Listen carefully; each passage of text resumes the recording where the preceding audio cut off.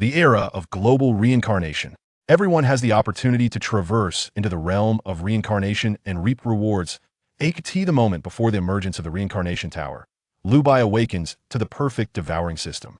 By consuming the flesh and blood of others, he can acquire their abilities. To his astonishment, the world he has entered is none other than the Marvel Universe. The immortal body of Wolverine, the financial prowess of Iron Man, the mastery of thunder and storms by Thor, and the ever-strengthening Hulk. Gazing upon the myriad mythological figures within the Marvel realm, Liu Bai murmurs to himself, "Oh no, I seem to be invincible." Chapter 1. The beginning of gaining superpowers for free. The Eastern Great Zhou Kingdom witnesses the emergence of mythical apparitions, seemingly indicating the presence of dragons. The Western Alliance reports numerous claims of sightings of the legendary vampire in the northern land of Fusong. It is said that the tomb of the eight-headed serpent has been discovered. Liu Bai sets down the newspaper, unable to quell the tumult within. He has now come to a definitive realization. Not only has he been reborn, but he has also returned to the moment just before the Reincarnation Tower's appearance. Soon, the voice of the Reincarnation Tower will resonate across the globe at that time. Regardless of age or gender, anyone over 18 will be forcibly bound to a reincarnation watch on their wrist. Through this watch, humanity will enter the worlds crafted by the Reincarnation Tower, achieving evolution and transcendence. Thank the heavens for granting me a chance at rebirth. Liu Bai clenches his fists tightly. The thought of the figure who perished because of him stirs a pang of heartache. He swears to himself, "In this life, no one shall harm Gu Ing. Any offender will be met with death." At that moment, a cold, mechanical voice echoes in every mind. In 1 minute, the first trial of reincarnation will commence. Participants, please activate your reincarnation watches to partake in the trial. 5,958. Who is this? Are they insane? Is this amusing? Who placed this device on my wrist? Some are bewildered, others terrified, yet few believe. I once felt the same, and then I regretted it for life. Liu Bai shakes his head, yet without hesitation, he activates the reincarnation watch. Time's up, the teleportation begins. With that, Liu Bai transforms into a beam of white light and vanishes from his location. Story world, Wolverine. Story background. Mutant Logan and his brother Victor have relied on each other since childhood, engaging in countless battles. One day, Logan grows weary of a life of slaughter and chooses to retreat to the mountains with his girlfriend Kayla. Feeling abandoned, Victor succumbs to Colonel Stryker, leading to the initiation of the X-Weapon project, with Logan as the raw material. Reincarnator, please select A. Faction. 1. Wolverine's faction. 2. Stryker's faction. To think I must choose a faction according to Liu Bai's previous life experiences. He had never heard of a reincarnation world requiring a choice of faction. Indeed, is the first reincarnation trial truly exceptional. I choose the Wolverine faction. After a moment of contemplation, Liu Bai made his decision. In the film Wolverine, Liu Bai harbored a profound disdain for Stryker, particularly for Agent Zero from Stryker's faction, who epitomized despicability. If given the chance, he would relish the opportunity to eliminate that scoundrel himself. Reincarnated Liu Bai, faction chosen, Wolverine. Randomly assigning role. Please wait. Random role locked, Gambit Remy. Main quest. Eliminate Stryker, protect Wolverine. Damn it.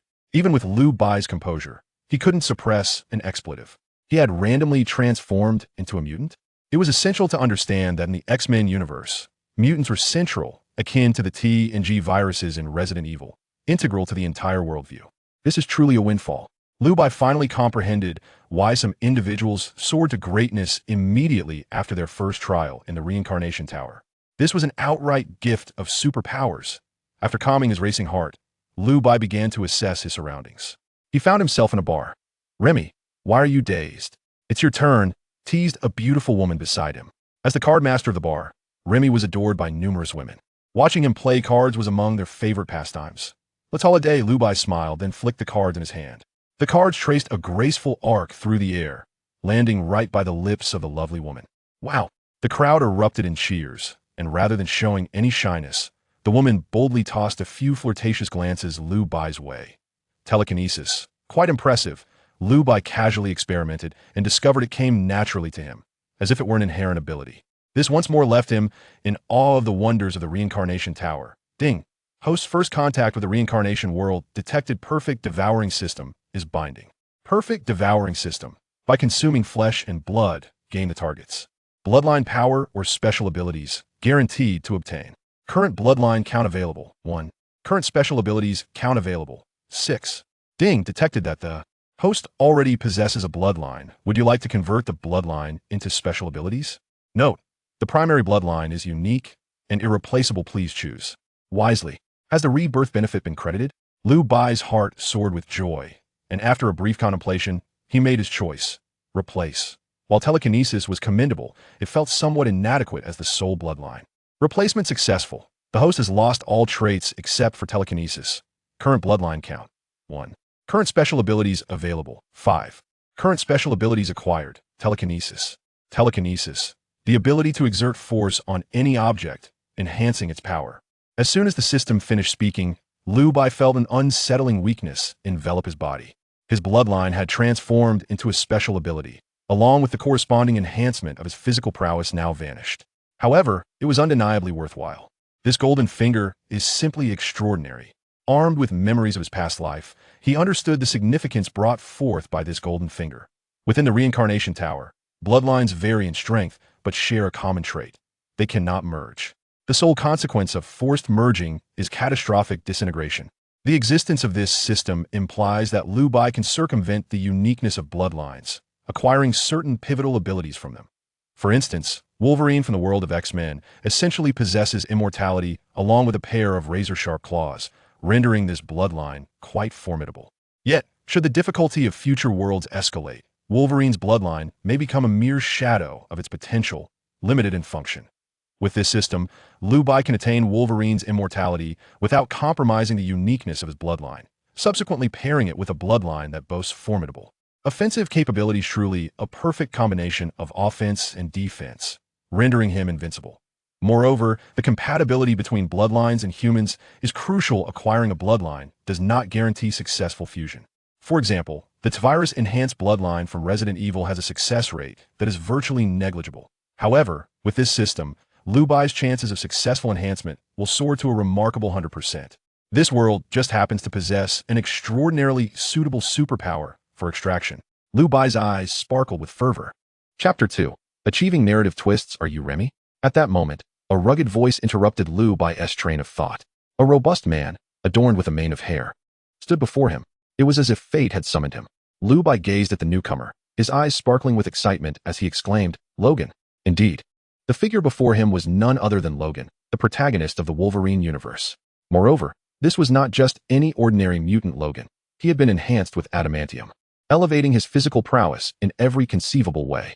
Liu Bai found himself irresistibly drawn to his indomitable abilities. Upon hearing Liu Bai's words, Wolverine instinctively revealed his adamantium claws, emanating a palpable hostility towards Liu Bai. He had no recollection of ever meeting this card-playing man. Do not be hasty in your anger. If I am not mistaken, John is on the verge of being slain by Victor. There may still be a chance to save him, Liu Bai stated. John, a mutant capable of instantaneous teleportation, was fated to perish in this very moment according to the storyline. Yet, Wolverine remained unmoved. Noticing the lack of response, Liu Bai felt no irritation.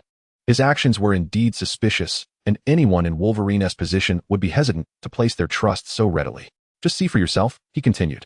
With that, a flurry of playing cards in Liu Bai's hand emitted waves through the air before hurtling towards the wall. Boom! The cards collided with the wall, resulting in a tremendous explosion, leaving several large gaping holes in the bar structure. Behind these breaches, the fierce confrontation between Victor and John was laid bare. Upon spotting Victor, Wolverine's eyes blazed with fury as he bellowed, "Victor, return Kayla's life." He then lunged forward, claws drawn, to engage Victor in a fierce struggle. "Brother, it has been too long," Victor remarked with a mocking smile, his movements betraying no sign of hesitation. The clash of Wolverine's claws against Victor's talons produced a series of sharp, resonant sounds, igniting sparks in the air. Successfully rescued John. Current narrative twist level 20. Finally, the moment had arrived. As the notification echoed in his ears, Liu Bai exhaled a sigh of relief.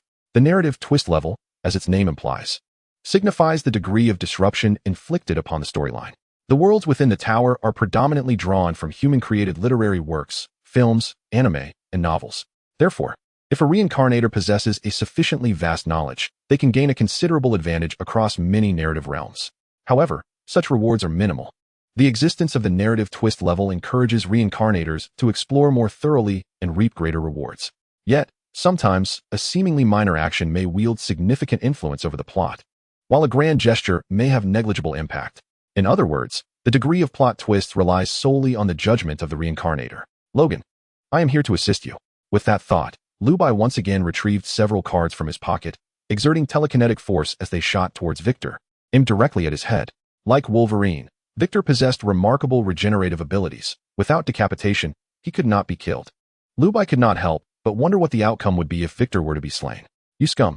Victor exclaimed, initially reveling in his battle with his brother, only to be interrupted by an outsider. To defend against Liu Bai's cards, he had no choice but to block with both hands. In that brief moment, he had already been stabbed several times by his own brother, a reality he could scarcely accept. Although he too was nearly immortal, he still felt pain. An excessive injury could indeed lead to death. This heightened his murderous intent towards Liu Bai significantly. At that moment, all he desired was to eliminate this card-wielding adversary. So ruthless. Observing Victor, undeterred by his wounds, charging towards him, Liu Bai felt a twinge of fear. He immediately enhanced his telekinetic ability beneath his feet and fled. Scum!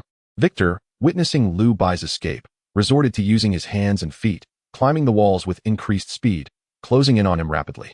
He almost forgot that this man was known as the saber-toothed tiger. Liu Bai inwardly chastised himself for his oversight and called out, "John, save me. I just saved your life. Hold on, my friend." With a whoosh, the man named John appeared beside Liu Bai, embracing him before they vanished. When they reappeared, they were already hundreds of meters away from Victor. "Cool," Liu Bai exclaimed, genuinely impressed. However, it was merely admiration.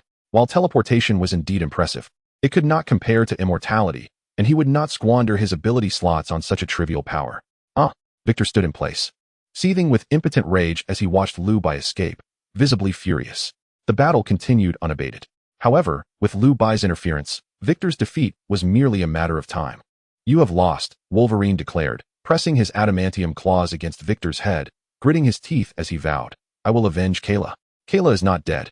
She is on 3 Mile Island." Victor's expression became frantic as he uttered words that left Wolverine momentarily stunned. Standing not far away, Liu Bai thought to himself that this was bad. Indeed, upon hearing that his beloved was alive, Wolverine's demeanor changed with excitement. In that fleeting moment, Victor seized the opportunity to disarm Wolverine and fled. Observing Wolverine's demeanor, it was evident that he bore no intention of pursuing them. "Fool!" Liu Bai gently stroked his head, expressing his incredulity. Unlike his brother, Wolverine lacked that ruthless edge. "Kyla is alive. Kyla is alive," Wolverine murmured to himself. "I must find her. I must find her." He seized Liu Bai by the collar, demanding, "Take me to 3 Mile Island, or I shall end you." "Let me go first, will you?" Liu Bai retorted, bemused. Hearing this, Wolverine finally released his grip on Liu Bai's collar. On board the helicopter heading to 3 Mile Island, Liu Bai stipulated, "I shall take you there. But you must agree to one condition." Liu Bai remained unperturbed by Wolverine's fierce gaze. He understood Wolverine. He was a man who relished carnage, yet valued deep connections. Not to mention, it was Wolverine who had saved John's life. "What is your condition?" Wolverine replied coldly, "I require a few drops of your blood." Liu Bai articulated his demand slowly. The response was a palpable aura of murderous intent. "Do not be alarmed. I am not allied with Stryker. Otherwise, why would I prevent him from extracting John's blood?" In the face of Wolverine's hostility, Liu Bai felt a chill run down his spine and hastily gestured to clarify his stance. Nonetheless, his apprehension was understandable. Stryker had been collecting mutant blood in a bid to create a weapon more lethal than Wolverine himself. Consequently, 2 innocent elders had been inadvertently ensnared in this conflict. This had long been a source of anguish for Wolverine. Now, with Liu Bai requesting his blood, it was only natural for him to suspect Liu Bai's affiliation with Stryker. Upon hearing Liu Bai's explanation, Wolverine fell silent for a moment before coldly stating, "Upon reaching 3 Mile Island, I shall provide you with the blood." "Deal." Liu Bai, wary of Wolverine's potential change of heart, promptly took the pilot's seat and flew off. The immortal body, I am coming. Chapter 3, The Female Reincarnated, 3 Mile Island. Liu Bai, John, and Wolverine finally arrived at this pivotal location within the cinematic realm. It was here that the crux of the narrative unfolded: deception and betrayal, love and heartache, the clash between justice and evil, and ultimately, Deadpool. However, with this thought, Liu Bai felt a slight sense of relief. In the original storyline, Deadpool's tenacity stemmed not only from his grotesque killing power and regenerative abilities, but also from his capacity for teleportation. Several times, Deadpool had evaded Wolverine and Victor's combined assaults through his ability to teleport, a skill derived from John. Now that John was alive, Deadpool's threat diminished significantly. Liu Bai pondered what changes this plot twist might bring. While exuding confidence, Liu Bai remained exceedingly cautious, unwilling to let his guard down. Logan, as per our agreement, I require a few drops of your blood, Liu Bai addressed Wolverine. Upon hearing this, Wolverine, without a hint of pretense, unsheathed his adamantium claws and made a swift incision on his own arm. From the wound, a few drops of blood emerged with great difficulty. Liu Bai promptly produced a prepared test tube to collect the precious blood. Soon after, the wound on Wolverine's arm began to heal remarkably fast. What an extraordinary ability.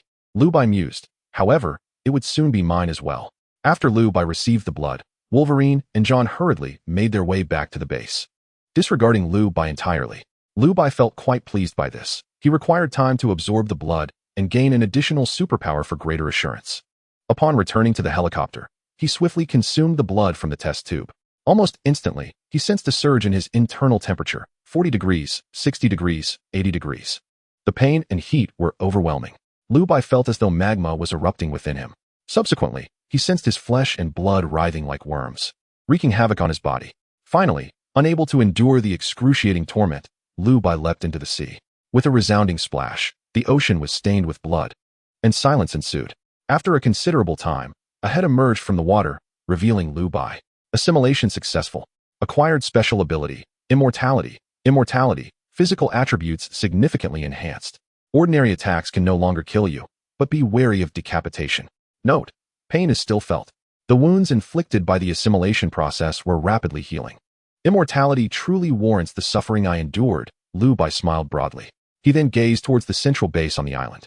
Now, he felt emboldened to truly have some fun. Kyla, you are a deceiver. You have been lying to me all along. Just moments ago, Stryker had divulged all the truths to Wolverine. The ferocity once present in Wolverine's gaze had faded, replaced by desolation. Was all of this merely an illusion? He wandered out of the base, resembling a soulless husk. John, unsure of how to console his dear friend, could only accompany him in silence. Meanwhile, Liu Bai stealthily infiltrated the facility where mutants were detained, liberating each and every one of them. I am here to rescue you. Flee quickly, Liu Bai urged the crowd. He then vanished once more, leaving no trace behind. As the other mutants witnessed the open cell doors, panic ensued, and they fled in disarray. On another front, General, the detained mutants have all escaped. An anxious researcher exclaimed to Stryker. What did you say? Stryker bellowed, hastily reviewing the surveillance footage. To his astonishment, he saw the detained mutants methodically making their way out of the base, following the correct path. Among the leaders stood a man with laser-like eyes and glasses. Damn it, Strick muttered, then shouted to Victor beside him, stop them. Without them, you will never obtain the power to defeat your brother. You better remember what you just said. Victor shot a fierce glance at Strick before hastening towards his destination. Get me to the command center. I want to unleash the Deadpool. Strick bellowed at the researchers around him. But General, Deadpool has not been fully modified yet. Do it. Now. The entire hall quickly emptied, leaving only one person, Kayla.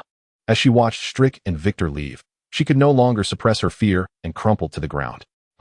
This scene was precisely witnessed by Liu Bai, who felt a surge of questions arise within him. According to the original plan, he intended to create chaos to find an opportunity to eliminate Kayla, thereby enhancing his ability to alter the plot. As Wolverine's last emotional tether, her death would undoubtedly drive him into madness, likely resulting in Wolverine's wrath directed towards Strick and others, including Victor, leading to their demise. This would significantly elevate the plot twist. However, what was happening with Kayla? Was she paralyzed by fear? After all, she was a mutant, akin to a superhero in the Marvel Universe. One may be weak, but one must not be cowardly.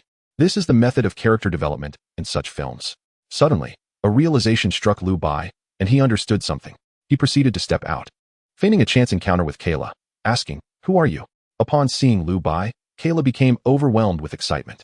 I am Wolverine's lover, Logan's partner. I know you are his friend. Please, help me get out. Kayla cried, her words tumbling out in a frenzy, clearly terrified. Indeed, hearing Kayla's words, Liu Bai almost confirmed that she was a reincarnator like himself. In the original storyline, the character he played, the Card Master, never met Kayla. Her eventual fate was death. This new reincarnator must have watched the film, which explained her terror.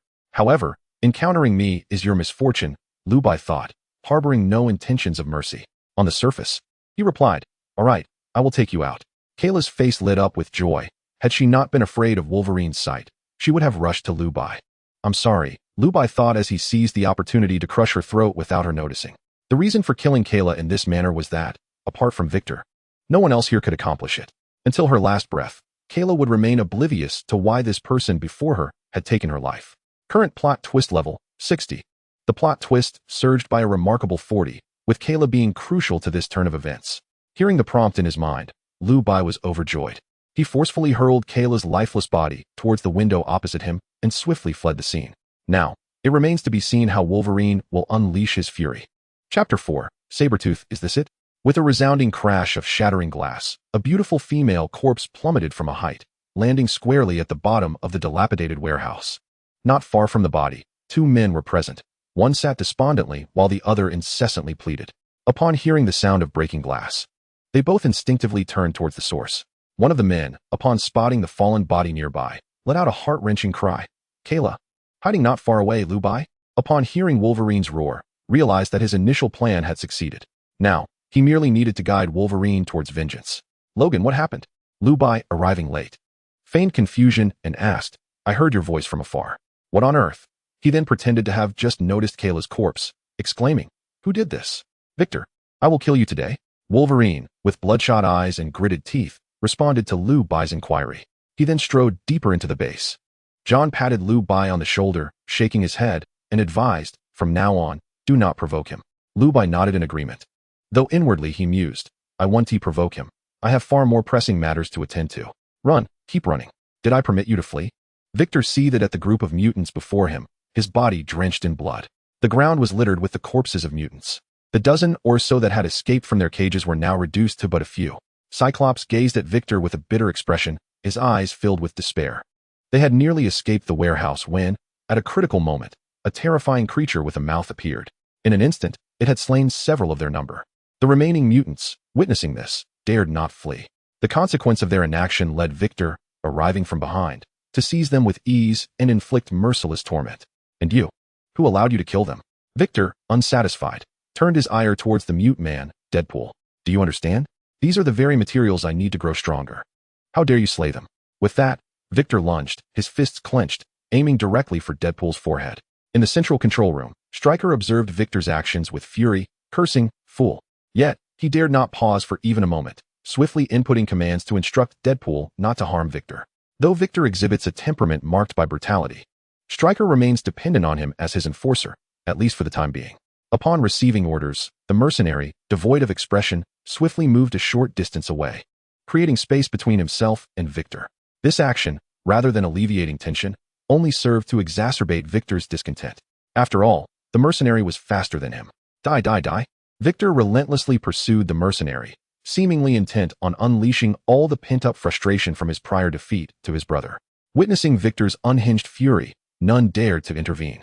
Just as the situation began to spiral into an infinite loop, the warehouse doors were violently kicked open. A man with bloodshot eyes emerged, revealing himself to be Wolverine, Logan. Victor, I have finally found you. Logan seethed with rage. My dear brother, what brings you here? Upon recognizing Logan, Victor halted his assault on the mercenary, a look of delight gracing his features. However, this joy appeared disturbingly twisted in Liu Bai's eyes. In the original narrative, Victor descended into madness merely because Logan had left him, and later, during Logan's battle with the mercenary, he intervened with the reasoning, only I can kill you. With this thought, Liu Bai felt a cold sweat. Such emotions were excessively warped. Fortunately, I do not have a brother, Liu Bai mused within the central control room. Why did you kill Kyra? Why? Witnessing Victor's utter lack of remorse sent Logan into a frenzy, and he bellowed in outrage. Kyra is dead? Victor paused, momentarily taken aback, then coldly retorted, Isn't it better that she's dead? I've long wished to kill her. That wretched creature deceived your affections. She deserves to die. Logan, who had clung to a flicker of hope, could no longer contain himself upon hearing Victor's vile words, unleashing his claws upon Victor with ferocity. Meanwhile, within the central control room, Liu Bai sat regally at the command center, surrounded by a sea of corpses and blood. Stryker lay bound and discarded beside him. Indeed, while Wolverine sought out Victor, Liu Bai had stealthily infiltrated the central control room and subdued Stryker. Stryker, a mere ordinary human without Victor's protection, was utterly insignificant. Meanwhile, the formidable Weapon 11, the mercenary, recognized only commands, not individuals, and had seized control of the command center, thus becoming Liu Bai's pawn. Mercenary, assist Logan in eliminating Victor. Commands issued forth from the computer, penetrating the mercenary's mind. Upon receiving the directive, the mercenary unhesitatingly executed Liu Bai's orders. Kill. The mercenary, devoid of emotion, unleashed a relentless assault on Victor. In mere moments, Victor lay lifeless, struck down by the mercenary's laser eyes, his body reduced to a mere shell. The swiftness of the entire process left Liu Bai, the instigator, momentarily bewildered. Was this it? Eliminate the saber-tooth. Current plot reversal degree. 90. The mechanical voice of the reincarnation tower echoed in his ears. Liu Bai's expression, rarely serious, betrayed a hint of gravity. The ensuing moments were crucial. The term plot reversal degree clearly indicated its opposing nature to the main storyline. When the reversal degree was low, it might only serve to disrupt the primary narrative, which remained dominant and exerted minimal influence on the reincarnators. However, as the reversal degree escalated to a certain threshold, the constraints imposed by the main plot would diminish, leading to its potential unraveling. At that juncture, reincarnators could feasibly fail their missions due to the uncontrollable storyline. The threshold for this chaos was precisely 90. This was wisdom Liu Bai had earned at the cost of his former life. Undoubtedly, the reincarnation tower maintained fairness. Although advancing the reversal degree to 90 was tremendously challenging, the corresponding rewards multiplied exponentially. As anticipated, the voice of the reincarnation tower faded only to re-emerge. Monitoring indicates the current plot reversal degree has reached critical levels. Unknown changes are occurring in the narrative. Adjustments underway. Main task reissued. Current main task. Eliminate everyone present. Chapter 5. The unraveling Wolverine. Liu Bai inhaled sharply upon hearing the reincarnation tower's announcement. The decree to kill all was undeniably severe. It appeared the narrative was veering towards complete disintegration. In truth, Liu Bai had already discerned the source of this collapse. Through the control room surveillance, he observed Wolverine succumbing to madness, devolving into a primal state driven solely by bloodlust. After all, Victor was Wolverine's brother. The loss of two of his closest kin had undoubtedly awakened his feral instincts. Gazing at the footage, Liu Bai murmured to himself. He recalled that in the original narrative, Wolverine had nearly spiraled into violence on several occasions, only to be steered back from the brink by Kyra's counsel. Yet, Liu Bai was unafraid of such a rampage. With Deadpool at his command, Wolverine, bereft of Victor's assistance, stood no chance against him. After all, Deadpool had Liu Bai backing him.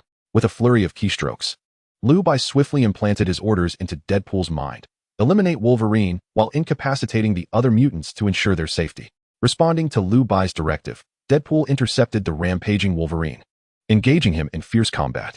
The remaining mutants present were left in utter confusion by the unfolding events. First, Deadpool blocked the escape routes, and then Wolverine descended like a deity, mercilessly slaying the tyrannical Victor. Consequently, this moment of joy was short-lived, as Wolverine swiftly turned and directed his blade towards them. At this critical juncture, the initial antagonist, Deadpool, unexpectedly came to their rescue. Who am I? Where am I? What is my purpose? He roared. Wolverine's furious bellow snapped everyone back to reality. It was evident that both Wolverine and Deadpool bore grievous wounds around their necks. A mutual destruction. Were it not for their extraordinary resilience, ordinary mortals would have succumbed long ago. Nevertheless, despite their immortal essence, the suffering inflicted upon them was undeniably severe, for their injuries healed at an agonizingly slow pace. Without his teleportation abilities, could Deadpool truly prevail against Wolverine? Observing this scene, Liu Bai's expression grew somber. Yet, he felt no regret. How could he trigger the subsequent crucial mission without saving John? Does your base lack any self-destruct mechanisms? Liu Bai demanded harshly, tearing away the towel that bound Strick. You wretched mutants are merely grotesque byproducts of genetic mutation. Do not presume you can control me, Strick retorted, panting heavily after being unshackled.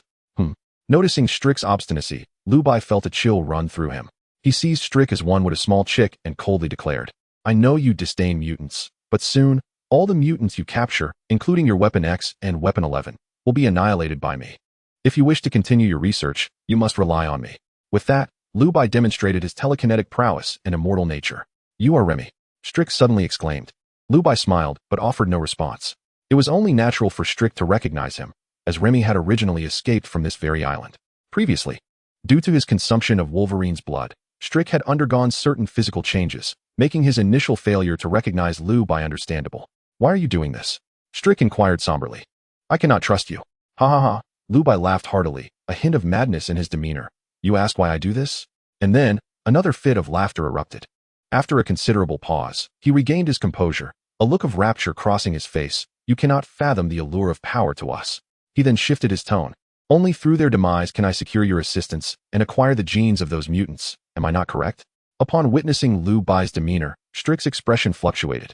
as if deliberating the veracity of his words. However, Liu Bai had no time to wait for his belief. He casually set Strick aside and remarked, "I possess little patience. Trust me, you may continue your research, while I attain the power I have long sought. Your loss amounts merely to a matter of time." Having spoken, he coldly declared, "If you do not believe me, you shall perish now. I merely seek another tool to enhance my strength." Quickly, Strick, he continued, exhaling deeply, "I have installed the explosive device over there in the warehouse. The button is right here." With that, he unveiled a wooden panel revealing a concealed button within. "Splendid," Liu Bai remarked, a smile gracing his features, thoroughly pleased. However, his pupils soon glowed crimson. In a swift motion, a scalpel pierced Strick's skull with alarming speed. Until his last breath, disbelief lingered in Strick's expression. "Pathetic," Liu Bai scoffed, lacking any potential for a plot twist. He pressed the red button and redirected his gaze to the monitor. The surveillance footage revealed Deadpool and his adversary locked in a fierce struggle, both battered and their self-healing abilities waning significantly. Clearly, they had reached their limits. "Deadpool, hold him back. Avoid close combat," Liu Bai commanded, re-entering his instructions. "Attention, 1 minute remains until detonation. Please evacuate promptly." As the struggle persisted, alarms blared in the control room, signaling the impending explosion. "Time to leave," Liu Bai declared, rising and departing the scene. Boom. The deafening sound of explosions consumed the research facility, reducing it to rubble. Seated beside the helicopter, Liu Bai was serenaded by the mechanical notifications. Eliminate Scott, laser eyes. Current plot twist degree, 91. Eliminate John, current plot twist degree, 92. Eliminate Wolverine. Current plot twist degree, 98. Meanwhile, Deadpool emerged dazed from the debris, his body marred by numerous wounds. In the final moments before the explosion, a severe blow to his head restored his memories, liberating him from the chip's control. He fled with utmost urgency, yet was still caught in the blast's aftermath. Fortunately, his healing abilities remained functional. Despite being grievously injured, he survived. Strick, hatred burned in Deadpool's eyes. He would settle the score for this torment he had endured. "Brother, where are you headed?" A voice resonated softly, capturing Deadpool's attention. Before him stood a strikingly handsome man, radiating an aura of warmth. "May I assist you in any way?" Liu Bai inquired kindly. Chapter 6, Return Run. This was the singular thought racing through Deadpool's mind.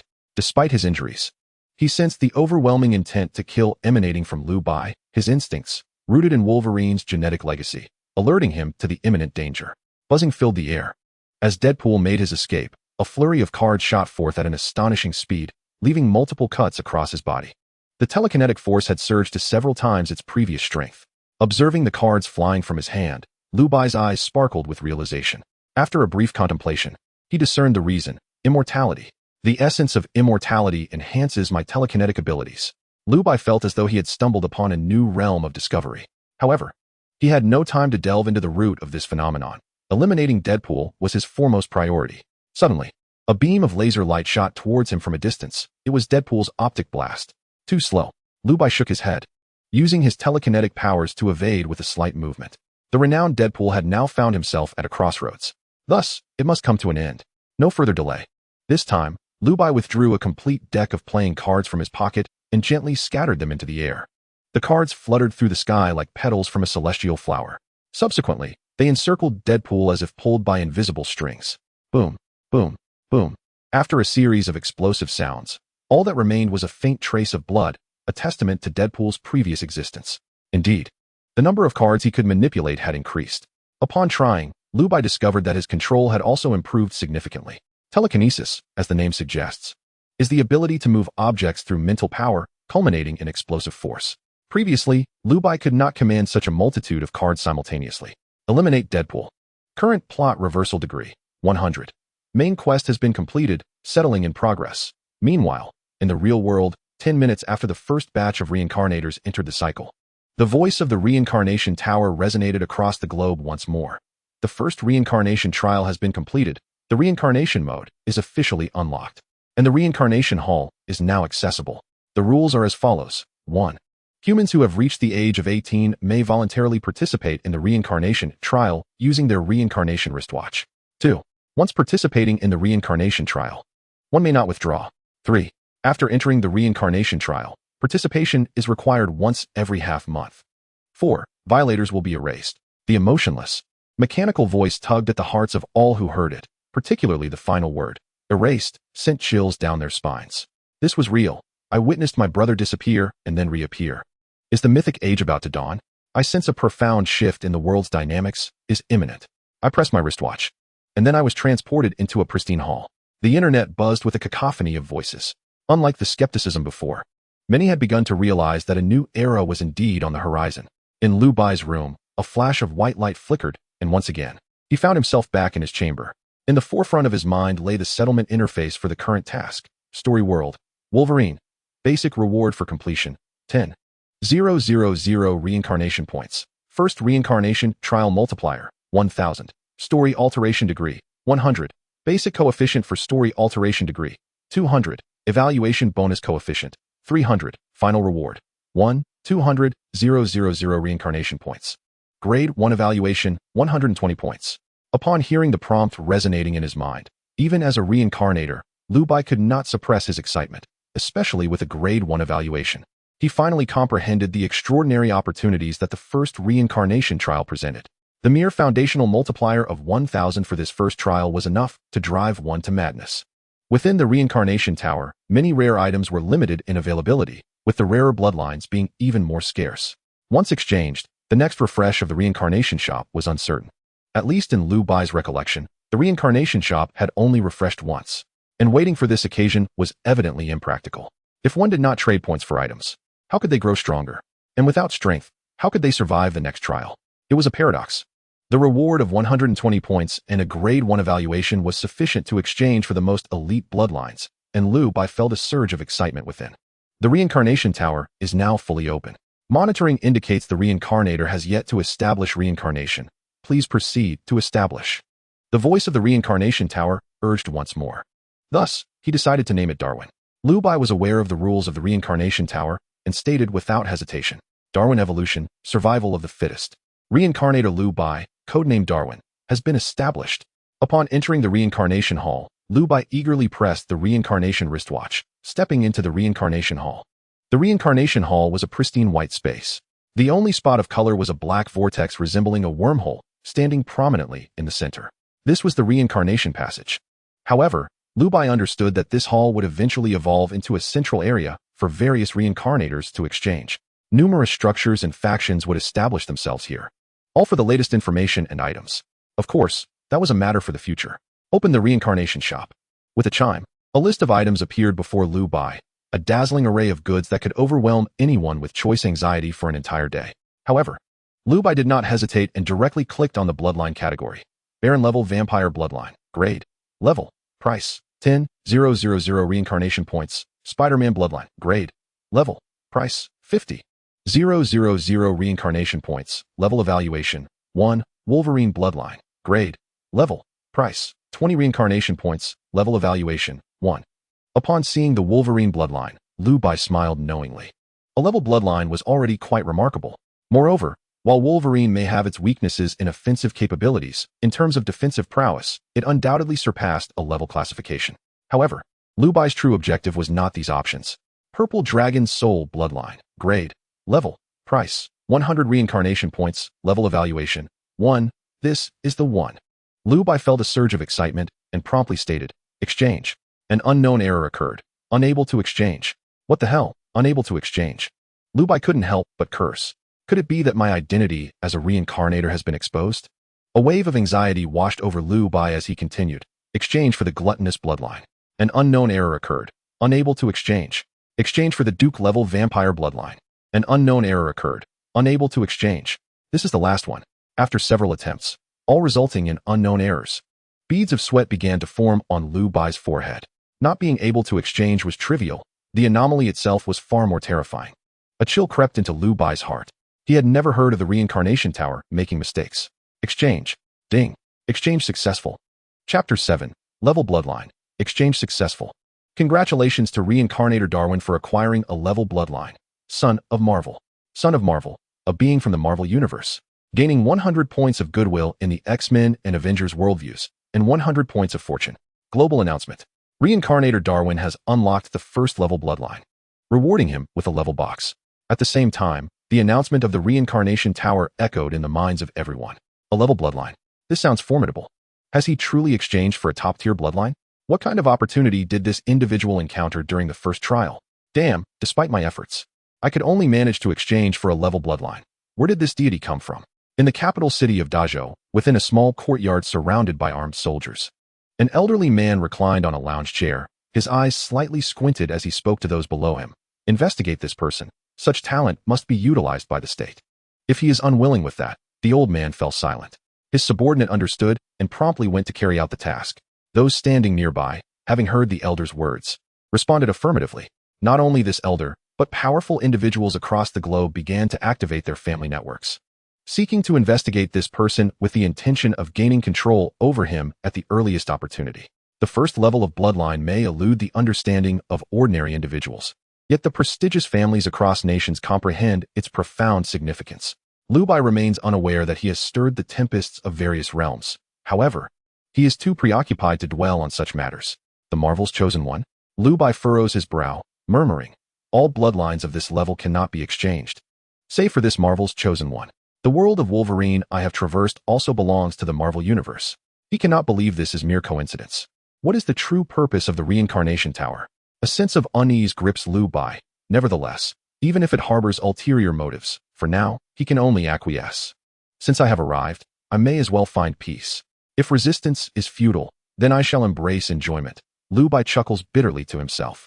Once he has composed himself, he begins to examine the level treasure chest provided by the Reincarnation Tower. As for the so-called global announcement, Liu Bai remains indifferent. Clearly, he is among the foremost reincarnators. Even if his identity is revealed, what can they do to him? Level treasure chest, shall I open it? Open. Acquired a Marvel World Orientation card. Upon use, the next reincarnation world will undoubtedly be the Marvel Universe. Cooldown period, 15 days.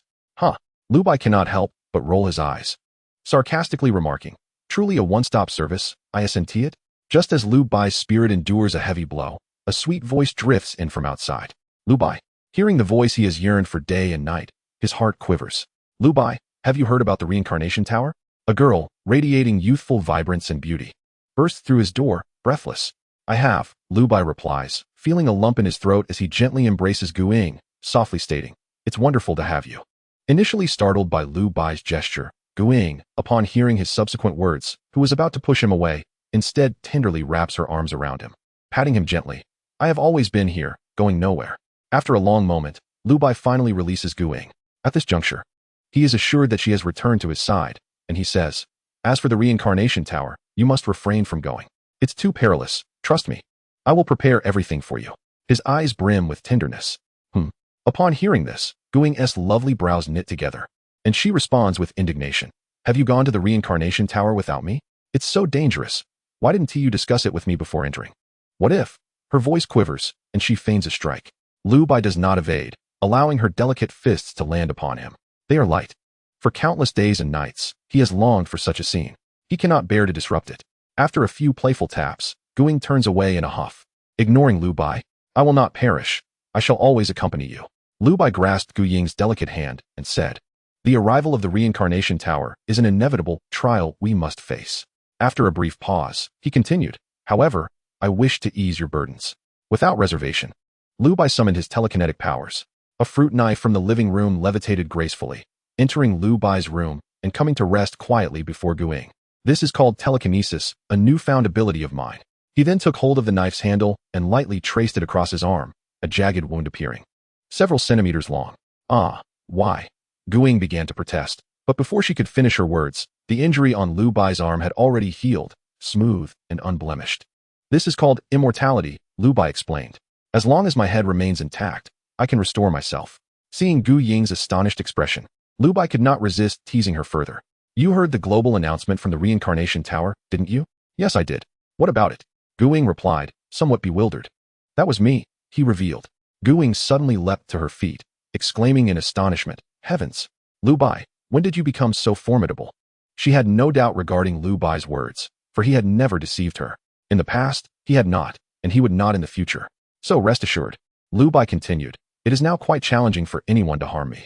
Just carry on with your daily life. Once I secure a powerful bloodline for you, you may enter the Reincarnation Tower for your trial. After a moment's contemplation, Liu Bai decided against disclosing his intentions regarding the Reincarnation Tower to Gu Ying, wishing to spare her any worry. By the way, if anyone dares to bully you again, do not hesitate to tell me directly. I will handle it. A glint of cold determination flashed in Liu Bai's eyes. From this moment forth, no one shall lay a finger on you. Both Liu Bai and Guiying were orphans who had relied on one another, subsisting on the meager relief funds in Yangzhou to complete their studies, which had led to their ostracization by many. Liu Bai was aware that Guiying had concealed numerous instances of bullying to spare him concern. Had he not overheard whispers of such events, he might never have known.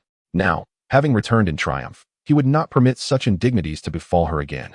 All right then. Now that you are so powerful, I certainly won't suffer in silence, Guiying teased, pushing Liu Bai playfully, her face aglow with happiness. Come, let us go grocery shopping. Today I shall cook. No, let us dine out instead, Liu Bai feigned disdain. Your cooking is atrocious. If we don't finish everything today, punishment awaits. Their blissful moments together were fleeting, and soon, half a month had passed, ushering in the time for Liu Bai to embark on his next dungeon. Within the reincarnation hall, a notification echoed, detected that the reincarnator Darwin possesses a Marvel World directional card. Would you like to use it? Yes, he affirmed. The world is in the midst of creation. In the realm of storytelling, we find ourselves in Chapter 8 of Iron Man, where the backdrop unfolds. Tony Stark, a genius, has garnered international acclaim for the weaponry he manufactures. During a test of one such weapon's capabilities, Tony is ambushed by armed assailants. It is through this unexpected ordeal that he forges a humanoid weapon, birthing the first generation of Iron Man.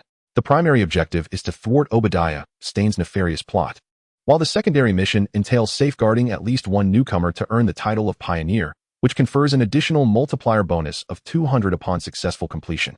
The mission is set to commence in 3 minutes. Ah, such a strategic advantage. I never anticipated that the title of Pioneer would yield such benefits. I had thought it merely a gimmick. Upon hearing the details of the side quest from the Reincarnation Tower, Liu Bai immediately grasped the implications, recognizing it as a subtle elevation of our dungeon's difficulty. After all, Iron Man marks the inception of the Marvel Cinematic Universe, and the powers it encompasses remain within a reasonable scope.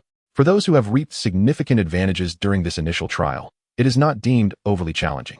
As the voice of the Reincarnation Tower faded, Liu Bai's vision returned, accompanied by a cacophony of chatter. I have truly entered the cinematic realm. Is there indeed a force here that can alter our fates? I have escaped. I have broken free. Ha ha ha. Silence, please. Amidst the mixed feelings of confusion and excitement, a refined gentleman spoke, his mellifluous voice imbued with an alluring charm. In no time, the clamor subsided, replaced by a serene hush. Even 2 high school girls gazed at him with starry-eyed admiration. Is this a form of mental enchantment? Upon hearing the man's voice, Liu Bai momentarily paused, but swiftly shook off the spell. A psychokinetic enhancer, mental fortitude, is my forte. Thank you. The man bowed to the assembly and began to articulate. As you can see, the Reincarnation Tower is indeed real, and the world of Iron Man that we are about to enter is also genuine. He paused for effect before continuing. Moreover, the truth remains that death in this cinematic world equates to death in the real world. And I am the pioneer, he proclaimed. At this, a bespectacled man erupted in excitement. He is indeed a pioneer, one of the most formidable among the current cohort of reincarnators. What exactly is a pioneer? Inquired someone, a look of confusion etched on their face.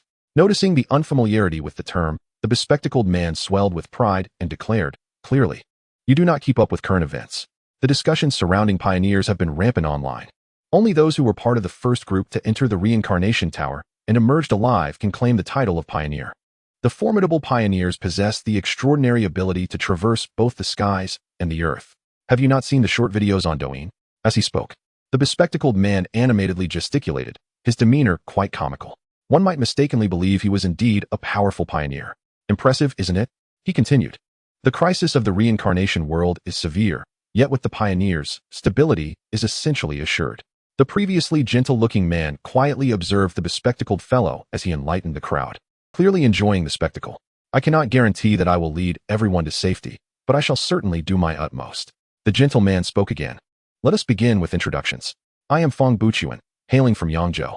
Upon noticing Feng Buchuan's gaze upon him, the bespectacled man became overly excited, eagerly responding. I am Tao Run, a university student. I am Wenro, and this is my classmate Wu Ling, who has just graduated from high school. One of the initially infatuated girls shyly interjected. Both young women were quite charming.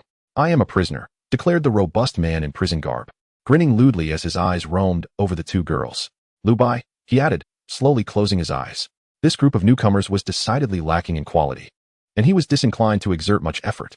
If he could save them, he would. If not, he could merely wait for another opportunity to acquire the title of pioneer. Fong Buchuan furrowed his brow at Liu Bai's demeanor. It was rare to encounter someone so composed under his charm. The reactions of the two girls and the bespectacled man were far more typical. As for the prisoner, he was utterly unremarkable. What are you angry about? One might think you were exceptional, Tao Rin grumbled, visibly indignant, clearly embodying the role of a lackey. At that moment, the voice from the reincarnation tower resonated. Time's up. Teleportation commencing. On the bustling city streets, when Liu Bai opened his eyes, he and the others found themselves amidst a throng of people. Their attire had seamlessly transformed to blend with the surrounding environment. The sudden appearance of a few individuals did not incite alarm among the citizens. Rather, they were collectively ignored. Such is the power of the reincarnation tower. Do you both wish to join me in action?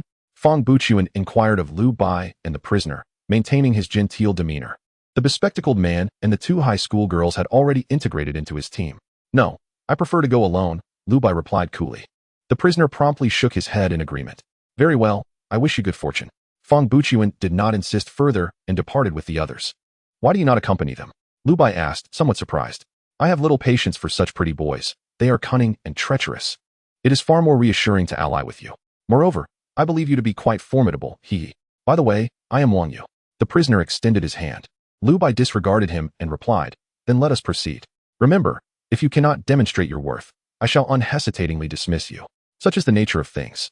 The displeasure that flickered across Wang Yu's face quickly vanished, yet he still managed to respond with a smile. Before a grand edifice, Liu Bai's expression grew grave. Indeed, it was not so easy to exploit this opportunity. Unlike the first iteration of the cyclical world, Liu Bai found himself unceremoniously cast onto the streets, entirely oblivious to the unfolding narrative. According to the plotline of Iron Man 1, the day following Tony Stark's press conference in Los Angeles, he would venture to Afghanistan, only to be ambushed by armed assailants, thus giving rise to the first Iron Man. Originally, Liu Bai had intended to intercept Iron Man, persuading him to abandon this perilous journey and instead focus on developing the armored suit. Others might speculate that Tony would not heed his words, yet Liu Bai was different. After all, he was the son of Marvel. Unfortunately, he had missed the opportunity. A celebrity like Tony Stark could easily glean the information he sought from mere inquiries in the vicinity. The press conference had already taken place the previous evening. Thus, Liu Bai surmised, Tony must have already been captured. With that thought, he waved his hand and called to Wang Yu, let us depart. Where to? Came the reply. Afghanistan. Chapter 9. The frustration of Fong Buchuan at the Afghan Air Force Base. Wang Yu was eager to demonstrate his initiative. We wish to see Colonel Rhodes. Please inform him. He instructed the soldiers. However, what greeted him was a line of ominous gun barrels. Help! Help! The previously confident Wang Yu, upon witnessing the array of weapons, instantly cowered, retreating behind Liu Bai, trembling with fear. Liu Bai shook his head at this display and turned to the armed soldiers, saying, everyone, no need for such agitation. Please lower your weapons. You think you can just say put them down and be taken seriously? Wang Yu scoffed inwardly. He had seen many poseurs before. But this was a new level of absurdity. Is there something you require, sir? I can assist in relaying your message, one of the soldiers offered. Lowering their weapon at Liu Bai's request, their demeanor markedly more amiable than that directed at Wang Yu. We wish to meet Colonel Rhodes. Inform him it is regarding Tony. Liu Bai replied. Understood, I will notify him at once. A minute later, Colonel Rhodes emerged to greet them, warmly embracing Liu Bai as if they were long-lost friends. He jovially led Liu Bai into the building, laughing and chatting as though no time had passed between them. Wang Yu, observing Liu Bai being treated as an esteemed guest, attempted to approach but was promptly halted. Facing the line of guns aimed at him, he cursed under his breath. Colonel Rhodes, I am here to assist you in locating Tony, Liu Bai said with a smile. As the son of Marvel, he exuded an innate charisma that endeared him to all the virtuous characters. Under normal circumstances, if an Asian were to directly request an audience with an officer like Rhodes, they might well be mistaken for an insurgent. However, he merely exchanged a few inconsequential words and offered a smile, thereby gaining unimpeded access to Colonel Rhodes. The colonel regarded Liu Bai as an old friend, showing no hesitation. If we can locate Tony, I shall endeavor to fulfill any request you may have. Upon hearing Liu Bai's words, Rhodes was visibly stirred. It is important to note that Tony is not only his friend, but also a prodigious genius capable of crafting formidable weaponry. The consequences would be dire if insurgents were to exploit Tony's talents. Commander, we've just received word that one of our aircraft has been hijacked and has entered deep into the desert. A soldier rushed in to report to Rhodes. Hijacked? Are there any casualties? What about the pilot? Rhodes inquired urgently. For him, an aircraft was a minor concern. The pilot's safety was paramount. There are no casualties, but... The soldier hesitated. Speak. Rhodes urged impatiently. However, the pilot voluntarily surrendered and did not resist. Rather, he was quite cooperative throughout the ordeal, the soldier explained, noting that many had witnessed the event. Is there an insider? Rhodes asked incredulously. Liu Bai, having overheard their conversation, felt a spark of realization. He had already surmised who was behind the hijacking, Fong Buchuan. Indeed, your objective is Tony. Liu Bai thought to himself. It was only natural. Iron Man's suit was coveted by all. After a moment of contemplation, Liu Bai spoke directly. Colonel Rhodes, do we have the capability to pinpoint the aircraft's location? Yes. We have already locked onto it, and can pursue immediately, responded the soldier. That simplifies matters. We shall follow that aircraft, and I believe we will find Tony. Liu Bai suggested to Rhodes.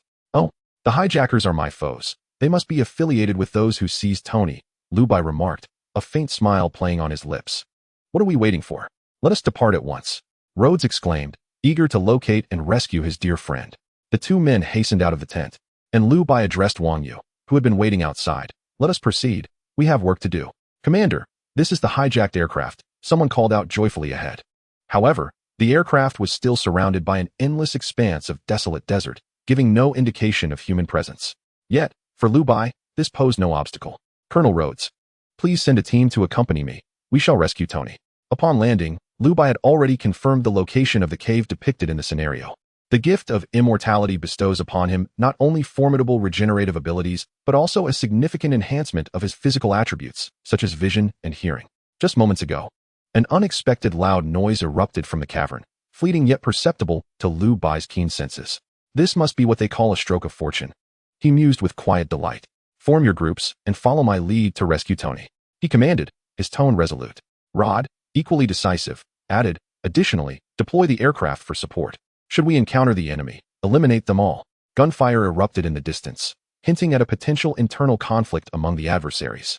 The voice belonged to Wang Yu, a convict imprisoned for murder who had never handled such standard weaponry before. He was overwhelmed with excitement, yearning for the thrill of a real confrontation. Liu Bai promised him protection until the mission's conclusion, provided he could eliminate 5 enemies. The thought of the terrifying man beside him sent shivers down Wang Yu's spine. Yet concurrently, he felt an undeniable sense of security. As the sounds of relentless gunfire reached them, Liu Bai declared, "Stay here, I shall investigate ahead." Without waiting for a reply, he stealthily advanced. Damn it, Fong Buchuan thought, his mood sour. He had initially transformed into the guise of the armed group's leader using illusion magic, intending to extract Tony, but was instead ambushed by the very group he sought to deceive. Left with no choice, he resorted to charm magic to control the assailants and facilitate his escape. It baffled him how his illusions had faltered. Did they truly execute their leader for a mere disagreement? What he failed to comprehend was that these individuals were a ruthless rabble. The leader's role was to guide them towards a common objective. Yet if the leader jeopardized the group, they would swiftly eliminate him and appoint a new one. If my bloodline were fully awakened, I could single-handedly annihilate you all. Fong Buchuan glared at the armed men, dodging bullets as he fled. Observing Fong Buchuan's desperate retreat, Liu Bai couldn't help but chuckle at his earlier bravado. Shaking his head, he chose to reveal himself. Initially, he had viewed Fong Buchuan as a formidable adversary, even willing to leverage Rod's connections to secure Tony first. Yet, this was the reality? Disappointment washed over Liu Bai, and he lost interest in the charade, calling out to the armed men, "Come at me all at once." As they witnessed an Asian man fleeing moments ago, the armed men assumed he was an ally. Without hesitation, they raised their weapons and aimed directly at Liu Bai. Chapter 10. The rescue of Tony Stark. Bullets erupted from the guns of the armed men, striking Liu Bai's body and leaving a multitude of minute black marks. The armed men, upon witnessing Liu Bai's refusal to evade, were swiftly perforated by bullets, prompting disdainful smiles among them. How audacious it was for 2 individuals to attempt a rescue, utterly oblivious to their own insignificance. Shaking their heads, they began to stow their weapons, preparing to return to the cave for revelry, only to be met with a shocking spectacle. Shells began to be expelled from Liu Bai's body. His wounds rapidly healed, restoring him to his former state, including the bullet hole in his head, were it not for the tattered condition of his garments. One might scarcely believe he had just endured a barrage of gunfire. Fire! Shoot! They cried in terror. A demon! Is this a harbinger from hell? This band of so-called freedom fighters, upon encountering him, resembled frightened souls confronted by a specter. It hurts, Liu Bai exclaimed, observing the disarray of the fools before him. He had merely intended to assess the combat efficacy of his invulnerable form, but the pain was unexpectedly intense. It seemed he would need to devise a method for alleviating it upon his return, he mused quietly. Indeed, at times, Wavering willpower could profoundly impact one's combat prowess. I shan't indulge you any longer. The test has concluded. It is time for these wretches to descend into the abyss. An invisible ripple emanated from Liu Bai's being, coalescing into a transparent barrier before him. High-velocity bullets collided with this psychokinetic wall, halting abruptly before ricocheting back along their original trajectories. The air was filled with anguished cries as they fell, leaving naught but lifeless bodies strewn about.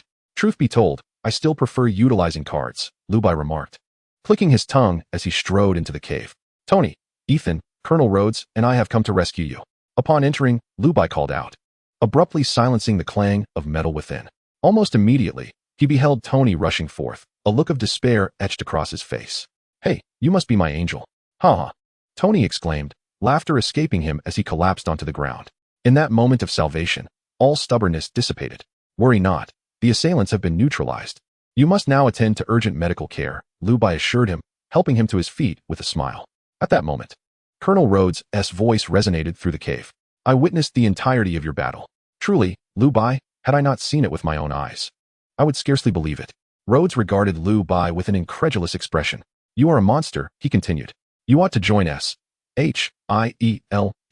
At the mention of S.H.I.E.L.D., Liu Bai felt a tightening in his chest, though his exterior remained composed. Rhodes, spare the sentiment.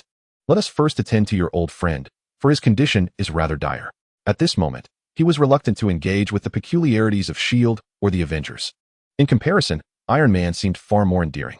Rhodey, I believe it is time for us to part ways, Tony declared with utmost seriousness. Upon witnessing Iron Man's ability to jest, Rhodey burst into laughter and then instructed the soldiers to escort Tony for medical attention. On their way home, Liu Bai, Rhodey, and Tony shared the same vehicle. Tony, you're back. I think you should make a statement to the public, Rhodey sought Tony's opinion. No. Right now? All I desire is a cheeseburger. I wish to do nothing else, Tony replied with a shake of his head. Tony, may I invite myself to your home for a visit? There are some ideas I would like to discuss with you, Liu Bai interjected at an opportune moment. That fellow Fong Buchuan clearly has his sights set on the iron armor. While he may not be particularly strong, his alluring abilities are quite troublesome. To avoid protracted complications, he hoped to acquire the armor sooner rather than later. Of course, I too would prefer to avoid those bothersome media reporters, Tony pondered, then continued, but before that, I believe we should first procure a cheeseburger. Ha, naturally. Upon arriving at Tony's opulent residence, only Tony and Liu Bai remained. Rhodey had left early, likely to manage the aftermath of Tony's escapades, while Wang Yu was summarily dismissed to indulge in merriment. Wang Yu harbored no grievances about this. Rather, he reveled in it. So what are your thoughts? Tony poured himself and Liu Bai a glass and took a small sip. I know you are contemplating the creation of iron armor. I would like your assistance in crafting a set for me, Liu Bai stated straightforwardly. To be honest, I am somewhat surprised. Tony waved his hand dismissively, exclaiming, this is merely a preliminary concept in my mind. I haven't even begun to realize it. Well, I mean, do you possess some sort of mind-reading ability? Tony's expression turned somewhat awkward. Yet, he did not express any dissatisfaction. I've heard Rhodey describe you as a monster. I hope you don't delve into my thoughts. My heart is solely open to my pepper. You understand what I mean? Initially, upon hearing Tony mention mind-reading, Liu Bai feared the worst, but upon hearing the latter part, he realized Tony was not angry. He chuckled awkwardly. I do not possess mind-reading abilities, but I have a capacity akin to foresight. One could imagine that the blood of a Marvel progeny played a significant role. I foresee that you will one day create a super suit, and you will become a superhero for this nation. That sounds incredible, Liu Bai replied with excitement. I may not need it for myself, but I hope my girlfriend can utilize that armor. I fear for her safety. You should understand. Tony, upon hearing Liu Bai's words, abruptly rose to his feet, patted Liu Bai on the shoulder, and with a smile remarked, Liu Bai, my fondness for you is growing exponentially. Rest assured, should I successfully create the iron armor, I will undoubtedly craft a set for your young lady as well. He then regarded Liu Bai with the eyes of a kindred spirit. The smooth progression of events took Liu Bai by surprise. In truth, his primary objective in the Iron Man universe was to procure a suit of iron armor for Guiying. Until he secured a suitable lineage for Guiying, the iron armor was the most appropriate alternative. For this, the main quest could momentarily be set aside. Suddenly, the shrill sound of a phone ringing pierced the air. Pepper must be quite worried about me, Tony chuckled, retrieving his phone. It was a device that only Pepper could reach him on. Pepper, are you concerned for me? On the other end, a cold male voice responded, Tony Stark, your assistant is in my possession. If you wish to see her again, you must trade her for your iron armor. It was none other than Fong Buchuan. Chapter 11. Fong Buchuan's other ability, setting down the phone. Tony finally abandoned his usual nonchalant demeanor, his expression darkening. For Tony, Pepper represented his only moral anchor. A dragon has its reverse scale. Touch it and face death. Regardless of who you are, if you threaten Pepper, you must reckon with my wrath. Fury surged within Tony. It was no wonder he had not seen Pepper. Liu Bai, with his keen hearing, naturally caught the contents of the phone call. He had been so focused on Tony that he had momentarily overlooked Pepper's presence. Now, upon hearing Fong Buchuan's threatening call, Liu Bai recalled that in the original storyline, Pepper had rushed to the airport the moment Tony escaped. Yet, despite Tony's prolonged freedom, Liu Bai had yet to encounter Pepper. It was evident that Fong Buchuan, following his escape from the cave, had likely gone directly to abduct Pepper. After all, in Tony's eyes, Pepper was even more vital than himself. This choice was not misguided. Tony, take a moment to breathe, Liu Bai urged, placing a reassuring hand on Tony's shoulder. This individual, knowing your intentions to create the iron armor, likely possesses powers akin to mine. His explicit demand for your iron armor suggests that Pepper is not in immediate danger. Furthermore, I have crossed paths with this man before. He appears to possess some form of enchanting ability, and it is plausible he harbors other powers as well. Liu Bai shared his insights regarding Fong Buchuan. Those who walk different paths do not conspire together. The early bird catches the worm, while the latecomer suffers the consequences. Tony scoffed dismissively, enchanting? What of it? Our company has long had similar products, though they have not been sanctioned for mass production. It is hardly worth mentioning. Indeed. Liu Bai then recalled that in the original Iron Man, the arch-villain Obadiah frequently employed a device capable of controlling the human mind. Although this apparatus differs somewhat from mere seduction, it presumably operates on a similar principle. At the very least, that headset can obstruct such sound waves. Almost forgot. You are an omnipotent genius, Liu Bai sincerely praised. Liu Bai, I believe we must set your matters aside for now. I need to eliminate that scoundrel first and rescue Pepper, Tony remarked, disregarding Liu Bai's flattery, though a look of regret crossed his face. Of course. Perfect. Just look at the masterpiece I've labored over these past few days. Tony could not help but commend. The sleek, gold and red armored suit was not only aesthetically pleasing but also understated, aligning perfectly with his own essence. I must say, Liu Bai, you possess certain qualities of a genius scientist. Tony acknowledged. Without your suggestions, I might have had to conduct several more tests, thereby delaying Pepper's rescue. Haha. Liu Bai chuckled softly, remaining silent. He had merely alerted Tony to some issues presented in the film, saving time in the process. Any news from Colonel Rhodes? Liu Bai inquired. Upon hearing this, Tony shook his head, stating no. All the calls have come from ordinary citizens. They haven't even managed to ascertain what this scoundrel looks like. The problem lies in the fact that the voice belongs to the same individual, which is quite troublesome. I am uncertain about this situation.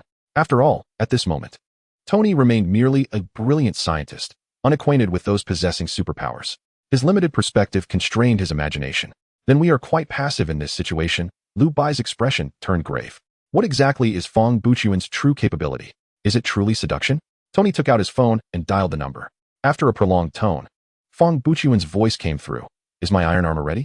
I have manufactured the iron armor according to your specifications. However, you had better ensure Pepper's safety. Tony replied through gritted teeth. Rest assured, I keep my promises, Fong Buchuan laughed. Come to this address. Do not be late. He then hung up. Stark Industries. Tony murmured to himself. He had not anticipated that the adversary would choose to receive his belongings right at his doorstep.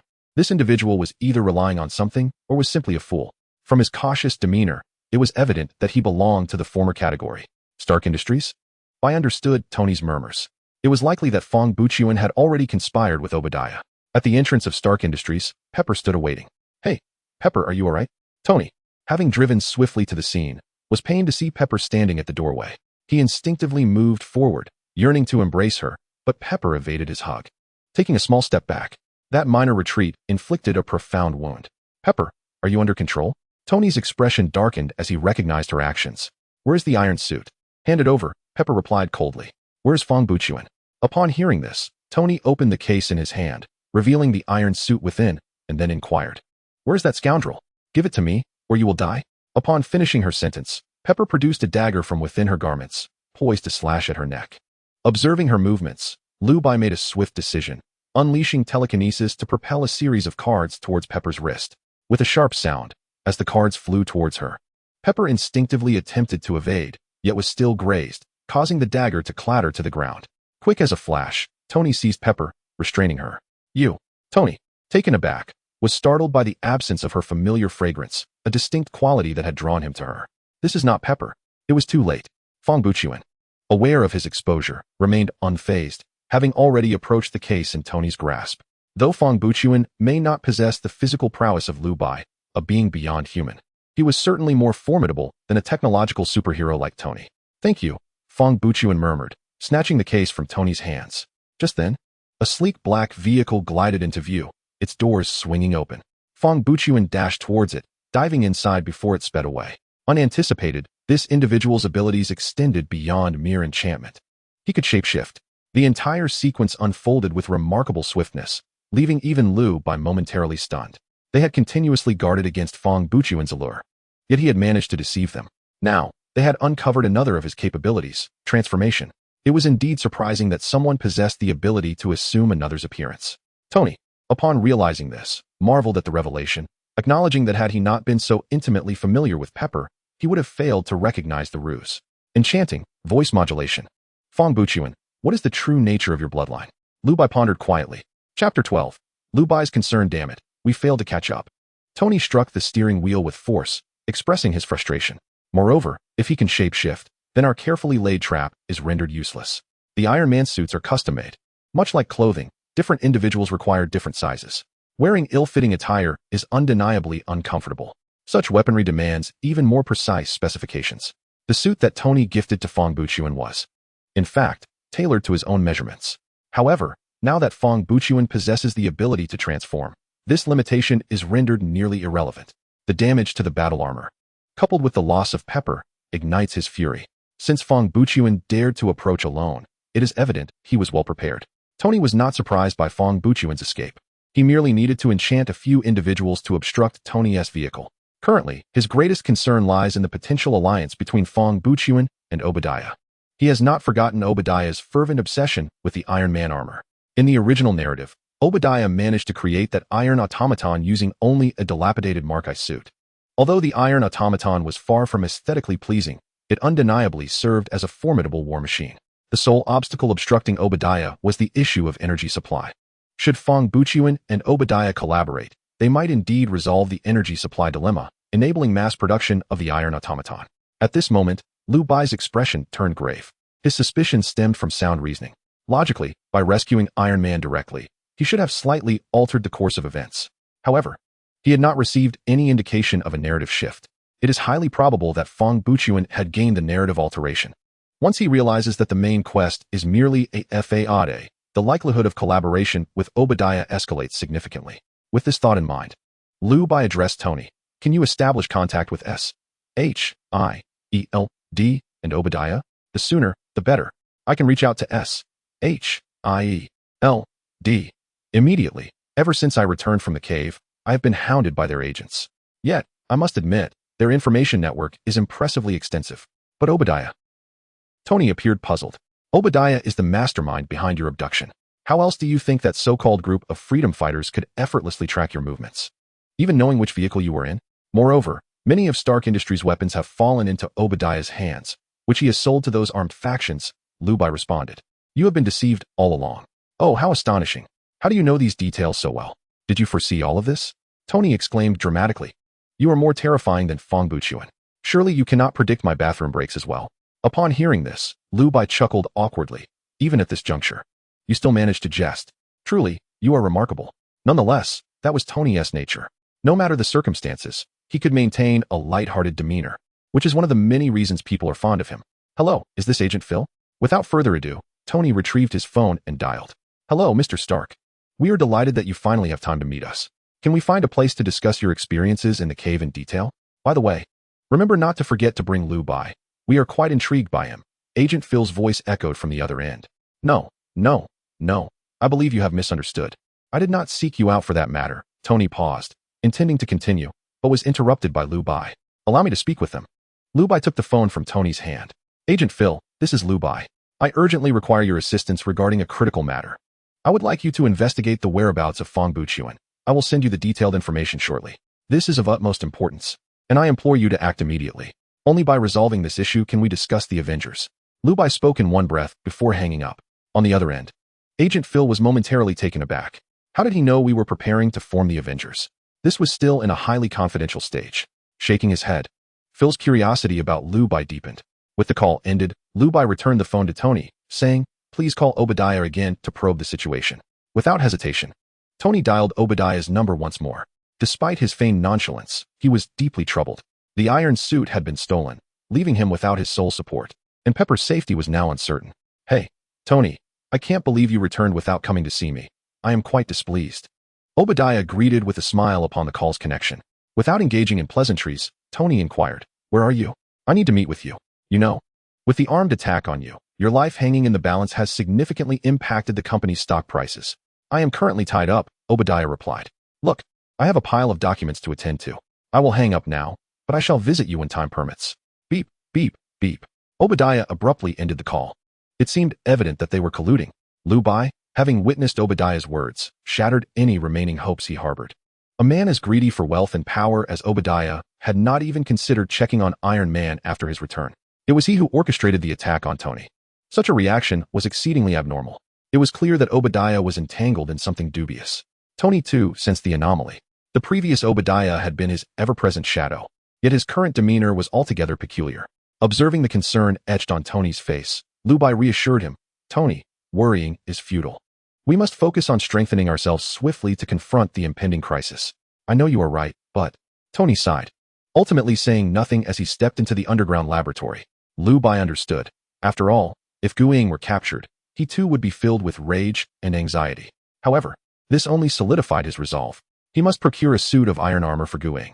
In a bar near Santa Monica, Wang Yu had been spending his days indulging himself, armed with a generous amount of cash bestowed upon him by Liu Bai. He was savoring his newfound freedom, especially after being confined in prison for over a decade. If fate allowed, he would never return. Damn, the Reincarnation Tower truly is a benevolent entity, he mused, as he absent-mindedly caressed the arm of a nearby woman. Having spent so long in incarceration, he was oblivious to the true nature of the Reincarnation Tower. All he knew was that it had released him, akin to a rebirth by parental figures. How delightful it is to revel in such pleasures. Just as his thoughts wandered, a voice floated in from nearby. Wang Yu furrowed his brow, recognizing the speaker. Fong Buchuan. Chapter 13. The invitation from the director of S.H.I.E.L.D. As Fong Buchuan entered the bar, he instantly captured the attention of everyone present. His tall, commanding presence, combined with the distinct allure of an Eastern gentleman, quickly drew the gazes of the barmaids. Navigating through the eager women with ease, he approached Wang Yu, a mocking grin on his face. "Is this how Liu Bai is treating you? What business is it of yours?" Wang Yu replied, irritation evident on his face. His earlier words to Liu Bai were not a mere pretext, they were the truth. His imprisonment stemmed from inadvertently offending a wealthy aristocrat who, without hesitation, had him locked away for a decade. Consequently, he harbored no fondness for someone like Fong Buchuan, whose aristocratic demeanor was unmistakable. Were it not for the constraints of his own power, he might have considered ending Fong Buchuan's life right then and there. Upon hearing Wang Yu's coarse retort, a glint of malice flickered in Fong Buchuan's eyes. He replied coolly, "Do you believe you've truly escaped prison? Once this ends, you will inevitably return, empty-handed, to your role as a prisoner. To break free from this predicament, you must accumulate sufficient points and power here. Liu Bai keeps you around because he needs to fulfill the tasks of a pioneer. In simpler terms, as long as you remain alive, he can reap substantial rewards. And your fate beyond these walls is of no concern to him. It's rather pathetic that you defend him so fervently, even after he has revealed all this to you." With just a few words, he painted Liu Bai as a selfish and irredeemable figure, demonstrating his exceptional eloquence. "Since you have no interest, I shall take my leave," he said, turning as if to depart. "Wait," Wang Yu called out, stopping Fong Buchuan. "What do you want?"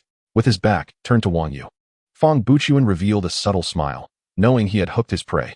No, Tony, why is your armor gilded in red and gold, while mine is clad in black and gold?" Liu Bai gazed at his own armor, then glanced at Tony's, feeling a wave of discontent wash over him. "My friend, black and gold suits you perfectly," Tony replied with utmost seriousness. "You cannot master red and gold. Fine, but the set for my girlfriend must be tailored to my specifications."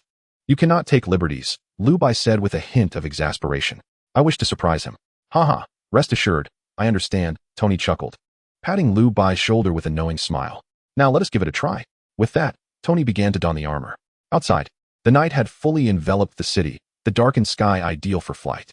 Whoosh! Flames erupted from the sides of the armor's limbs, propelling both Tony and Liu Bai into the air. Quick! Beneath the cloak of night, two brilliant arcs have emerged. This is what true flight feels like. Compared to the fleeting sensation of telekinesis, this Iron Man suit is utterly exhilarating. Even with his reborn disposition, Liu Bai could not help but burst into laughter. Such armor as Iron Man's was not available in the reincarnation shop. To obtain such a suit, one had to venture through Iron Man's world. Only upon acquiring Iron Man could a series of related exchanges, such as the Iron Man's energy reactor, be unlocked. In essence, while the reincarnation tower is indeed omnipotent, it primarily encourages reincarnators to seize opportunities within the worlds they traverse, rather than solely relying on the tower itself. At times, the rewards within the reincarnation realm far exceed mere reincarnation points. In his previous life, Liu Bai had even heard whispers of individuals who, through their adventures in the reincarnation world, shattered the uniqueness of their bloodlines. Such an achievement was monumental. Though Liu Bai possessed a devouring system, seemingly endowed with multiple bloodlines, this was merely a shortcut. At his core, he was still bound to a singular bloodline, Marvel's offspring. In a word, the reincarnation world is the greatest treasure trove. Director, 2 unidentified flying objects are approaching. Their size is minuscule, and we cannot rule out the possibility of drones, an agent within S.H.I.E.L.D., reported gravely. Take them down. Not just anyone can infiltrate S.H.I.E.L.D., Nick Fury replied coolly. As a clandestine intelligence agency, they possessed not only superheroes, but also the most advanced technology. No matter who dared to breach their defenses, they had ample means to eliminate intruders.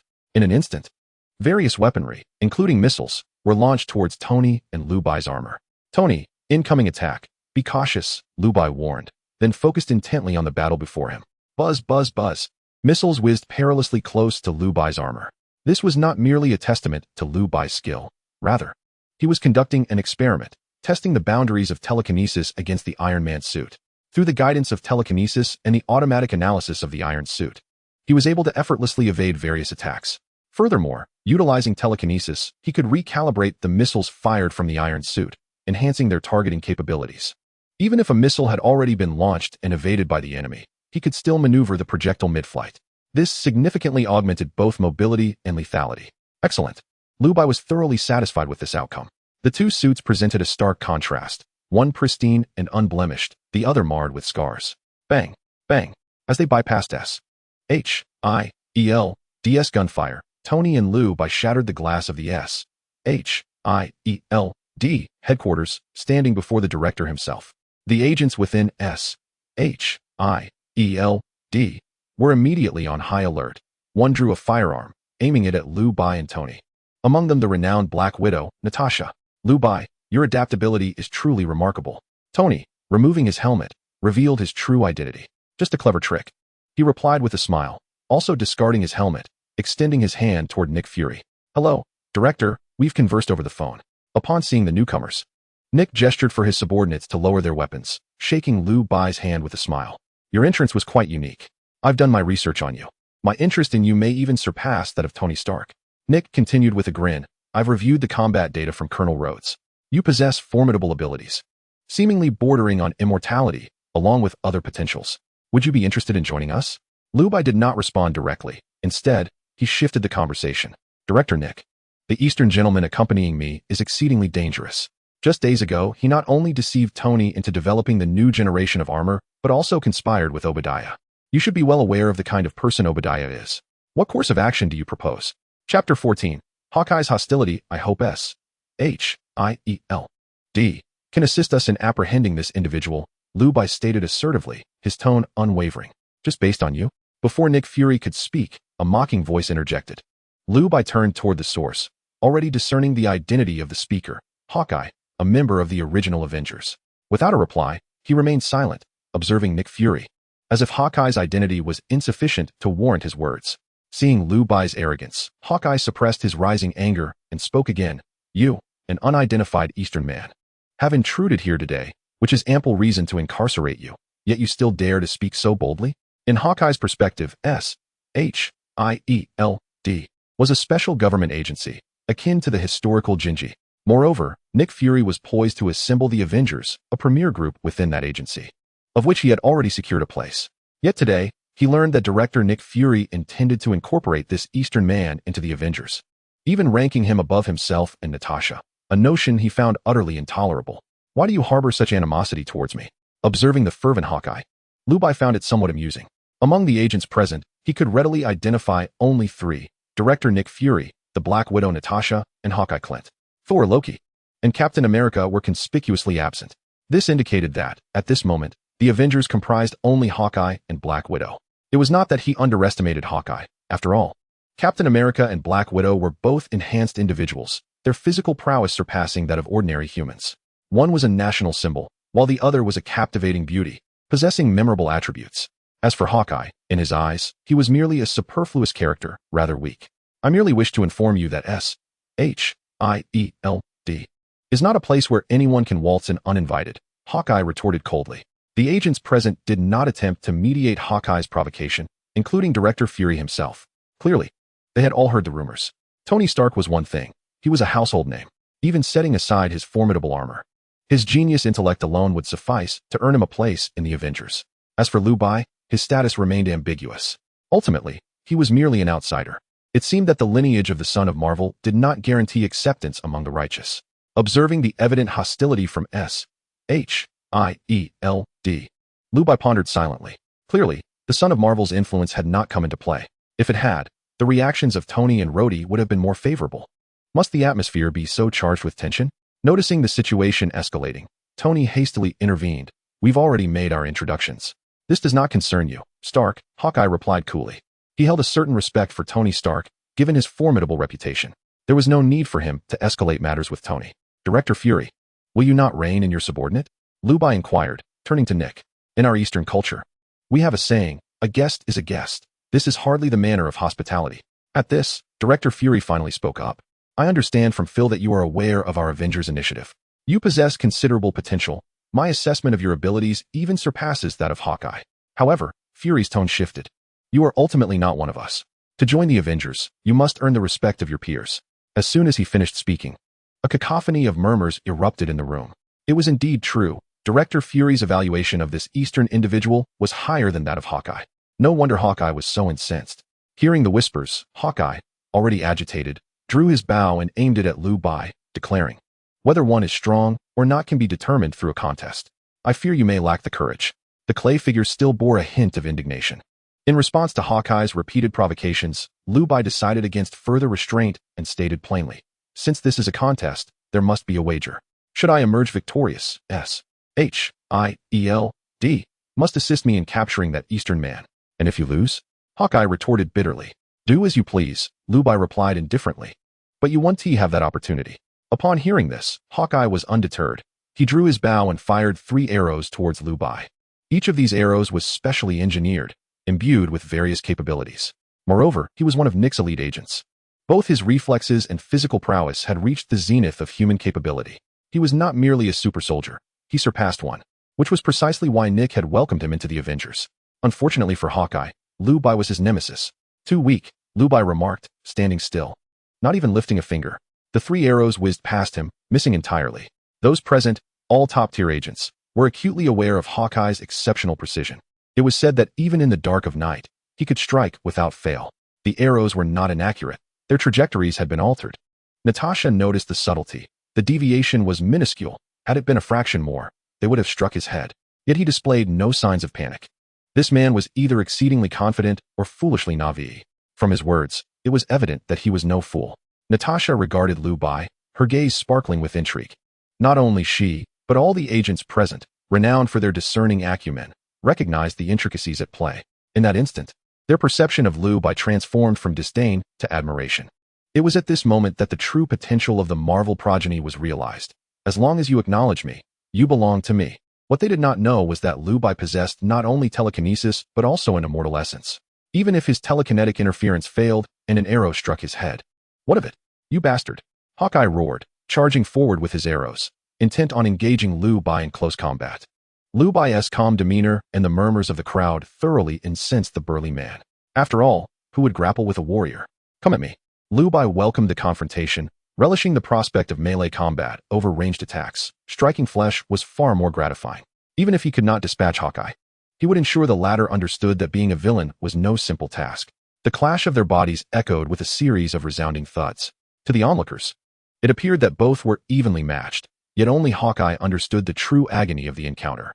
Liu Bai's body felt as if it were forged from steel, Hawkeye could hardly breach his defenses, let alone withstand the force of the blows. He felt as if his bones were on the verge of shattering.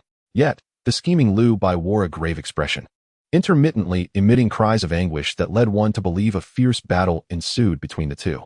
He lacked the courage to call for a halt. Chapter 15. Director Nick's compromise. You forced my hand.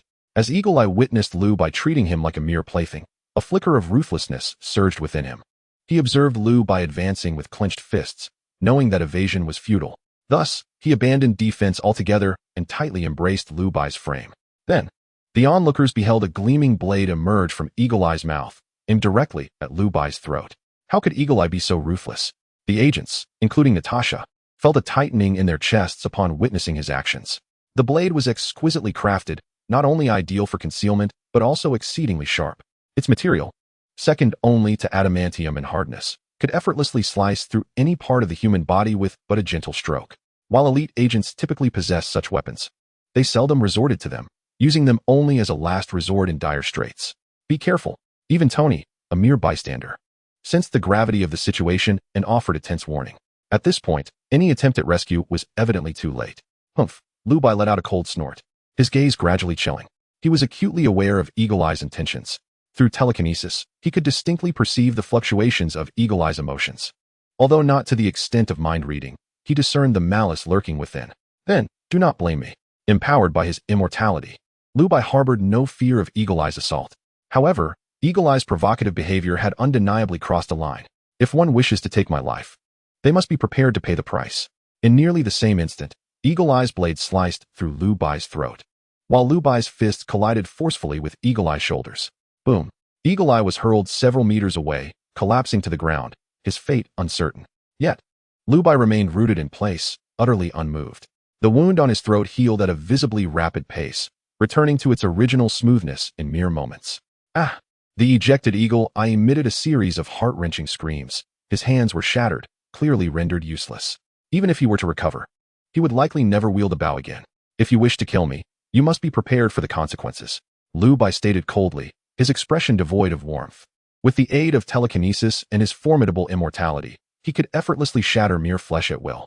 Were you perhaps too harsh? After all, he is a top agent of S.H.I.E.L.D., one of the esteemed members of the Avengers. As Hawkeye appeared on the brink of losing his agent status, Director Nick Fury could no longer contain himself, his expression darkening. If I had not possessed the ability to restore my physical form, and he had slit my throat, would you have stood up to speak a word of justice? Liu Bai's demeanor shifted, and he retorted mercilessly to Director Fury. He had long harbored dissatisfaction with Fury's actions. Logically, had he demonstrated a modicum of combat prowess? Based on the principle of favorability from the Marvel progeny, Fury would have intervened to halt this farce long ago. His persistent indifference indicated that he never truly regarded Liu Bai as one of his own. Thus, Liu Bai felt no obligation to show courtesy. He continued, his tone shifting to a more disdainful note. Against someone of Hawkeye's caliber, I could single-handedly defeat 10 of him. Incapacitating him would only serve the Avengers' interests. Otherwise, the citizens of our nation might mistakenly believe that the Avengers were composed of such inept individuals, leading to the director's embarrassment. Lying in the distance, Hawkeye heard Liu Bai, assuming the posture of a victor, mercilessly criticize him, and he spat blood, fainting instantly. Indeed, it was not difficult to understand Liu Bai's perspective. The previous situation clearly indicated Hawkeye's fault. Liu Bai had already shown remarkable mercy by sparing his life. Natasha, standing nearby, advised him, showing no regard for their past camaraderie. Furthermore, several agents around them began to voice their support for Liu Bai, leaving Director Fury at a loss for words. Fury's expression mirrored disbelief, as if he were encountering these agents for the first time. These were individuals he had personally selected and trained, sharing training sessions, missions, and life together, bonds forged through shared experiences. Yet, he had never anticipated that Hawkeye, nearly incapacitated, would find so few allies to speak on his behalf. With many rallying behind Liu Bai, seemingly united in their animosity toward him, a profound shock coursed through Fury, an inexplicable fear emerging from within, though its source eluded him. Ultimately, he let out a long sigh and muttered, very well. In response to Fury's sigh, only Liu Bai comprehended the underlying truth. It was evident that these agents had been swayed by the methods he employed, beginning to align themselves with him. Once they acknowledged him, they would regard him as their leader. They were not his subordinates, yet they would become his finest allies. Liu Bai would never have to worry about their betrayal, not even under Fury's oversight. It was at that moment that the formidable bloodline power of the Marvel progeny truly revealed its splendor. Director Fury, with Hawkeye incapacitated. I trust you would welcome the inclusion of myself and Tony. Liu Bai remarked softly, the Avengers require superheroes like us. Upon hearing Liu Bai's audacious claim of wanting to join the Avengers, Director Nick Fury was not angered but rather amused. You wish to join the Avengers? What gives you the audacity? Liu Bai, unfazed by Nick Fury's outburst, simply extended a finger and gently shook his head, saying, Director Fury, I believe you are mistaken. It is not us who wish to join the Avengers. It is you who needs us to join. Natasha, standing nearby, smiled and added, Director Fury, individuals of Liu Bai's caliber are essential to the Avengers, and we require such a formidable leader. What if I refuse? Then I shall have no choice but to sever ties with the Avengers, Nick Fury retorted. Natasha shook her head, expressing slight regret. Wherever Liu Bai goes, I shall follow. At that moment, Nick Fury regained his composure. He glanced at Natasha and then at Tony in the distance, realizing that the situation had spiraled out of control. With Liu Bai now the de facto leader, he sighed inwardly. Ultimately, his aim was to assemble a super legion capable of fending off external threats, not to engage in petty disputes. While it was indeed lamentable that Hawkeye had been incapacitated, it was Hawkeye who had made the first move. Setting that aside, Liu Bai was undeniably an excellent leader. Nick Fury hoped he would fulfill the responsibilities of the Avengers. With that, he departed, his demeanor somber, choosing not to utter another word. Chapter 16, The Iron Legion Agent Phil. I have previously spoken with you over the phone and requested your assistance in tracing Fong Buchuan's whereabouts. Is there any progress? As soon as Nick Fury left, Liu Bai assumed the mantle of leadership, inquiring about Fong Buchuan's movements. Though Fong Buchuan's combat ability might be lacking, he was undoubtedly a formidable opponent, especially since he had acquired the prototype of Tony's armor. In the original narrative, Obadiah had never seen the Mark II created by Tony nor the arc reactor, which resulted in his inability to mass-produce Iron Man suits. However, now that Fong Buchuan possessed the armor prototype and Obadiah had a cadre of devoted scientists, it was conceivable that while they might not replicate Tony's version of the Iron Man armor, they could potentially mass-produce a simplified version. After all, deriving results from existing foundations is far easier than innovating from scratch. The situation was dire. Phil wore a grave expression. Fong Buchuan seems to exist as a mere phantom. The only place we have managed to trace him to is a single location. Where? Liu Bai inquired with keen interest. In truth, he held little hope of success, given Fong Buchuan's shape-shifting abilities. Unless he chose to reveal himself, tracking him would be exceedingly difficult. At the Koval bar, Phil explained. This bar is situated not far from Mr. Tony's residence. Fong Buchuan has been seen here and has made contact with an Asian man. Oh, upon hearing the words, Liu Bai instantly comprehended the situation. This was aimed at Wang Yu. A cold smile curled on Liu Bai's lips. While he was unfamiliar with the Koval bar, he was well aware that Wang Yu was indulging himself at a bar near Tony's residence. The appearance of Fong Buchuan at Koval bar was, without a doubt, revealing his intentions. Furthermore, Phil continued, Obadiah has been increasingly active lately, suspected of orchestrating significant movements. Indeed, it was all coming together. Liu Bai, although unsurprised, wore a grave expression. The challenge he was about to face could very well be Fong Buchuan's Iron Army. Moreover, Little Pepper remained in Fong Buchuan's grasp, undoubtedly placing Tony in a position of hesitation, thereby affecting his actual combat efficacy. There was no time to delay. With this thought, Liu Bai resolved to act immediately. The longer he waited, the more perilous Little Pepper's situation became, and the greater the number of iron armors Fong Buchuan and his associates would produce. He was uncertain how many individuals Fong Buchuan could enchant simultaneously, but he was certain that those ensnared by him would transform into fearless iron puppets. Phil, you contact the police and surround the Stark Industries headquarters, while also evacuating the surrounding crowd, Liu Bai stated matter-of-factly. If they are unwilling, inform them that Obadiah is researching antisocial weapons or any other pretext that may persuade the police. The reasoning is yours to fabricate. Turning his gaze towards the enchanting Natasha, Liu Bai noticed her slight tremor upon his attention. She gazed back at him with affection, inquiring, What do you need? I require you to save one individual and control another, Liu Bai replied calmly. The person to be rescued should be familiar to you. Tony's personal assistant, Virginia Potts, is suspected to be at Stark Industries headquarters. As for the individual to be controlled, it is the person Fong Buchuan encountered at the bar. Be mindful. Your task is merely to control him, not to kill. Since Wang Yu had privately interacted with Fong Buchuan, regardless of his intentions, he should be restrained. As for killing him, that was unnecessary. As long as he remained alive, Liu Bai would gain the benefits of the pioneer. Is there nothing else? Natasha inquired. Inching closer to Liu Bai, her words soft and fragrant. Liu Bai remained unmoved. gently pushing her away before exchanging a few words with Tony and preparing to depart. Ultimately, the primary force against Fong Buchuan's Iron Legion lay with himself and Tony. As for Thor, the Hulk, and other formidable allies, it wasn't that Liu Bai underestimated them. Rather, he had no idea how to locate them, or even if they were present at all. Thus, he had to forego that avenue. With that, all present witnessed Liu Bai leap effortlessly, utilizing the sheer strength of his body to spring from the ground to the third floor.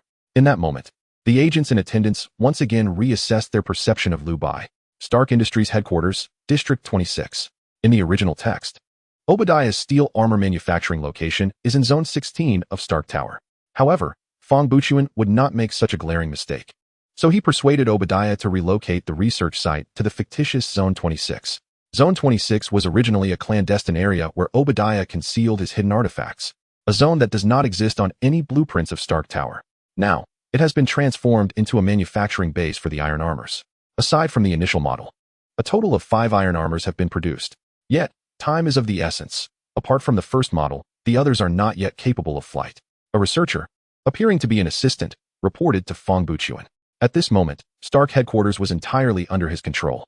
The primary antagonist in the original narrative, Obadiah, is merely a pawn in his service. 5 machines are impressive, Fong Buchuan praised. With the addition of other reincarnators, a surplus remains. He silently allocated resources in his mind. Tao Run, though a sycophant, had the good sense to gauge the situation, requiring no control to be utilized for his benefit. Most importantly, once such insignificant figures taste power, they become increasingly unhinged, likely to serve a notable purpose in due course. The woman, Wenro, was eager to climb into his bed at the slightest provocation. A waste, unworthy of the armor. Contemplating this, Fong Buchuan seemed to have an epiphany. However, the sensation was rather pleasant. Conversely, Wu Ling, who appeared delicate, surprisingly possessed a formidable resistance to mental manipulation. Even when he employed his enchanting abilities, should he force her into compliance, she could effortlessly break free, suggesting she held significant potential. She could be assigned a machine. As the original antagonist, Obadiah would orchestrate mass slaughter. I shall ultimately deliver his demise myself. One wonders what rewards await. With this thought, a fleeting glimpse of ferocity crossed Fong Buchuan's otherwise immutable, gentlemanly demeanor, only to vanish immediately. As for Wang Yu, he was merely an expendable piece on his chessboard. Whether he succeeded or failed was of no concern. With these 4 individuals, it sufficed. His current mastery of bloodline power was still nascent, and enchanting 4 individuals was already at his limit. Wu Ling, Obadiah, along with 2 specially selected Special Forces soldiers. Tony Stark, I eagerly anticipate your arrival. Everything is in place. Fong Buchuan's previously clouded expression reverted to its original state. And you, Liu Bai. Chapter 17, The Battle of Los Angeles. Boom, boom, boom. In broad daylight, a tremendous roar suddenly erupted on the bustling streets of Los Angeles. Confused pedestrians, believing an earthquake had struck, screamed and fled in panic. An earthquake. My heavens, what is that? A monster invasion? The cacophony of screams and fleeing footsteps only added to the chaos already enveloping the crowded urban thoroughfare. Before the Stark Industries building, the road was suddenly breached by several colossal steel beasts emerging from beneath the ground, their menacing forms crawling forth. The tremendous earthquake that had just reverberated through the area was a result of their arrival. My goodness, it seems we are indeed facing an invasion by these metallic monstrosities. Nearby, Chris, who had been purchasing coffee, gazed in horror at the sight before him, oblivious to the cup he had just bought crashing to the ground. Just yesterday, agents from SHIELD had sternly requested the police to encircle Stark Tower, claiming that an army of iron was set to invade Los Angeles. Chris merely chuckled lightly, jesting that it was rather absurd to surround the headquarters of the illustrious Stark Corporation without any evidence. After all, the annual tributes from Obadiah were more than sufficient for him to indulge in lavish pleasures. To apprehend Obadiah? Was he foolish, or was he the fool? Urgently, he called for police reinforcements, his voice trembling with desperation. Meanwhile, Fong Buchuan stood silently atop Stark Tower, clad in the 3rd generation of armor developed by Tony. No, it should be noted that it was once the latest model. The current cutting-edge suit was the 5th generation, which both Liu Bai and Tony donned. Remember, your mission is to wreak as much havoc in this city as possible. Trust me, you will relish this sensation. Fong Buchuan commanded the assembled group. Yes, master. They responded in unison. Watch and learn, came a mocking voice from beside him. It belonged to Tao Ren, the only one not swayed by Fong Buchuan's charm. You truly believe I am subservient to you? You mistake yourself for someone of significance. Unbeknownst to you, You are merely a stepping stone for my ascent. However, after flattering Fong Buqian, Tao Ren's expression darkened. The thought of his recent obsequiousness, which had resulted in receiving this stripped-down version of the Iron Man suit, filled him with discontent. Yet, he knew that the time to confront Fong Buqian had not yet arrived. Just wait. One day you will kneel before me, he muttered with resentment. Nevertheless, despite his words, he held a deep affinity for this suit of armor. After all, he was originally just an ordinary modern man. Regardless of his lofty aspirations, the moment he felt the potent energy of the armor, he could not help but succumb to its allure. The thrill of delivering a punch that could shatter reinforced concrete was a pleasure that rivaled even the most intimate of encounters. This was the intoxicating nature of power. As he pondered these thoughts, Tao Ren spotted a familiar figure, a strikingly beautiful and slender Caucasian woman. "Isn't that Aaliyah?" he exclaimed, extending his mechanical arm and seizing the panicked Aaliyah with a firm grip. Originally in despair, Arya felt a glimmer of hope upon hearing a familiar voice emanating from the monster, as if she had grasped a lifeline. "It is I, Arya. Tao Ren. Do you not remember me?" she implored, mustering a semblance of allure despite her overwhelming fear. She was acutely aware of Tao Ren's affection for her. "My dear Arya, how could I ever forget you?" Tao Ren retorted with malice. "Last week, when I confessed my feelings to you, not only did you reject me, but you also humiliated me in front of everyone. That scene is etched in my memory forever." Tao Ren had set his sights on Arya when he first arrived at Stark Tower alongside Fong Buqian. He had presumed that with Fong Buqian's influence, winning Arya's heart would be effortless. Thus, he boldly declared his feelings to her, only to be met with rejection and public scorn, much to his humiliation. Fong Buqian remained indifferent, which only fueled Tao Ren's resentment towards both of them. "No, that was not the case. I acted impulsively. In truth, I am fond of Eastern men. Spare me, and I shall be your woman. Promise me a chance for redemption, will you?" Arya trembled, her face a mask of terror. "Very well," Tao Ren replied. Thank you. Thank you," she began to express, but before she could finish, she coughed up blood and lost her life on the spot. Tao Ren callously discarded Arya's lifeless body to the side, a fervent expression dawning on his face. "A word determines life and death, such is the power I wield." Boom, boom, boom.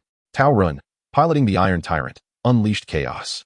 As he reveled in the intoxicating taste of power, he succumbed entirely to his delusions. Just as Fong Buqian had anticipated. "Monsters ahead, you are surrounded. Surrender immediately." The Los Angeles police, belatedly realizing the gravity of the situation, encircled the rampaging metal beasts and even deployed armed helicopters. Yet, they dared not lower their guard, for the sight of these terrifying creatures was overwhelmingly daunting, especially since one of them could take flight.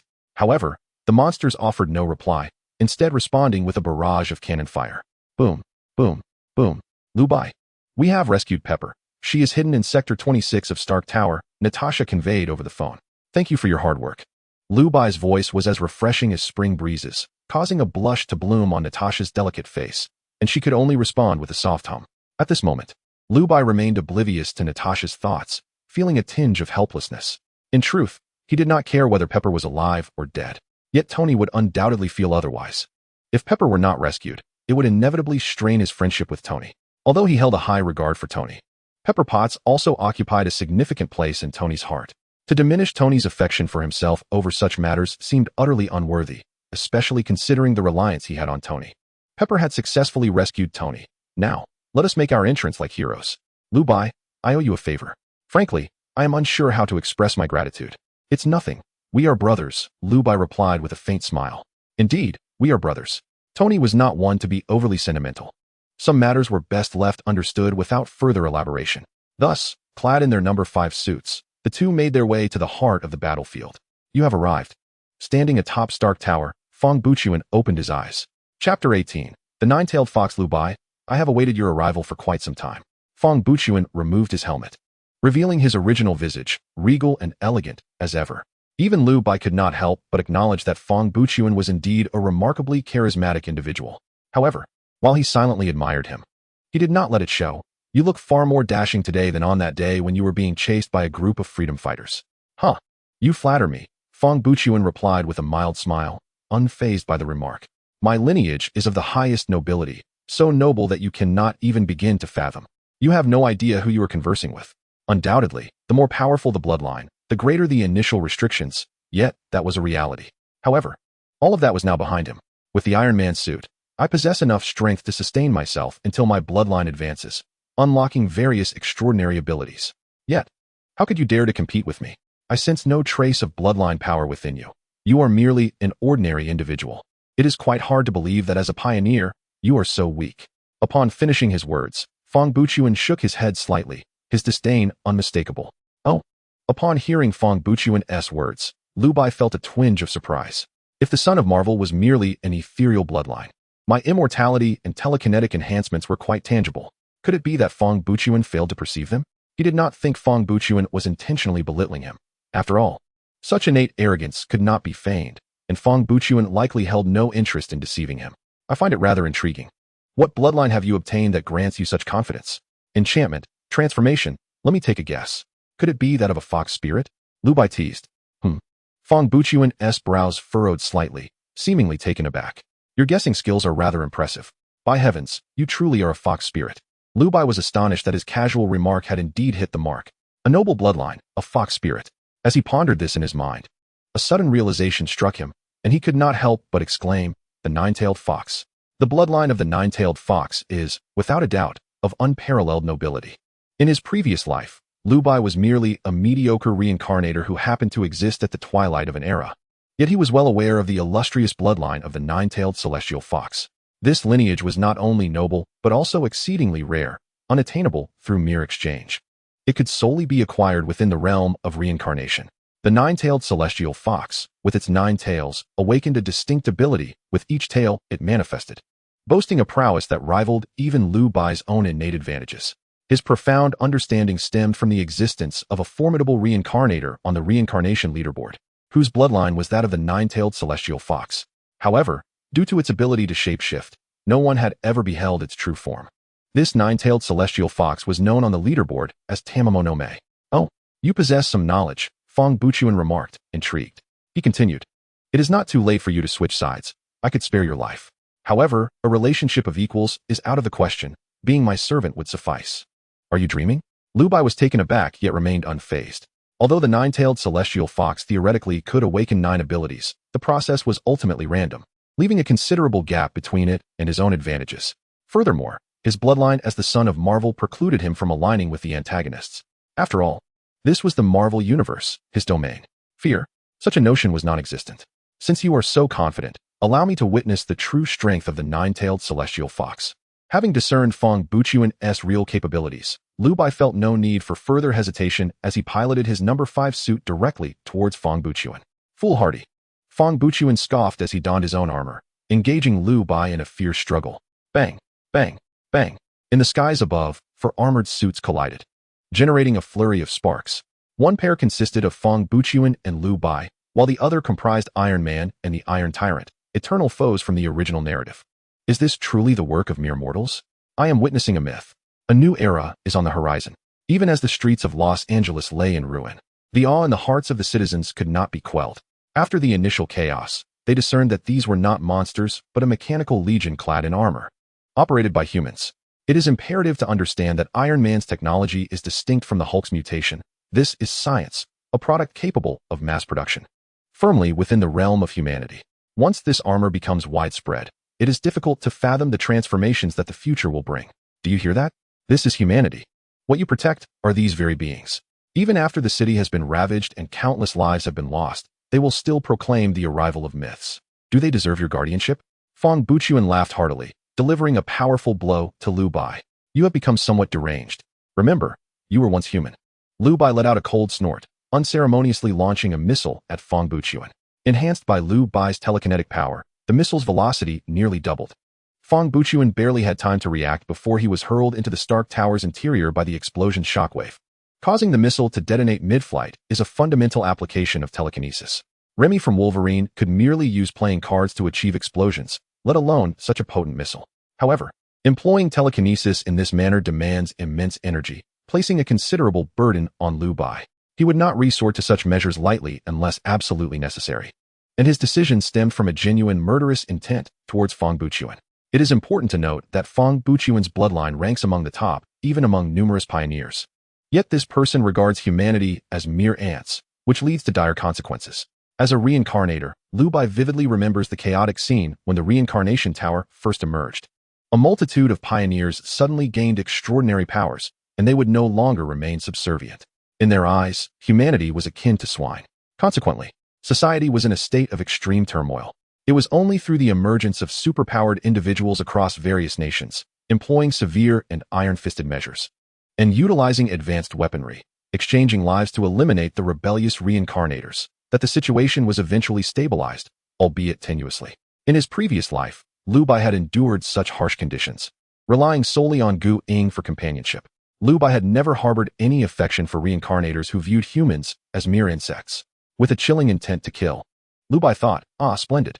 You have successfully provoked my ire." Amid the ruins, Fang Buchuan crawled out. Initially, Liu Bai had deemed him unworthy of invoking other powers, but it seemed he had indeed underestimated him. Fang Buchuan's voice was eerie, reminiscent of a ghost from the depths of the abyss. "Let me show you the power of my newly awakened third tail. Do not forget to be disappointed." Chapter 19. The power of the third tail. "I hope you can endure a little longer," Fang Buchuan stated ominously. Suddenly, a glimmer of blue light flickered in the corner of his eye, and Liu Bai, suspended in midair, plummeted towards the ground like a cannonball. Boom. Clad in the number 5 attire, Liu Bai was forcefully smashed into the concrete, leaving behind a massive crater. The severity of the impact was no less than that suffered by Fang Buchuan moments before. However, while Fang Buchuan had been propelled due to Liu Bai's immense expenditure of mental energy, Fang Buchuan himself remained entirely unscathed. Is this it? Has it come to an end? Can anyone explain what transpired? Did the righteous Avengers simply fall? The citizens of Los Angeles, who had already descended into despair, witnessed Liu Bai and Tony appearing as celestial beings, blocking the nefarious Iron Soldiers, and they dared to hope that the situation might finally take a turn for the better. Indeed, the reality is as such. 2 malevolent flying armors were intercepted by Liu Bai and Tony, subtly succumbing to the winds. The mechs on the ground ceased their destructive activities upon the arrival of Liu Bai and his companions. Furthermore, Fang Buchuan's mech was forcefully propelled into the building by Liu Bai's cunning maneuver. Such formidable prowess. Liu Bai painstakingly emerged from the crater, having expended considerable energy. Just then, while suspended in midair, he suddenly sensed an overwhelming pressure bearing down upon him. Despite his efforts to amplify his power and unleash his full arsenal, he could not withstand this force, resulting in the uncontrollable descent of his mech. An irresistible might. This was Liu Bai's assessment in his heart. This was merely the power of my third tail. Further tails, 4th, 5th, and even 9th, are yet to come. Fang Buchuan gradually descended from the heights, ultimately hovering above Liu Bai, exuding an air of superiority as he declared, "So tell me, who granted you the audacity to defy my authority? I shall now impart upon you the consequences of provoking the 9-tailed celestial fox." With that, he gestured towards the inactive mechs on the ground and continued, "You lot. Assist me in testing whether Iron Man's armor truly possesses the invulnerability depicted in films. Remember, do not kill." His words, seemingly casual, were laced with palpable cruelty. "Yes, understood, boss." The mechs, upon receiving the command, advanced towards Liu Bai, with Tao Ren exhibiting the most enthusiasm. "Hey, aren't you quite the arrogant one? You were so brash before, but now you must obediently submit to my torment, aren't you, you so-called pioneer?" Tao Ren scoffed. "Oh, you know I am a pioneer. And you are so certain of your grasp on me," Liu Bai replied, maintaining a relaxed demeanor on the ground while speaking with a composed tone. "As a frequent visitor of forums, you should be aware that a pioneer has many tricks up his sleeve. Consider why Fang Buchuan does not confront me directly. Ponder upon it." The once self-assured Tao Ren began to harbor doubts upon hearing Liu Bai's words.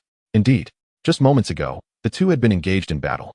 Yet Fang Buchuan was suddenly thrust into stark tower, finding himself at a distinct disadvantage. Yet, despite this advantageous situation, Liu Bai had seemingly plummeted to the ground, as if he were an elder feigning misfortune. Tao Ren had observed clearly. No one had intervened, no one had acted. And Liu Bai had merely fallen. A strategy of retreat to advance, luring the enemy deeper, achieving a decisive strike. There was something amiss here. The more Tao Ren contemplated, the more astonished and fearful he became. It must be so. Fang Buchuan, that scoundrel, must think likewise but lacks the courage to confront Liu Bai himself, thus sending me as a pawn to probe the situation. I nearly fell for it. Fang Buchuan gazed at the hesitant Tao Ren, his displeasure evident as he reprimanded.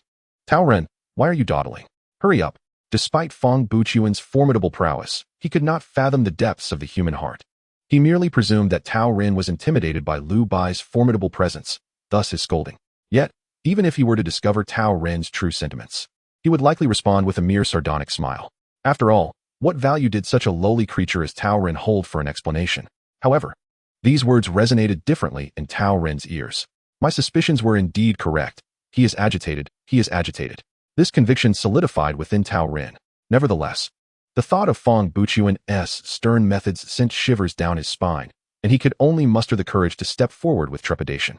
Liu Bai observed this unfolding drama with keen interest. While he lacked the ability to read minds, he was acutely aware of the emotional fluctuations around him. He was taken aback that his offhand remarks could stir such a profound psychological upheaval within Tao Ren. Even with his vast life experience, he could only marvel at the world's peculiarities. I must go all in, Tao Ren muttered to himself. Thud. Tao Ren's iron fist struck Liu Bai, sending him crashing into the ground, unopposed. Thud. Another punch followed, still met with no resistance. Thud, thud, thud. 3 more blows landed, yet Liu Bai remained unresponsive. At this juncture, even a fool like Tao Ren recognized that he had been deceived. This was mere show, a gilded facade devoid of substance. The realization that he had been frightened to such an extent by Liu Bai's words ignited a burning sense of humiliation within him. Thus, he intensified his assault on Liu Bai's armored suit, unleashing a torrent of fury. Liu Bai was utterly powerless to retaliate. Fong Buchuan's protective abilities had not been withdrawn, rendering Liu Bai incapable of even the slightest movement without tremendous effort. You think you can deceive me? Tao Ren raged as he continued his onslaught. As if this act could reclaim his lost dignity. Not far away, Tony Stark, engaged in fierce combat with Obadiah, watched in alarm as Liu Bai was so mercilessly pummeled. This man had not only saved him, but also the woman he cherished, Pepper. Tony had come to regard Liu Bai as a brother forged in the fires of adversity. Alas, no matter how desperate he felt, he could not spare a moment to assist, for Obadiah seemed to anticipate his intentions, resolutely obstructing him even at the cost of abandoning his own defense. As the designer of the armor, Obadiah was acutely aware of its limitations. Even the sturdiest of materials could succumb to destruction, especially when faced with an adversary clad in equally formidable armor. Once the suit fell, how could Liu Bai, a mere mortal, withstand such brutality? Liu Bai, you are in grave peril. Where is your pride? Where is your confidence? Now, like a lifeless dog, trampled by others. Do you regret refusing to be my servant? From above, Fong Buchuan's voice floated down, laden with mockery. You worthless trash. Lying on the ground, Liu Bai spat out a few words, then struggled to raise his arm, making a gesture. That gesture was unmistakably a middle finger. Chapter 20. The issue of flesh. Very well, ha ha ha. Observing Liu Bai's raised middle finger, Fong Buchuan laughed heartily, his laughter echoing with a murderous intent. Kill him. There is no need for restraint. Fong Buchuan's tone was indifferent, and without even glancing at Liu Bai, he turned and soared back to Stark Tower. He had initially thought Liu Bai was a clever individual, and indeed he harbored a flicker of curiosity towards him. Curious as to how someone so ordinary, devoid of any bloodline power, could resist his seductive allure and even unleash such astonishingly effective missiles. Liu Bai had previously launched a projectile that had sent him flying, a technology he himself possessed since they were all products of Stark Industries. However, such missiles certainly did not possess that kind of impact. This curiosity had restrained him from killing Liu Bai outright. To his surprise, Liu Bai dared to provoke him even in such dire circumstances. Knowing one's place has never been a flaw, rather, it is a virtue. For instance, he held great admiration for Ren, not for his cunning, but for his restraint. The weak must possess the awareness befitting their station. So foolish, Tao Ren shook his head. He had followed Fong Buchuan for quite some time and understood that. In this state, Fong Buchuan was utterly consumed by murderous intent, leaving no room for negotiation. Liu Bai was undoubtedly destined for death today. Simultaneously, he could not fathom why Liu Bai, despite being trampled like a dead dog, still retained such pride. Wouldn't it be better to play the role of a dog? On the other hand, Liu Bai remained oblivious to Tao Ren's inner thoughts. Even if he knew, he was in no position to care. For as soon as Fong Buchuan's words fell, he felt an excruciating pain, a pressure more potent than before crashing down upon him. This pressure was more oppressive. If the previous sense of pressure had risen from below, targeting only his battle suit, now it enveloped him from all sides, penetrating through the suit to directly constrict his flesh. Thus, even without Tao Ren and the others striking him, he felt a heart-wrenching agony. Even with Liu Bai's fortitude honed over 2 lifetimes, he could not suppress a groan. The sensation of flesh being compressed was overwhelmingly intense. One cannot fathom the feeling of skin adhering to sinew, sinew pressing against bone. No, if this continues, he will surely perish here. Previously, he found himself at a disadvantage yet remained composed, all thanks to his immortal body. Little did he expect that there are indeed greater forces beyond mere mortals. Despite his disdain for the opponent, he could not deny the formidable nature of this gravity-like suppression. He was uncertain whether he could revive after being crushed into a pulp by such overwhelming pressure. It was a risk he could not afford to take. Enduring the pain, Liu Bai summoned his telekinetic power, or rather, his mental energy. In truth, Liu Bai had long been researching the essence of telekinesis, experimenting with enhancing missile power and altering the trajectories of objects. Through various trials, he discovered that the essence of telekinesis is essentially what people commonly refer to as mental energy. For instance, mental fatigue refers to the excessive use of this energy. However, ordinary individuals typically use mental energy passively. For example, after a night of gaming, one can only gradually deplete their mental reserves over time, incapable of expending significant amounts of mental energy in a short span to achieve exhilaration. Telekinesis, on the other hand, endowed Liu Bai with the ability to actively harness his mental energy. Furthermore, Liu Bai perceived mental energy as a form of power of the highest order. Its intangible nature allows it to interfere with tangible objects. The invisible gravitational suppression wielded by Feng Buchuan bore striking resemblance to his telekinesis. Both constituted an intangible interference with the tangible realm. Perhaps mental energy could counteract such a force. However, the situation was far from favorable. As Liu Bai's telekinesis began to emanate from within, it encountered an obstruction almost immediately. This barrier was intangible, yet Liu Bai could perceive it distinctly. If his suspicions were correct, this was likely the manifestation of Feng Buchuan's power. With this realization, he did not hesitate to amplify his telekinetic output. Once the output reached a sufficient level, the sense of compression finally dissipated. Yet, the cost was steep. Liu Bai's complexion turned pale, and sweat poured down him like rain. He knew he could not endure for long, having exhausted too much mental energy in the preceding battle. With the immediate crisis slightly alleviated, he dared not let his guard down. Suddenly, Liu Bai noticed a peculiar stickiness in his body. Previously, he had been under immense pressure, rendering him incapable of accurately sensing changes within himself. Now that the threat had somewhat receded, he immediately became aware of the alterations in his body. "Jarvis, display a three-dimensional image of my body," he commanded. Jarvis, Tony's artificial intelligence, now also supported Liu Bai's battle suit. Instantly, a clear three-dimensional representation of his entire form appeared before him. "Enlarge it," Liu Bai instructed. As the image magnified, excitement stirred within him. Yet he did not forget to add, "Jarvis, analyze the black substance adhering to my body. Jarvis, please hold on." After analysis, it has been determined that the black substance is comprised of toxic or ineffective materials hidden within your body. Generally, the human metabolism can expel most harmful substances. However, some will inevitably remain. Over time, these accumulate significantly within the body. As the human body ages, these harmful substances can severely undermine the immune system. Indeed, listening to Jarvis's analysis, Liu Bai has come to a realization. This is the legendary process of cleansing the marrow and refining the bones. In his past life, when Liu Bai was merely an ordinary person, he encountered references to this in various online novels.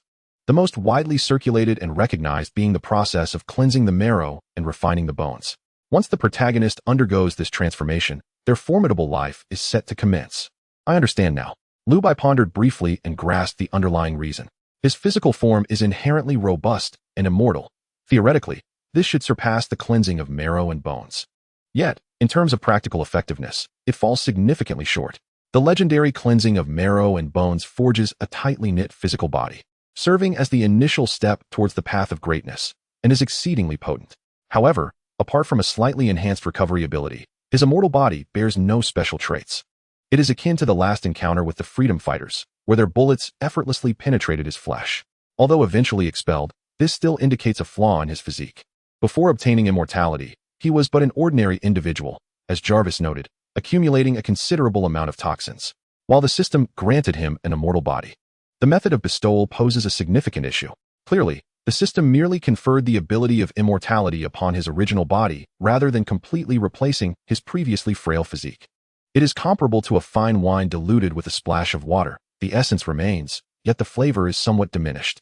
Having grasped the crux of the matter, a glimmer of clarity sparked in Liu Bai's eyes. This life and death crisis might, unexpectedly, be a tremendous opportunity. Chapter 21. Cleansing the marrow and refining the bones. Transformation.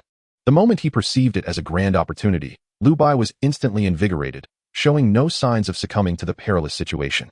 Without hesitation, he slowly retracted the mental energy he had employed for defense. As the external pressure surged back, it once again bore down upon his body, engendering excruciating pain.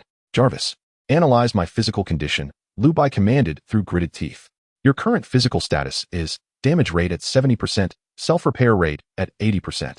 Simultaneously, the active factors related to your self-repair are declining. It is anticipated that in 5 minutes, they will no longer keep pace with the rate of damage. Please be advised. Jarvis's voice reached Liu Bai's ears, tinged with apparent concern. Active factors? This terminology is novel to me. Indeed, my immortal body possesses its own peculiarities, Liu Bai mused inwardly. However, once the process of cleansing the marrow and refining the bones is completed, this issue should be resolved. After all, if the legendary effects of marrow cleansing and bone refining truly exist, rendering the physical body impenetrable to bullets, how could one possibly utilize this so-called active factor? Jarvis, please reevaluate the expulsion of the dark substance, he commanded further. Sir, the dark substance within your body, under this pressure, is indeed gradually being expelled as anticipated. However, remnants still persist, failing to achieve perfect efficiency, Jarvis replied. Oh, how so? Liu Bai inquired. By compressing your physical form through high pressure. A considerable portion of the larger dark substance can be expelled. However, some of the minuscule dark particles will, paradoxically, become further embedded within your body due to the pressure. Therefore, achieving the desired effect you envision is impossible, Jarvis explained. Is it a failure then? Liu Bai felt a weight in his heart. However, I have detected a rather fine force within you that could significantly aid this process, Jarvis continued. Are you referring to my mental strength? Liu Bai asked. One might say so. Your mental strength exists as a metaphysical entity, capable of altering the trajectories of objects. Am I correct in my understanding? I see. With Jarvis's reminder, Liu Bai suddenly comprehended. Human effort could not disrupt the dark substance embedded within him, but mental strength could. While his mental prowess might not achieve the introspective effects found in fantastical literature, Jarvis could. The combination of the two methods would indeed be feasible.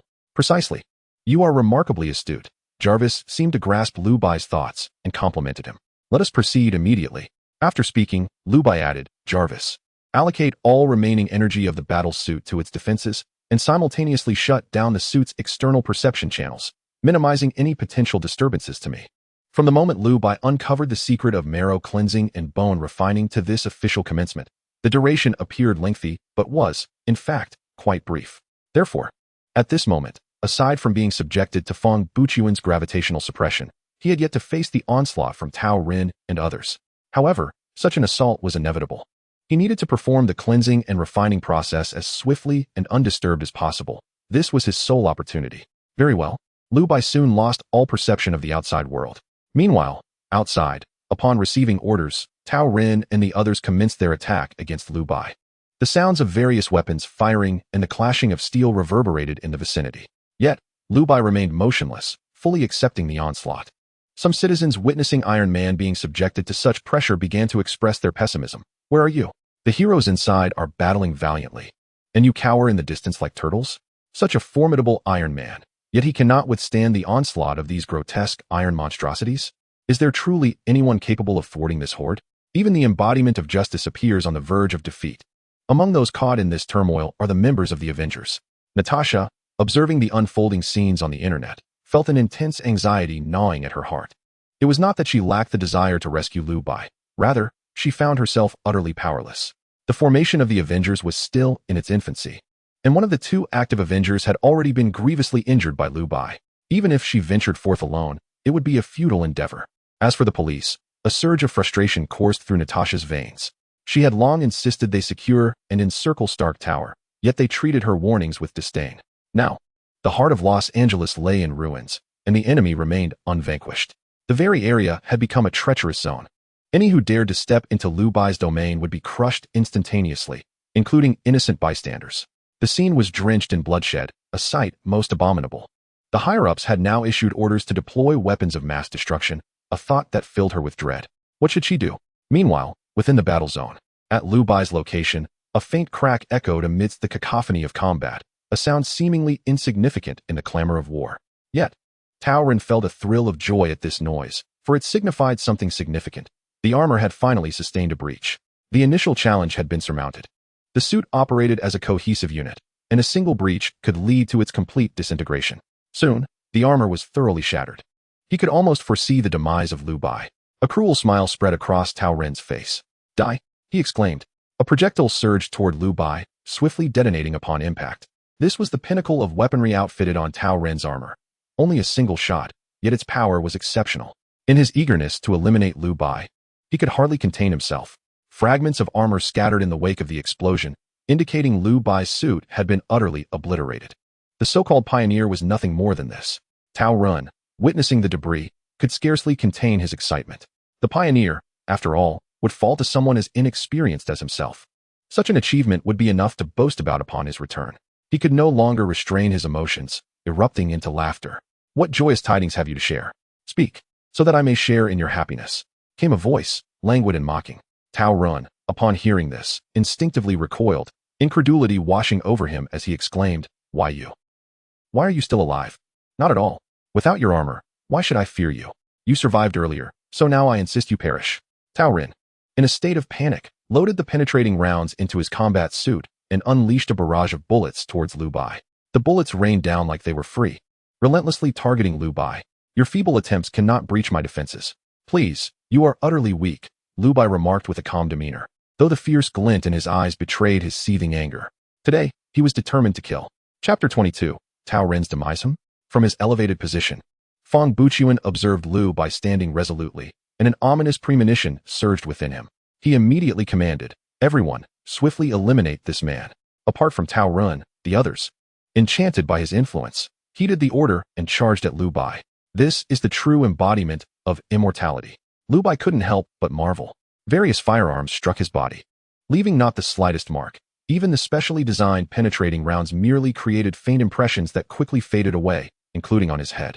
In comparison, the so-called immortality of the previous so-called Wolverine seemed utterly inferior. Let me see how far my mental prowess has advanced. Buzzing. As before, waves of psychic energy radiated from Liu Bai's being. However, this time, there was a notable difference. These psychic forces were now visible to the naked eye. This was the materialization of psychic energy. Liu Bai gazed at the crimson energy, momentarily taken aback, then overwhelmed with ecstasy. After the culmination of his marrow cleansing and bone forging, he had only vaguely sensed an enhancement in his mental faculties. Although he did not understand why physical improvements would lead to advancements in psychic strength, he felt the change. Yet, he never anticipated such a qualitative breakthrough in his psychic abilities. If the intangible psychic energy could influence reality, what could the tangible do? Perfect. I shall use you for experimentation. With that thought, Liu Bai summoned a flying blade without hesitation. The blade, forged from psychic energy, met the opponent's battle suit with the ease of slicing tofu, severing an arm cleanly. The mechanical arm of the Iron Tyrant was launched into the air, showering the surroundings with a mist of blood. Truly terrifying. My heavens, what is this? An extraordinary Eastern sorcery. That blade appeared out of thin air. It must be magic. Thanks to the reckless live streaming of certain fearless videographers, every action here had already stirred a significant uproar online. Whether it was the dazzling Iron Man suit or Liu Bai's astonishing magical prowess, both were the stuff of legend. "Do not kill me, please." Tao Ren, witnessing Liu Bai slice through a suit of armor as though it were mere tofu, was utterly terrified and hastily knelt in supplication. It is important to note that the formidable mech of Liu Bai was a result of a collaborative effort among the four of them, utilizing considerable firepower to shatter it. Thus, a towering steel machine, exceeding 3 meters in height, knelt before Liu Bai, who stood at a mere 2 meters, presenting an utterly ludicrous sight. "Your pleading for mercy is observed by your master," Liu Bai remarked with a wry smile. "Even if I were to spare you now, do you truly believe he would show you any leniency?" As he spoke, Liu Bai conjured 4 flying blades, directing them menacingly towards Tao Ren. Tao Ren was acutely aware of Liu Bai's words, fully cognizant of Fang Buqian's brutal methods. Yet, in this moment of desperation, he felt powerless to consider anything else. For surrender was not an option. His fate was sealed. "Ah, your words are far too gracious. Truth be told, I have long harbored disdain for Fang Buqian. He is hardly as illustrious as you claim. Spare my life, and I shall follow your every command without question," Tao Ren replied with a forced smile, his demeanor pathetically subservient. "That sounds agreeable," Liu Bai responded coolly, "but I have no need for a dog." With that, he manipulated the 4 flying blades to gently carve into the surface of Tao Ren's mech. Initially, the blades merely left faint lines, but soon these lines became distinct cracks, ultimately leading to its catastrophic disintegration. Tao Ren gazed at Liu Bai in disbelief, unable to fathom the latter's decisiveness. He yearned to hurl further insults, yet found himself rendered speechless. 1. Liu Bai intoned softly, devoid of any psychological burden. 2. The blades continued their assault, and another mech, poised to charge at Liu Bai, collapsed mid-advance. 3. With swift precision, The once unified assault against him dwindled to only one remaining mech. This last machine belonged to Wu Ling. Observing the solitary iron behemoth left on the battlefield, Liu Bai furrowed his brow for the first time. This final entity was indeed the woman named Wu Ling, and he sensed a familiar essence emanating from her. In his dealings with the indigenous inhabitants of this cinematic realm, he would not hesitate to act decisively. For them, despite their semblance of genuine emotions, they were merely tools in his eyes. However, when it came to individuals from the real world, particularly innocent souls like Wu Ling, he found himself reluctant to engage in ruthless extermination. Tao Run, you brought this upon yourself, he mused, recognizing that she appeared enchanted by Fong Buchuan. I shall see if I can liberate her. Liu Bai resolved. He had no desire to take her life, but as long as she remained under Fong Buchuan's thrall, she would inevitably pursue him. He was not foolish enough to allow his enemies to escape unscathed. If she could be saved, he would attempt to do so. If not, he would not hesitate to eliminate her. Wu Ling, awaken. Liu Bai's mental voice reverberated through her consciousness like thunder, resonating with an arresting clarity. The sound was as profound as a tolling bell, piercing through the fog of her mind. Wu Ling, possessing considerable resistance, was momentarily taken aback by the command, but soon regained her lucidity. Where am I? Upon awakening, Wu Ling found herself in an unfamiliar place, resembling a cockpit, surrounded by a chaotic urban landscape. Who am I? Where am I? What am I doing? I have freed you from control. Should you obstruct me again, I shall take your life. Before Wu Ling could grasp the situation, the merciless voice of Liu Bai echoed in her ears. Then, she witnessed Liu Bai leap gracefully, scaling the Stark Tower to reach its rooftop. Is this still humanity? Wu Ling's mind was a tumultuous haze. Fong Buchuan, all your schemes and resources have become futile. Today, it is either your demise or my survival. Liu Bai declared confidently as he gazed at Fong Buchuan. Why? Why are my abilities ineffective against you? What has transpired within you? Fong Buchuan stared intensely at Liu Bai, his eyes burning with rage, his voice a cacophony of unyielding fury. A person he once suppressed to the point of immobility now roamed freely within his gravitational field without any armor. How could he possibly accept this? Who claimed it was ineffective? Liu Bai replied nonchalantly, merely stating that the impact had diminished. If previously Liu Bai's physical strength was rated at 10, it now soared to 50 or beyond. The same gravitational suppression that could restrain a strength of 10 was utterly inadequate against one of 50. Such a notion was preposterous. I must express my gratitude to you. Without your influence, when would I have recognized the flaws in my physique? How could I have attained such a flawless form? Chapter 23. The Elimination of Fong Buchuan. This is impossible. You are merely an ordinary person. Why? Who can enlighten me as to why this is happening? Fong Buchuan's expression became frenzied as he howled. He possessed a formidable legendary bloodline, and having awakened the power of Three Tails merely in the second instance was astonishing. Yet Liu Bai, seemingly an ordinary individual devoid of any bloodline power, could almost disregard his strength. Such pride rendered him incapable of acceptance. Accept reality. This is your fate. Fear not. Your power shall be magnified through me. Liu Bai was covetous of Fong Buchuan's bloodline. To slay Fong Buchuan and consume his essence. Even acquiring a fraction of his abilities would suffice. You shall not succeed. Without a second thought, Fong Buchuan soared into the sky, distancing himself in an instant. Lacking any offensive capabilities, he had no intention of confronting Liu Bai directly. As for battling with Iron Man's armor, that was absurd. He had witnessed how effortlessly Liu Bai had dispatched foes. Is this a mockery of my inability to fly? Liu Bai chuckled sheepishly. He had not anticipated that the previously haughty Fong Buchuan would utter not a single word of pleasantry and simply flee. Is this it? This truly complicates matters. Liu Bai muttered. His mental strength could indeed extend over great distances, yet the further it reached, the greater the consumption. Not to mention that Fong Buchuan was continuously on the move. Liu Bai, get on the plane. Just as Liu Bai found himself in a quandary, a familiar voice resonated. It was none other than the Black Widow, Natasha. She stood atop an armed helicopter, beckoning to Liu Bai. Right on time. Liu Bai, shedding any pretense, propelled himself upward with a powerful leap, grasping the underside of the helicopter and executing a graceful flip into its interior. Aren't Eastern men supposed to be more reserved?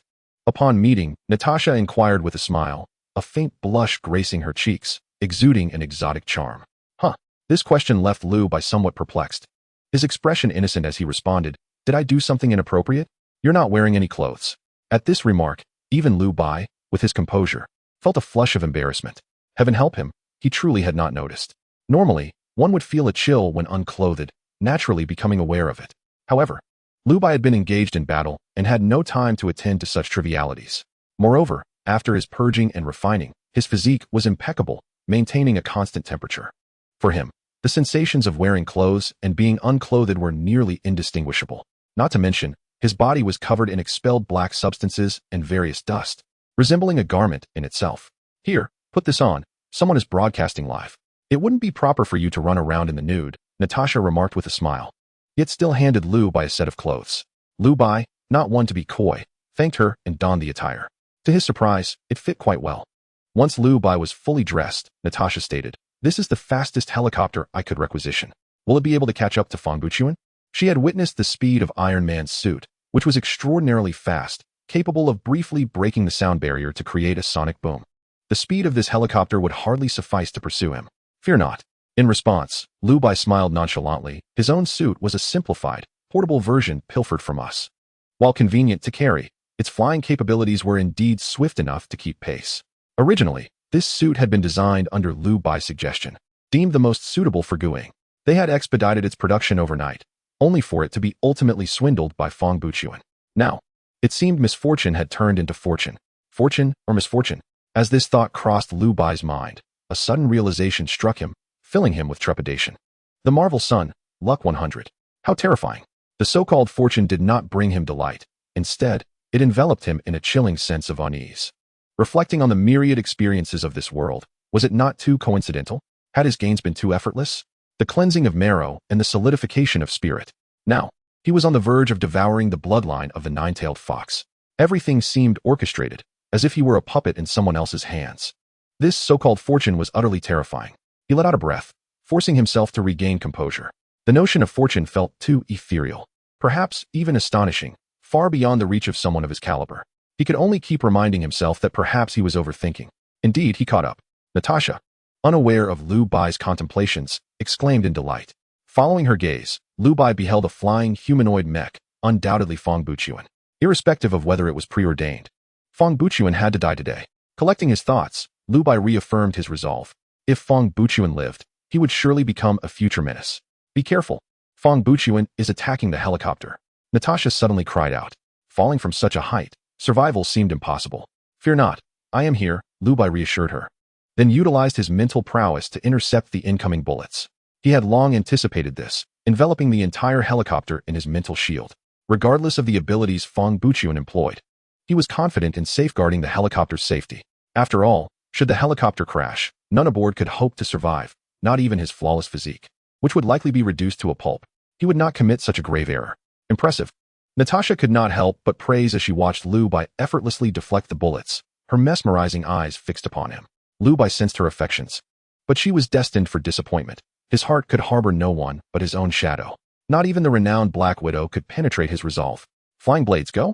At this moment, the helicopter was perilously close to Fang Buchuan. To avert any unforeseen complications, Liu Bai summoned his flying blades without hesitation. For crimson blades, as if possessed of their own will, surged towards Fang Buchuan. No matter how skillfully Fang Buchuan operated his mech, he could not evade the oncoming blades. Liu Bai, you will pay for this. As the mech shattered, Fang Buchuan plummeted towards the ground, leaving only a cry of defiance. This fall would surely seal his fate. Finally, it seemed the end was nigh. At that moment, Liu Bai heard the announcement from the Reincarnation Tower. Obadiah Stan has perished.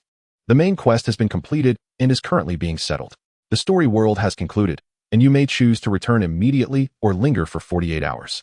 Within this 48-hour period, you can return to the real world at any time. Chapter 24. Return. It seems Tony's situation has also reached its resolution. The primary objective was to thwart the conspiracy of Obadiah. With the death of the adversary, the mission naturally concludes. Natalia, descend and search for Fang Buchuan's remains. Liu Bai commanded, his thoughts lingering on Fang Buchuan's lineage. The helicopter began its gradual descent, revealing a vast lake below. Fang Buchuan couldn't have escaped, could he? Natalia questioned, gazing apprehensively at the water. Impossible. Without his armor, where could he flee? Liu Bai chuckled. Even if by some stroke of luck he survived, he would not elude capture. With that, he leapt into the lake. The inky depths of the lake seemed bottomless, resembling a ravenous abyss.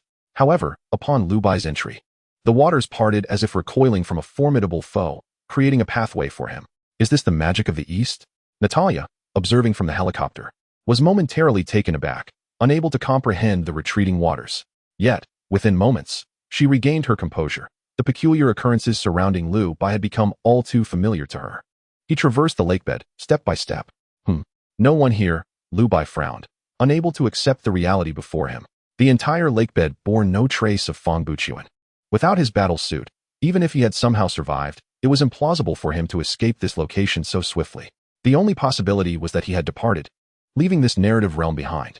Outwitted, Liu Bai muttered with frustration. Coupled with the earlier message from the Reincarnation Tower, he realized all too well what had transpired. With Obadiah's demise, Fang Buqian had opted to return to reality immediately. Very well. At present, you have merely awakened the power of the three tails. Even if I were to consume it, it would bear little significance. Once you awaken greater strength, I shall return to claim your life. Regretting what is irreversible is futile. Strengthening oneself is the true path. This is Liu Bai's unwavering belief. At Tony's residence. This size is still too large. Can it be reduced further? Liu Bai remarked, eyeing the armor, which resembled the size of a backpack. He expressed his desire for it to be as compact as a wristwatch, allowing Guing to don it at any moment to evade danger. With our current technology, this is the utmost limit, Tony replied, a hint of helplessness in his tone. Unless there is a breakthrough in technology, I truly have no further means. Very well, Liu Bai conceded, understanding the challenge at hand. In the forthcoming Avengers, Infinity War, he had indeed witnessed Iron Man employing a form of nanotechnology, which allowed him to envelop his entire body in armor with remarkable swiftness and minimal cost. However, it was evident that such conditions were not available at present. Thus, it was time for me to return. Return, Liu Bai murmured. Reincarnated Darwin has chosen to return. The settlement is as follows. Story World, Iron Man, completion base reward, 10,000 reincarnation points. Completion rating, level, reward for saving Los Angeles, 52. 300 reincarnation points. Plot reversal degree, 50. This includes mastering the Avengers, saving Los Angeles, foiling Fang Buqian's conspiracy, etc. Plot reversal base coefficient, 200. Level evaluation bonus coefficient, 200. Final reward, 373. 800 reincarnation points, due to your act of saving Los Angeles. You have garnered the goodwill of the majority of factions within this story world. This story world shall become your personal domain, accessible solely to you. Note, you may return to this story world at any time. Global announcement. Reincarnator Darwin has acquired ownership of the Iron Man 1 world. Iron Man 1 shall no longer be accessible to other reincarnators. Please be advised. Global announcement. Reincarnator level rating is now open. The reincarnation leaderboard is accessible. The story world of Iron Man 1 has transformed into the private domain of a reincarnator. The world is in turmoil. Who exactly is this Darwin? Is he an illustrious figure who has entered the Reincarnation Tower for the first time? The Reincarnation Tower is attracting celebrities? Goodness. I Haven T even entered the Iron Man world, and it's already been claimed? Iron Man, no less. Does this not imply that the most optimal means of acquiring Iron Man's armor has been severed? What about Iron Man 2, Iron Man 3, and the Avengers? Why the pessimism, everyone? Newcomers seek guidance. To the one above, it is evident you are unfamiliar with the Marvel Universe. Beyond Iron Man 1, a variety of deities, the Hulk, and other powerful beings from different realms have begun to emerge. Do not be surprised if obtaining Iron Man's armor proves challenging. Merely completing the tasks will be an accomplishment. Iron Man 1 is arguably the most accessible instance for acquiring armor. Indeed, upon reflection, that holds true. The previous commenter is correct, yet the crux of the matter lies elsewhere. The individual named Darwin, having gained ownership of Iron Man 1, signifies that he can assemble a legion of Iron Man suits at any moment, and that is the true terror. While Iron Man's armor may not be the most formidable, many reincarnators could potentially surpass it in the future. However, it remains the most readily obtainable. Most crucially, it possesses growth potential. Let us not forget, the highest grade armor can contend with entities akin to Thanos. Once mass-produced, the implications are unfathomable. This Darwin bears a name reminiscent of the West. I hope I am merely overthinking. It is likely that nations around the globe have descended into chaos. The significance of Iron Man's armor to a nation is, indeed, comparable to that of a supreme bloodline. On the internet, the Reincarnation Forum has descended into utter chaos. Numerous astute individuals have already grasped the implications of this situation, especially in this era of universal reincarnation. Various reincarnators have begun to grow in strength, making it increasingly challenging to maintain control through mere abilities. However, once one possesses something akin to the Iron Man suit, subduing the situation becomes significantly easier. As for the issue of the Iron Man suit's limitations, that is hardly a concern. The nation is brimming with talent, merely lacking the time to cultivate it. There is no need for further discussion. Just an additional 2 months would suffice for the nations to regain control. As for the myriad of opinions circulating online, Liu Bai remains blissfully unaware. Still immersed in his joy, the fact that Iron Man 1 has become his personal instance is undoubtedly a delightful surprise. This implies he can upgrade his armor at will, addressing any deficiencies. Nonetheless, he finds the points earned this time somewhat disappointing. Only a mere 300,000, a far cry from last time. Liu Bai pouted in discontent. If other reincarnators were privy to his thoughts, they would likely spit in disdain. After all, one starts with a mere 1 point for an instance. And here he is lamenting despite having garnered 37 points. Has he considered the feelings of others? Nonetheless, the gains from this instance far outweigh the reincarnation points. At present, all he desires is to return home and surprise Guing. Chapter 25, Demon Darwin, I'm back. Liu Bai announced softly to Guing as he appeared in his room. Upon seeing Liu Bai return safely, Guing could not help but feel a surge of emotion, her eyes welling with tears. In the face of adversaries, Liu Bai can act decisively and without mercy. He remains unfazed in the presence of Natasha, as calm as a monk in deep meditation. Yet, confronted with Gu Ying's tear-streaked face, he finds himself momentarily flustered, wishing to offer comfort but unsure of how to articulate it, leaving him in a state of anxious disarray. Last night, Gu Ying had immersed herself in extensive knowledge about the Reincarnation Tower, understanding it to be a perilous place where one could easily lose their life. She had prepared herself mentally, yet upon seeing Liu Bai's weary visage and contemplating the fact that he would have to endure this ordeal every 2 weeks, her sorrow overwhelmed her, prompting her to weep uncontrollably. However, witnessing Liu Bai's evident concern for her brought warmth to her heart, and she couldn't help but smile through her tears. Are you no longer upset? Liu Bai asked, scratching his head sheepishly as he chuckled. By the way, I have something wonderful for you. He produced a ring from his pocket and handed it to Guing. It's so beautiful, Guing exclaimed, eagerly slipping the ring onto her delicate finger.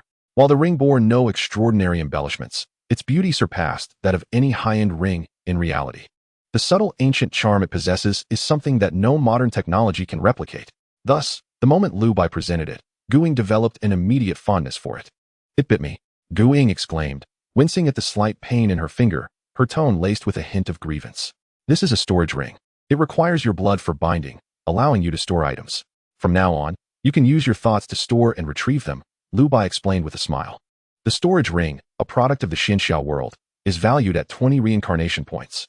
To put this into perspective, an ordinary bloodline only costs 10 reincarnation points. Furthermore, anyone participating in the trials of the Reincarnation Tower automatically receives a storage space.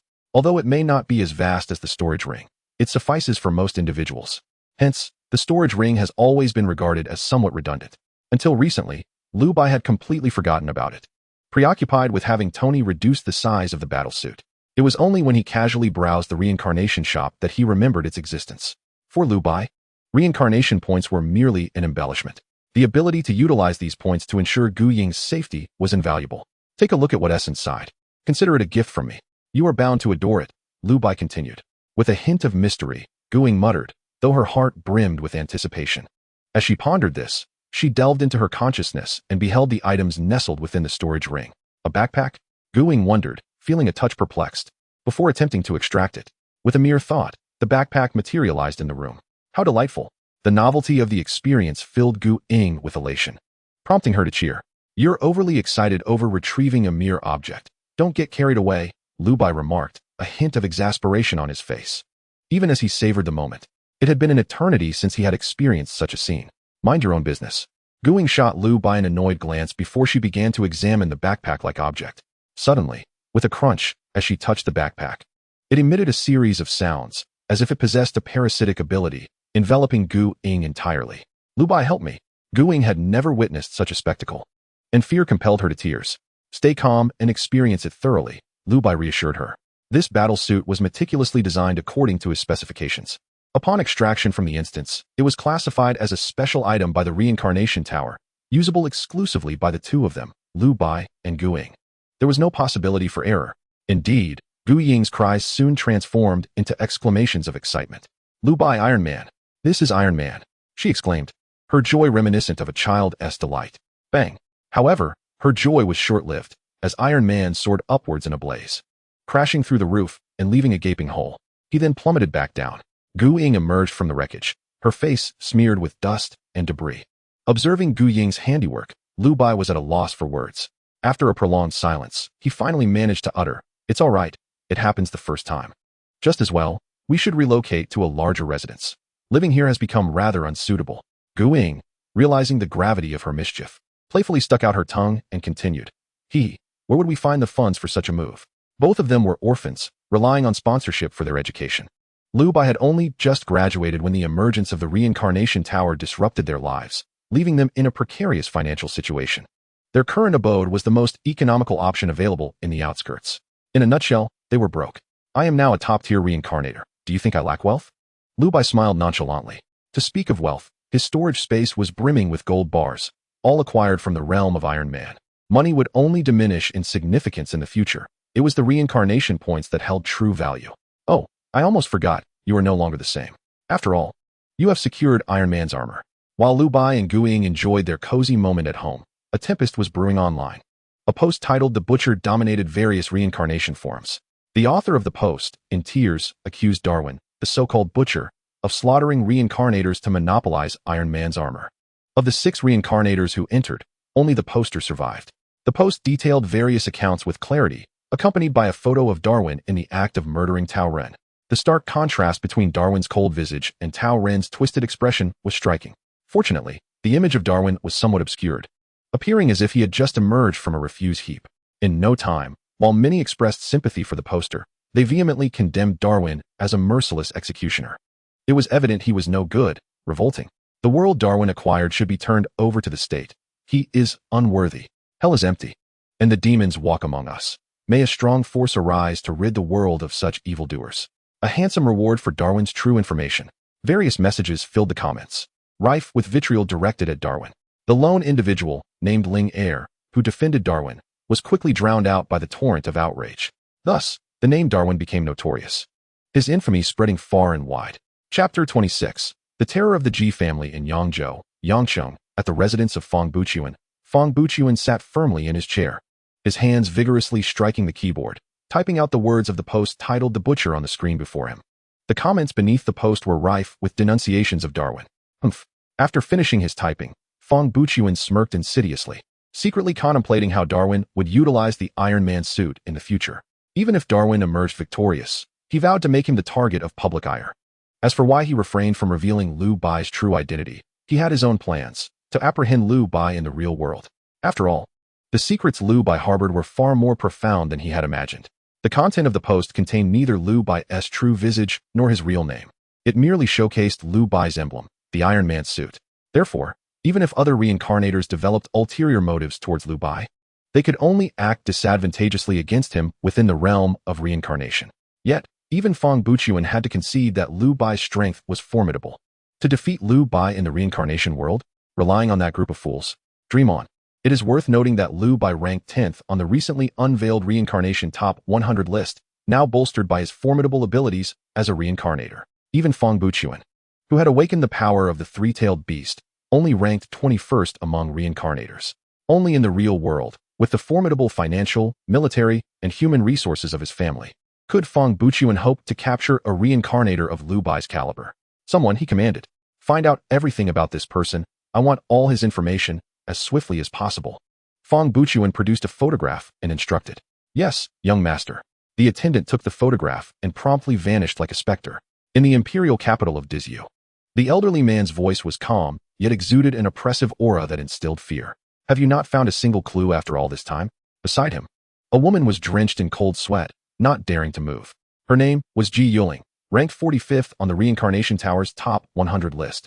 Having awakened the 7 apertures Linglong heart, rumored to foresee glimpses of the future.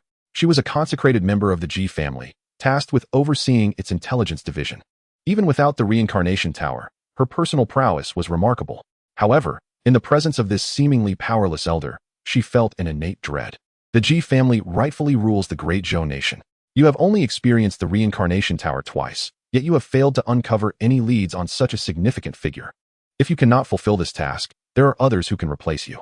The Ji family can bestow your position upon someone else at any time. Do you understand? Yes, I understand. I will ensure that I find this person in the next Reincarnation Tower trial. Ji Yuling responded, trembling as she knelt. Very well. I am weary. You may leave. With that, Ji Yuling cautiously exited the elder's chamber. As soon as she stepped out of the door, the suffocating pressure vanished, allowing Ji Yuling to regain her usual confidence. The ancient aristocratic families were far too terrifying. The more she learned, the more she felt her own insignificance. Unyielding murmured to herself, followed by a bitter smile. Darwin, you have truly put me through torment. The last time Darwin acquired a bloodline of the highest caliber, she had already employed the abilities of her 7 apertures Linglong heart to foresee the future. Yet, Darwin remained shrouded in mystery, eluding her insight entirely. Of course, this was the result of her choice to preserve her strength. As one of the most exceptional bloodlines, particularly the special types, the power of the 7 apertures Linglong heart was far beyond mere foresight. Initially, she had intended to strengthen her own abilities before attempting to glean insights into Darwin. Who could have anticipated that Darwin would once again astonish the world? The significance of the Iron Man armor was monumental, too great for even the G family to overlook.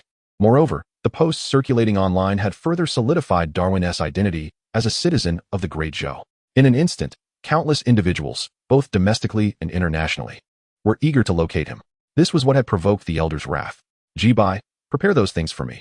Unyielding commanded firmly over the phone, her demeanor a stark contrast to her previous trepidation.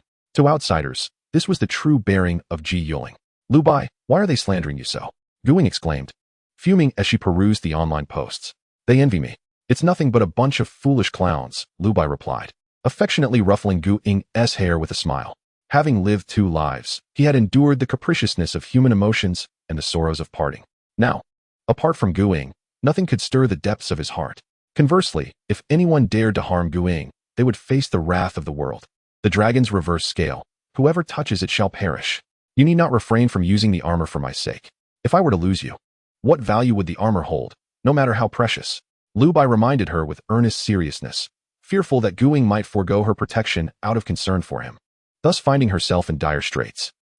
Guing, caught off guard by Liu Bai's unexpected declaration of affection, felt her cheeks flush and could not meet his gaze, merely responding with a soft affirmation. By the way, tomorrow we shall go house hunting. Let us find a more private and spacious place, perfect for you to practice controlling the armor. I have already negotiated with the landlord here and offered a satisfactory price, so much so that even if we were to demolish the house, he would only cheerfully exclaim, wonderful. The following day, Liu Bai and Guing set out early. The city they inhabited was Qin City, the capital of Yuzhou province, bustling with prosperity. The Great Zhou Kingdom is divided into 9 provinces, each governed by a distinct family: the Xia clan of Yuzhou, the Qin clan of Yuzhou, the Zhao clan of Bingzhou, the Jiang clan of Qizhou, the Yao clan of Shuzhou, the Fang clan of Yangzhou, the Liang clan of Liangzhou, the Wei clan of Yunzhou, and the Ji clan of Dizhou. Among these, Dizhou serves as the epicenter of power within the Great Zhou, with the Ji family undeniably reigning as the foremost aristocracy. Although Yuzhou may not possess the same formidable strength as Dizhou, it still ranks among the top 3 in the entire kingdom. Consequently, the pressure of existence here is exceedingly intense, or rather, the cost of living is exorbitant. Driver, to Xinghai Mountain Villa, Liu Bai instructed as he hailed a taxi. Xinghai Mountain Villa, located in the heart of Qin City, is the nearest establishment to the Qin family. Since the advent of the Reincarnation Tower, chaos has ensued, and only a few locales close to the Qin family can remain relatively undisturbed. It is only here that Guing can provide Liu Bai with a modicum of peace. Kid, the residents of Xinghai Mountain Villa are all prominent figures of our Qin City. What business do you and your young lady have there? The driver inquired. Visiting relatives. Liu Bai replied with a smile, refraining from contradicting the driver's assumption, instead casting a glance at Guing, exuding an array of charm. Oh, youth is indeed a blessing, the driver remarked, interpreting Gu Ying's gesture as playful flirtation. Before long, the taxi arrived at Xinghai Mountain Villa. Chapter 27. The Invincible Hulk. Do you know who I am? Just as Liu Bai and Gu Ying alighted, they heard a man's voice laced with expletives, threatening to demolish the place. Apologies, sir, but your status does not grant you access to Xinghai Mountain Villa. Furthermore, it is my duty to inform you that currently, residing here requires not only a certain level of strength, but also payment in reincarnation points, rather than conventional money. Should you wish to cause a ruckus here, feel free to try, the staff at the sales office explained with unwavering composure. The owner of Xinghai Mountain Villa bears the surname Qin. It is commendable that they quickly recognized the significance of reincarnation points, a testament to the Qin family's acumen. Liu Bai, standing nearby, nodded in agreement, expressing his admiration. In the past, the value of gold and similar commodities was attributed to their rarity and stability.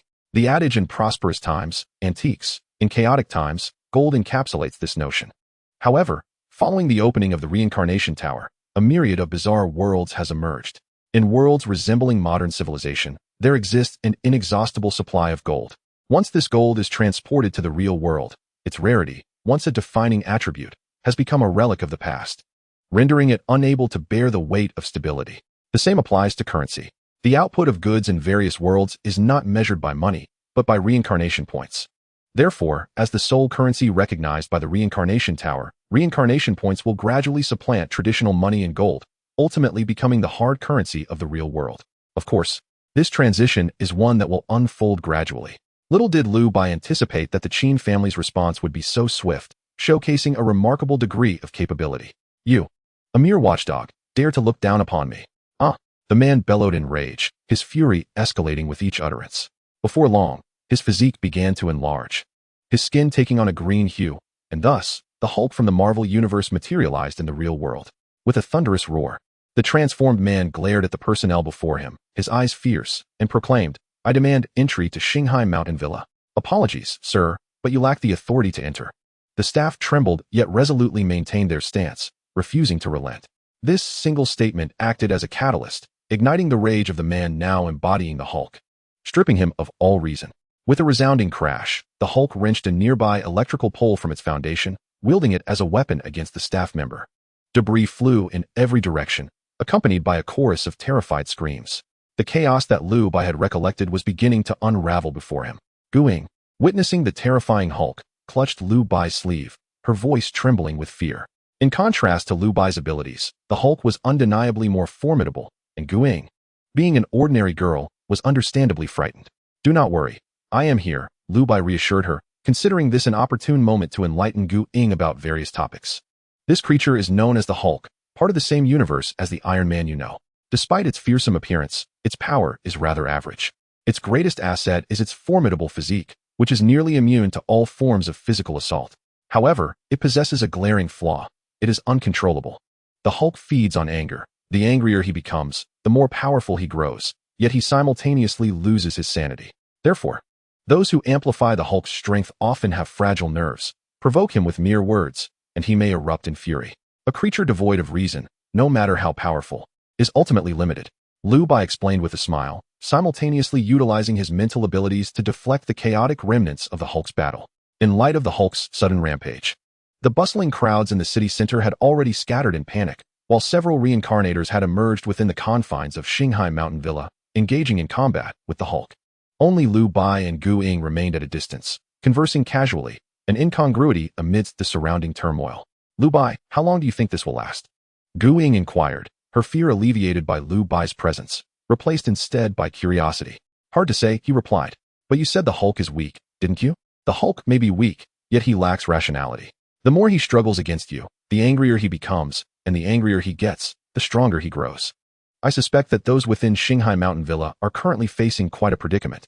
They never anticipated that this would be an empowered Hulk," Liu Bai chuckled. "Indeed. It seems you are right," Gu Ying responded with a laugh. "I now find the Hulk somewhat endearing," Gu Ying remarked with a chuckle. "Over there, my friend. Could you lend your assistance? The Starsea Villa will certainly reward you handsomely." One of the reincarnators implored Liu Bai from the center of the battle. "Grant me the right to reside in Starsea Villa, and I shall help you subdue this giant fool." Hearing this, Liu Bai responded slowly. The reason he stood here, engaging in light-hearted banter, was precisely to await such a request. The Hulk's reinforcement is quite troublesome without proper measures, yet he is perfectly countered. "I cannot make that decision." The reincarnator pondered for a moment before exclaiming, "Then, I am powerless to assist." Liu Bai shrugged, expressing his helplessness. "I shall agree to your request." Just then, a distinguished gentleman emerged from the sales office, stating unequivocally, "If you subdue this individual, I shall grant you a spot. Can your word be trusted?" "It can." "Very well." With that, Liu Bai wasted no time, unleashing his intangible mental force toward the Hulk's forehead. In mere moments, the Hulk's stature gradually diminished until he returned to a normal human form. The reincarnators present gazed at Liu Bai in disbelief, questioning whether he had no shame for such an act. "Take this individual to the police station. He shall never see the light of day again for disturbing social order." The man who had previously made the decision quickly orchestrated the scene, tidying up the aftermath before approaching Liu Bai, clasping his hands in gratitude. "Thank you, brother, for resolving my predicament. I am Qin Kaiwan, and I can still speak with some authority in Yuzhou. Should you encounter any difficulties in the future, do not hesitate to ask. However, I am yet to learn your esteemed surname." "Liu Bai, an orphan. This is my wife, Guing. Greetings, Mr. Qin.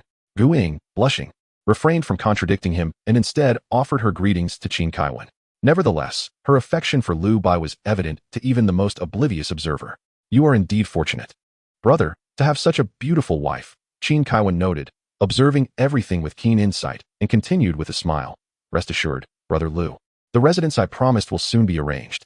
However, I have a small request. Of course, I shall offer you reasonable compensation. Do you require my assistance in managing similar situations in the future? Liu Bai regarded Qin Kaiwen with a knowing smile. Chapter 28. The invitation from Qin Kaiwen. Qin Kaiwen nodded, exclaiming with resignation. Indeed, the emergence of the Reincarnation Tower has significantly diminished authority, prompting many to overestimate themselves and openly provoke others. Though many reincarnators are willing to uphold social order, their numbers are far from sufficient. Therefore, my Qin family can only protect a limited number of individuals within a constrained scope. Not only Starsea Villa, but also several nearby villa districts and residential communities fall within the protective purview of my Qin family. Thus, those residing in these areas are either individuals of considerable status or formidable reincarnators. As for ordinary merchants, they do not even possess the qualifications to inquire. Liu Bai harbored a deep agreement with the actions of the Qin family, yet he feigned a retort, saying, "You speak rightly. However, my purpose in residing here is to seek refuge, not to provide you with sanctuary. Because you are sufficiently formidable," Qin Kaiwen intently scrutinized Liu Bai's eyes, attempting to discern something within. Yet, disappointment awaited him. "You are remarkably candid," Liu Bai replied nonchalantly. "But what might I gain in return? Wealth holds no significance. As for reincarnation points, I am not lacking. I wonder what kind of leverage the Qin family can offer." Qin Kaiwen, who initially intended to entice him with reincarnation points, found himself abruptly silenced by fate, internally lamenting. The Reincarnation Tower has only been open for a little over half a month. This is precisely the time when reincarnation points are most scarce, and yet this individual claims to have an abundance. Suddenly, his gaze fell upon the ring adorning Gu Ying's finger. At first glance, he merely perceived an aura of antiquity about the ring, distinct from the mundane. However, upon closer inspection, tumult surged within him. This was no ordinary item, but a storage ring from the realm of cultivation. A storage ring, valued at 200,000 reincarnation points. It was a mere trinket, yet he had bestowed it upon his wife. Even a pioneer might not possess such a sum. And even if they did, they would be loath to purchase such a trivial ring. The notion that this ring had originated from the cultivation realm seemed even more implausible. His family was the Qin clan, after all. According to the family's ancient texts, items related to spatial manipulation could only be acquired in the later stages of the world. It was preposterous to suggest that he had traversed the civilization of cultivation in just half a month. It would be more believable to assert that he had purchased it for 20. Qin Kaiwen felt he had already overestimated the man before him. Yet it turned out to be an underestimation. At that moment, a singular thought occupied his mind. He must cultivate a favorable relationship with this individual. Perhaps this person was among the elite of the Reincarnation 100 rankings. Even if not, they would not be far behind. By gaining the favor of someone from the Reincarnation 100 rankings, his standing within the family could undoubtedly ascend to greater heights. With this in mind, Qin Kaiwen spoke again. Indeed. However, the distinction of the Qin family lies in our heritage as a venerable clan with millennia of history. Many records contained within our texts cannot be acquired with mere wealth, including access to the Reincarnation Tower. At this point, Qin Kaiwen refrained from further elaboration, patiently awaiting Liu Bai's response. As anticipated, Liu Bai was unfazed. Based on various phenomena from his past life, he had already surmised that these prominent families seemingly harbored secrets regarding the Reincarnation Tower. This was not solely true for the ruling families of the Zhou dynasty, but similarly for the esteemed families abroad. This was also the reason why, in the post-reincarnation era, these illustrious families were abundant with experts.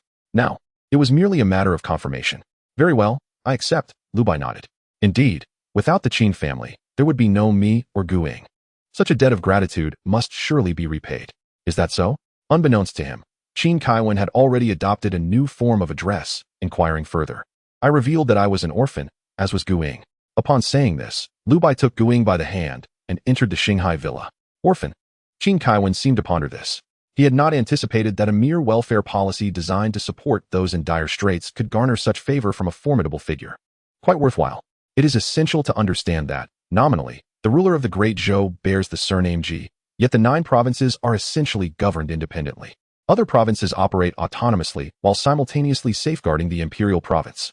In simpler terms, the Ji family's elder brother wields the greatest influence, serving as the ostensible sovereign. though the powers of the other provinces are not insignificant, assuming the role of subordinates. Consequently, regarding policies within the territory of Yuzhou, Liu Bai ought to express gratitude to the Qin family rather than the Ji family. A moment later, Qin Kaiwen had escorted Liu Bai to the front of a villa. This particular residence is considered one of the finest within the estate. Qin Kaiwen addressed Liu Bai. Xinghai Villa is renowned for its starry sea.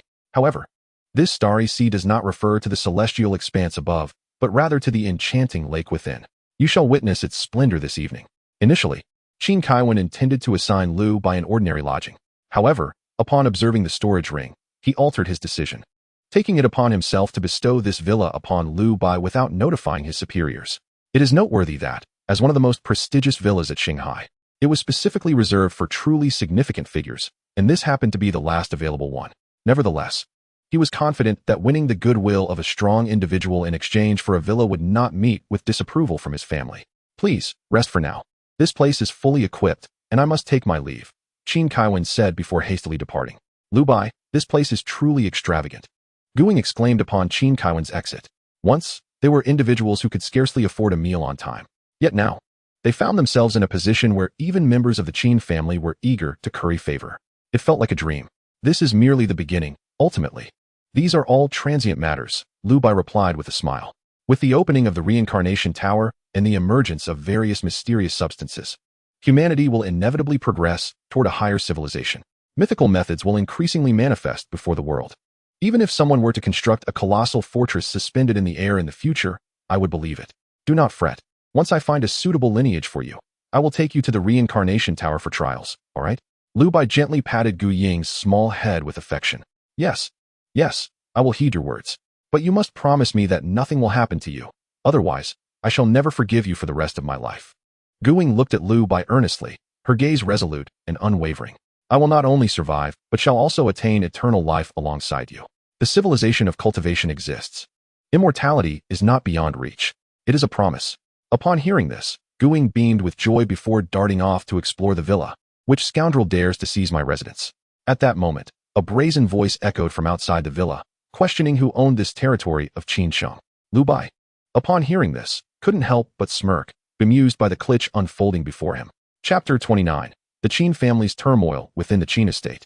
The family gathered at the conference hall, summoned by Qin Kaiwen under the pretense of discussing significant matters. The current direct lineage of the Qin family comprised three branches: Qin Kaiwen, Qin Kaiwu, and Qin Kaiji. Traditionally, as the eldest son of the patriarch, Qin Kaiwen was destined to ascend as the next family head. However, the emergence of the Reincarnation Tower disrupted this custom. The catalyst for this upheaval was Qin Kaiwu, the second son, who married Jiang Zi from the esteemed Jiang clan of Qizhou. This generation of the Jiang family had produced an exceptional talent, a prodigious figure. For the Qin family to reclaim its ancestral glory, it required the backing of several prominent clans. As a member of the Qin family, Qin Kaiwen recognized the implications of this necessity and understood the patriarch's intentions. The elder sought to designate Qin Kaiwu as the next head of the family. Although he comprehended this decision, he harbored resentment, which fueled his desire to court formidable allies from the reincarnation realm. Father, I took the liberty of gifting the villa beside Shanghai Lake. Qin Kaiwen addressed the elder seated at the head of the table. The elder was none other than Qin Gaoyong, the patriarch of the Qin family. Brother, one must act with integrity. I had already requested that villa from father. My nephew has been preoccupied, which is why it remains unoccupied. You could have chosen from the numerous villas at Shanghai Mountain Villa, yet you specifically gifted our family as property. Is that not a tad presumptuous? A sharp, acerbic voice interjected. It belonged to Lu Mengzhu, the wife of the third son. Hailing from a humble background, by convention, a scion of the Qin family, even without alliances with other clans, would be unlikely to wed a woman from a modest family.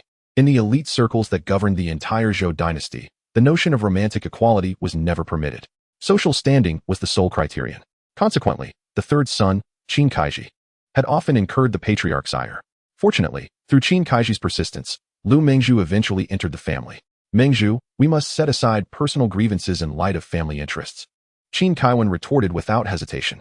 He had never held a fondness for this sister-in-law, particularly after the patriarch's intentions to elevate the second son became apparent, prompting a swift change in Lu Mengzhu's demeanor.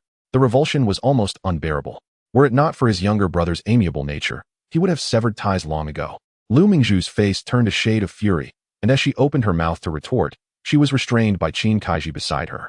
Enough, he said firmly. Humph. Lu Mingzhu huffed, falling silent. Father, please take a look at this video. Qin Kaiwen clapped his hands, and a video began to play in the center of the hall. The footage depicted the Green Giant, a formidable enhancer, engaged in a fierce battle with other reincarnators. The situation had become increasingly difficult to control. Even in the vicinity of the Qin family, there were those bold enough to cause trouble. Qin Kaiwu, the second son of the Qin family, spoke up. The old man intended to entrust the family business to him. Thus all the family's influence and enterprises were naturally connected to him. Concerns were, therefore, entirely reasonable. Kaiwu, how are the efforts to cultivate powerful reincarnators progressing? The usually silent Qin Gaoyang finally broke his silence as he observed the combat on the screen. Despite the extensive records within the family, they needed to be transformed into corresponding strength to become the foundation of the clan. Father, at present, the most powerful reincarnator our family has cultivated ranks only 72nd on the reincarnation leaderboard, and he is merely a branch descendant. Compared to other families, this is far from ideal. Qin Kaiwu's expression was somewhat grim. This achievement was indeed quite disappointing. It is worth noting that prior to the emergence of the Reincarnation Tower, the Qin family ranked among the top 3 in the country in terms of overall strength.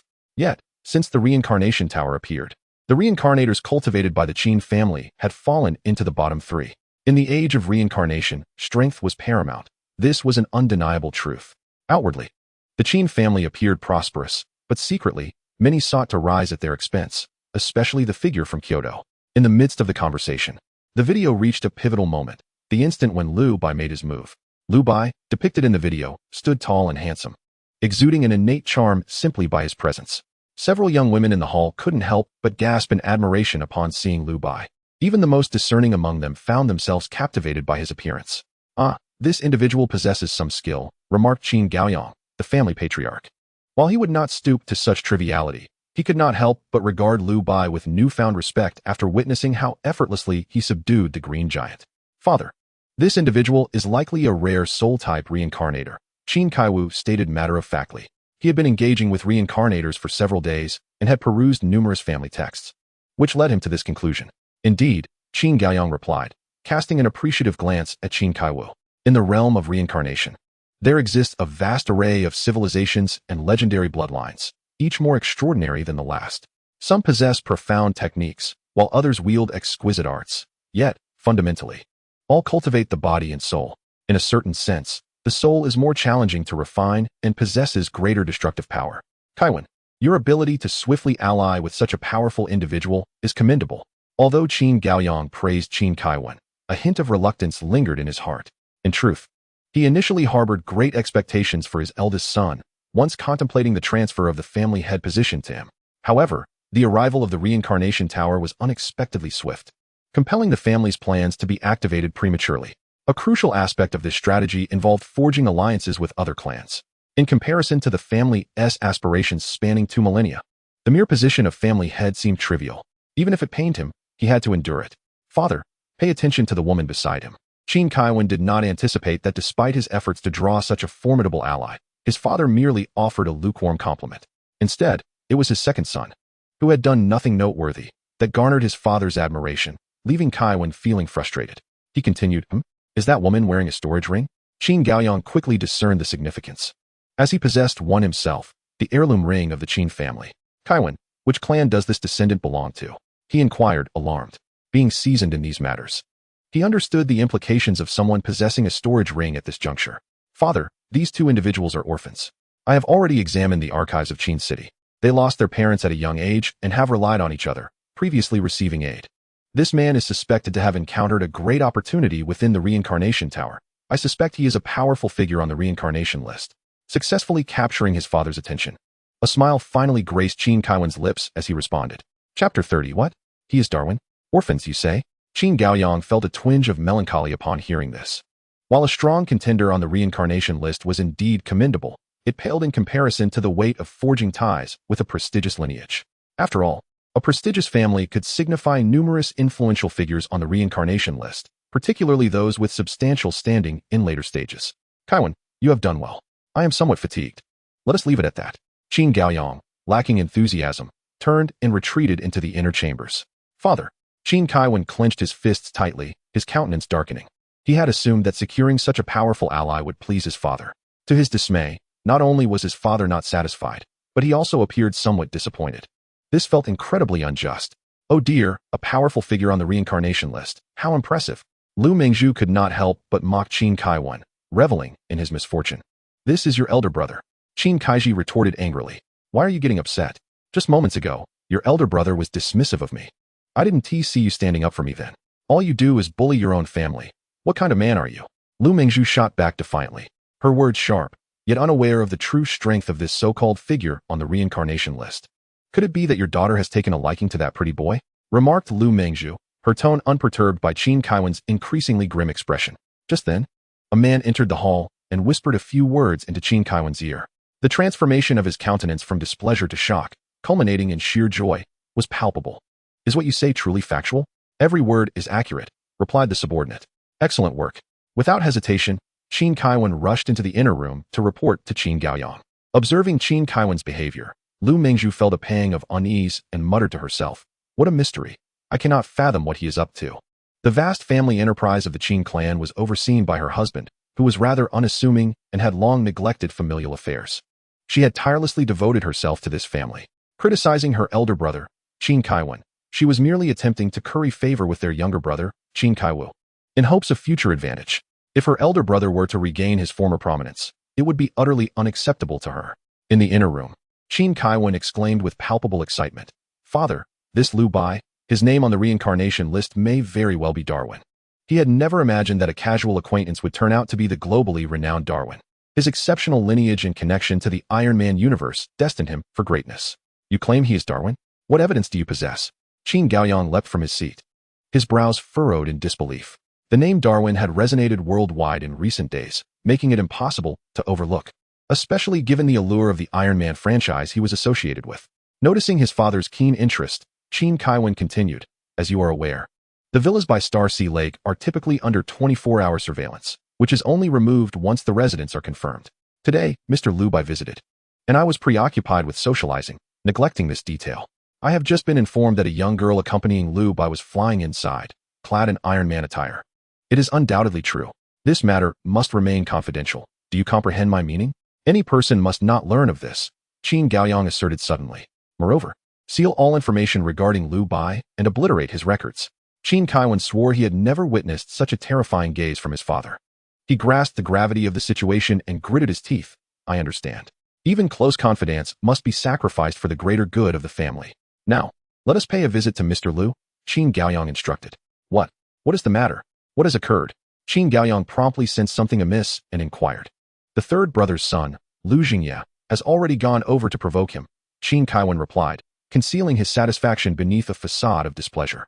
Lu Mengzhu, let us see how you handle this. You wretched scoundrel. Upon hearing this, Qin Gaoyang was consumed by rage. He immediately exited the inner room with Qin Kaiwan and bellowed. All present, accompany me to Shanghai Mountain Villa. Lu Mengzhu, you shall join us as well. The fact that my father insisted I accompany him left Lu Mengzhu in a daze. Her union with Qin Kaiji had always been opposed by the elder, resulting in her exclusion from significant events and fostering her acerbic disposition. Consequently, Qin Kaiji felt guilty towards her and often yielded. To her astonishment, today the elder had taken the initiative to include her. Surely, her second brother must have interceded on her behalf. Overwhelmed by excitement, she remained oblivious to the displeasure etched upon Qin Gaoyang's face. At the exterior of Shanghai Mountain Villa, Lu Jingye shouted, Whoever is inside, come out. Have you not inquired whose residence this is? Beside him stood a group of his dubious companions, one of whom was even a reincarnator. This villa was granted to me by Qin Kaiwan. If you wish to reclaim it, let him speak with me directly. Liu Bai stood steadfast at the entrance, his expression unperturbed. I care not who granted it to you. Vacate immediately, and I shall consider this matter closed. Otherwise, I shall ensure you leave on your hands and knees. Lu Jingye wore an arrogant grin. Do you dare disregard young Master Lu's words? You must be tired of living. Young man, you likely remain unaware of the might of a reincarnator, but should you find yourself with broken legs and unceremoniously expelled, it would not bode well for you. His sycophantic followers eagerly fanned the flames, amplifying Lu Jingye's bravado. Ordinarily, in such an upscale villa community, a raucous gathering like this would have prompted intervention. However, this area lay desolate, thoroughly cleansed, indicating a premeditated scheme. Liu Bai, why is it so noisy outside? Gu Ying, perplexed, emerged from the house in her slippers. Having recently practiced with the Iron Man suit, she appeared somewhat fatigued, resembling a languid kitten. This very languor struck a chord with Liu Jingye. From the moment Gu Ying appeared, his gaze was fixated upon her, unwavering. This girl is exquisite. The soul reincarnator beside him understood the unspoken sentiment and stepped forward, declaring, "Young man, if you leave this girl with us, perhaps young Master Liu may spare you. Otherwise, well." As the reincarnator threatened, arcs of lightning crackled ominously around his hands. "I offer you a choice," Liu Bai stated, his demeanor calm, yet brimming with lethal intent. "Kneel and kowtow, apologize to my wife, and then sever your own legs, crawling out of here. Otherwise, none of you shall leave. A dragon has its scales. Touch them, and you shall meet your demise." Chapter 31. Insolence. "Kneel before me, ha ha." What did he say? Kneel before us, and even break our own legs? The crowd erupted in laughter. I remarked, "Are you daft, boy?" The reincarnator, upon hearing the jeers, was about to step forward but was abruptly halted by Liu Jingye, who delivered a sharp slap and scolded, "Have you not noticed the beauty beside us? Should you harm her, I will take your life." Liu Jingye cursed, visibly displeased. "Yes, Liu Shao." The reincarnator, covering his bruised face, momentarily lost his dark expression before donning a smile again, secretly vowing, "A worthless piece dares to strike me. Just wait. You will soon meet your demise without even knowing how it came to be." "It seems you have chosen the second option," Liu Bai said indifferently. Liu Bai was acutely aware of the emotional turmoil within the reincarnator, yet he felt no pity. Choosing to be a dog means one must kneel in tears. Having provoked him, one must be prepared to pay with their life. As he prepared to make everyone here vanish, a convoy of luxury cars slowly entered the scene. Leading the procession, a middle-aged man assisted an elderly gentleman out of the car and approached Liu Bai. It was Qin Kaiwen and Qin Gaoyang.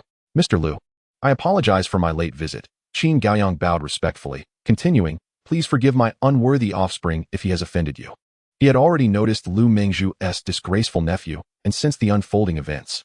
Yet, being a descendant of the Qin family, he still wished to extend a hand of salvation. "Old Qin, you are too courteous. I cannot bear such a title," Liu Bai replied coolly, as though repelling him from a great distance. "Insolent wretch, kneel and apologize to Mr. Liu." Qin Kaiwen bellowed in anger. "Uncle." The previously arrogant Liu Jingye trembled in fear upon hearing Qin Gaoyang address Liu Bai with respect. No longer daring to act defiantly, he fell to his knees before Liu Bai, repeatedly bowing his head. "I am sorry, Mr. Liu, I was wrong. Please forgive me." Despite his outward bravado, he was acutely aware of his position within the Qin family. His only support was his uncherished aunt. He could bully the locals, but when faced with a descendant of the Qin family, he was utterly powerless.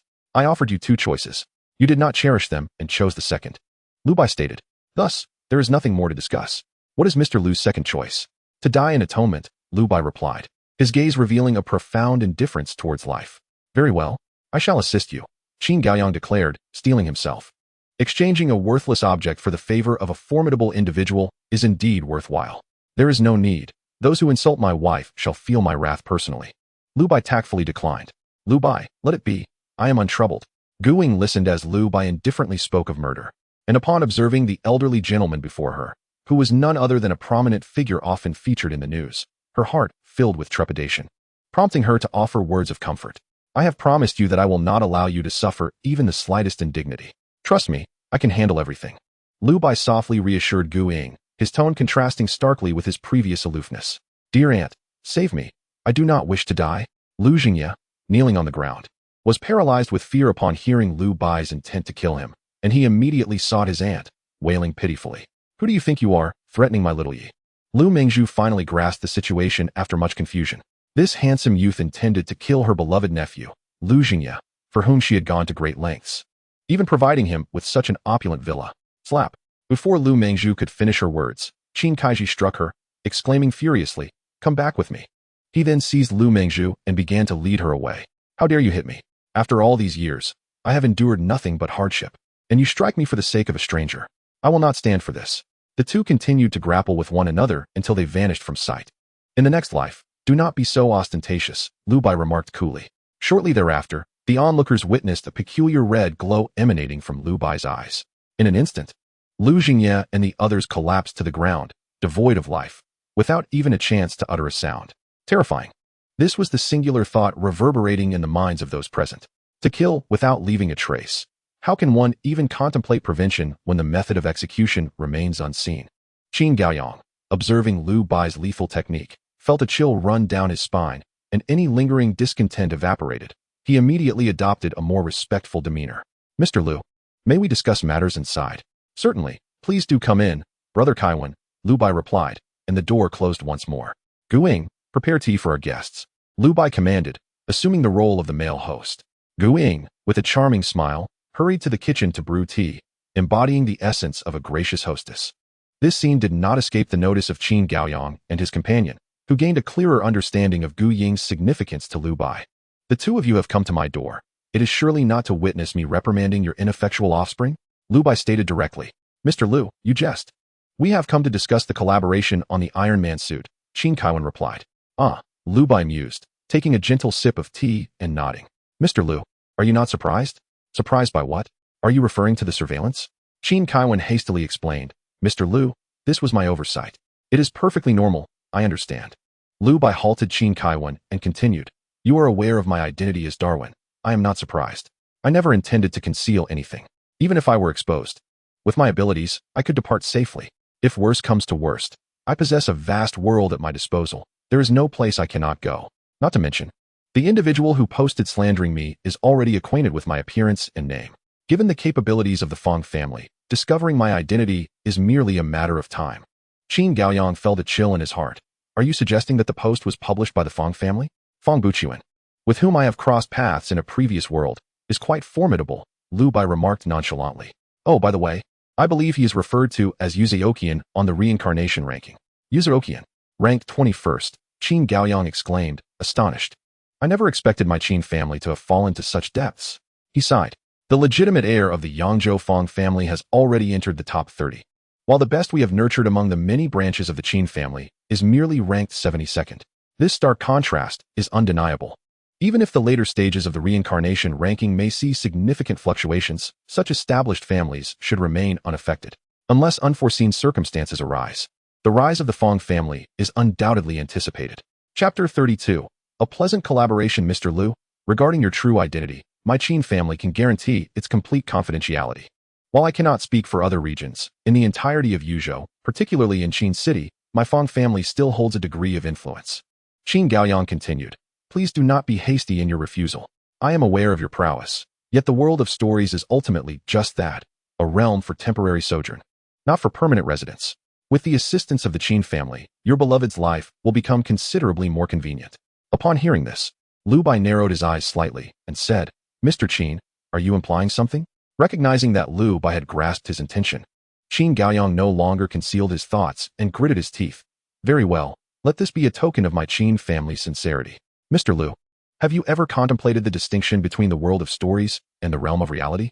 Liu Bai was taken aback and replied, Please enlighten me, Mr. Qin. Regardless of his past or present, Liu Bai had never formally engaged with the core mysteries of the Reincarnation Tower, even though his current journey had commenced rather smoothly. The time was ultimately too brief. Nevertheless, he was certain that these prominent families must possess knowledge of certain secrets. He yearned to uncover them. Seeing Liu Bai, with an air of indifference akin to a celestial being reincarnated, finally display a hint of curiosity, Qin Gaoyang could not help but feel a sense of pride and remarked, The Iron Man world you acquired must be incomplete. What did you say? Liu Bai was taken aback. If you doubt my words, you may visit your Iron Man world. Under normal developmental trajectories, the technology of the Iron Man world would continue to advance, eventually encompassing the narratives of Iron Man 2, Thor, the Avengers, and a series of other plots. Yet, you must understand, this is simply not feasible. Qin Gaoyang continued, if the world is destined to evolve on its own, it implies that you could possess the essence of these realms without traversing through the likes of the Avengers universe. The Reincarnation Tower will not permit you to exploit such loopholes. Of course, once you have experienced the Avengers world, it may well enhance your current Iron Man universe, although that remains uncertain. Beyond this, I am not entirely clear myself. Upon concluding his thoughts, Qin Gaoyang fell silent. He had already divulged too much. Even in the pursuit of camaraderie, one must exercise moderation. Excessive humility would only lead to a passive stance, a truth Qin Gaoyang fully understood. Too much of anything is as bad as too little. This knowledge has truly opened a new door for me. Regardless, I am immensely grateful. Liu Bai expressed with heartfelt sincerity. As for why Qin Gaoyang had shared such limited information, they were all astute individuals, and there was no need for elaboration. Regarding the collaboration on Iron Man technology mentioned by Elder Qin, Liu Bai paused before continuing. Even if I were to entrust the Iron Man suit to the Qin family, would they dare to utilize it? Once the existence of the Iron Man suit were to be exposed, the Qin family would swiftly become a target for all. Am I incorrect? No matter how powerful the Qin family may be, they govern only one of the 9 provinces. There are 8 other families of similar stature across the Great Zhou Kingdom, not to mention the distinguished families of the capital. Should the Qin family choose to reveal this, other families would undoubtedly exert pressure. And if any of these families were to suspect that Darwin might be associated with the Qin family, I fear that the calamity of extermination would be imminent. However, if Elder Qin is unafraid, I would not hesitate to provide the Qin family with an endless supply of armor. Liu Bai regarded Qin Gaoyang as he spoke. I did not anticipate Mr. Liu's insight to be so profound, Qin Gaoyang said with a wry smile. As you mentioned, should my Qin family dare to disclose the whereabouts of the Iron Man suit, other families would certainly unite against us. Even if we were to ultimately surrender the Iron Man technology, it is likely we would still face the threat of annihilation. However, we have compelling reasons to act as we must. At this juncture, Qin Gaoyang's demeanor shifted markedly, his eyes brimming with resentment and bitterness. Perhaps realizing his lapse, he offered an apology before proceeding. Of course, we will present a reasonable compensation in exchange for a share of the armor. If Mr. Liu can subsequently integrate elements from other Marvel universes to upgrade the armor, I humbly request the privilege to procure the technology for such enhancements. I, Qin Gaoyang, hereby vow that regardless of the outcome, my family shall never disclose Mr. Liu's information.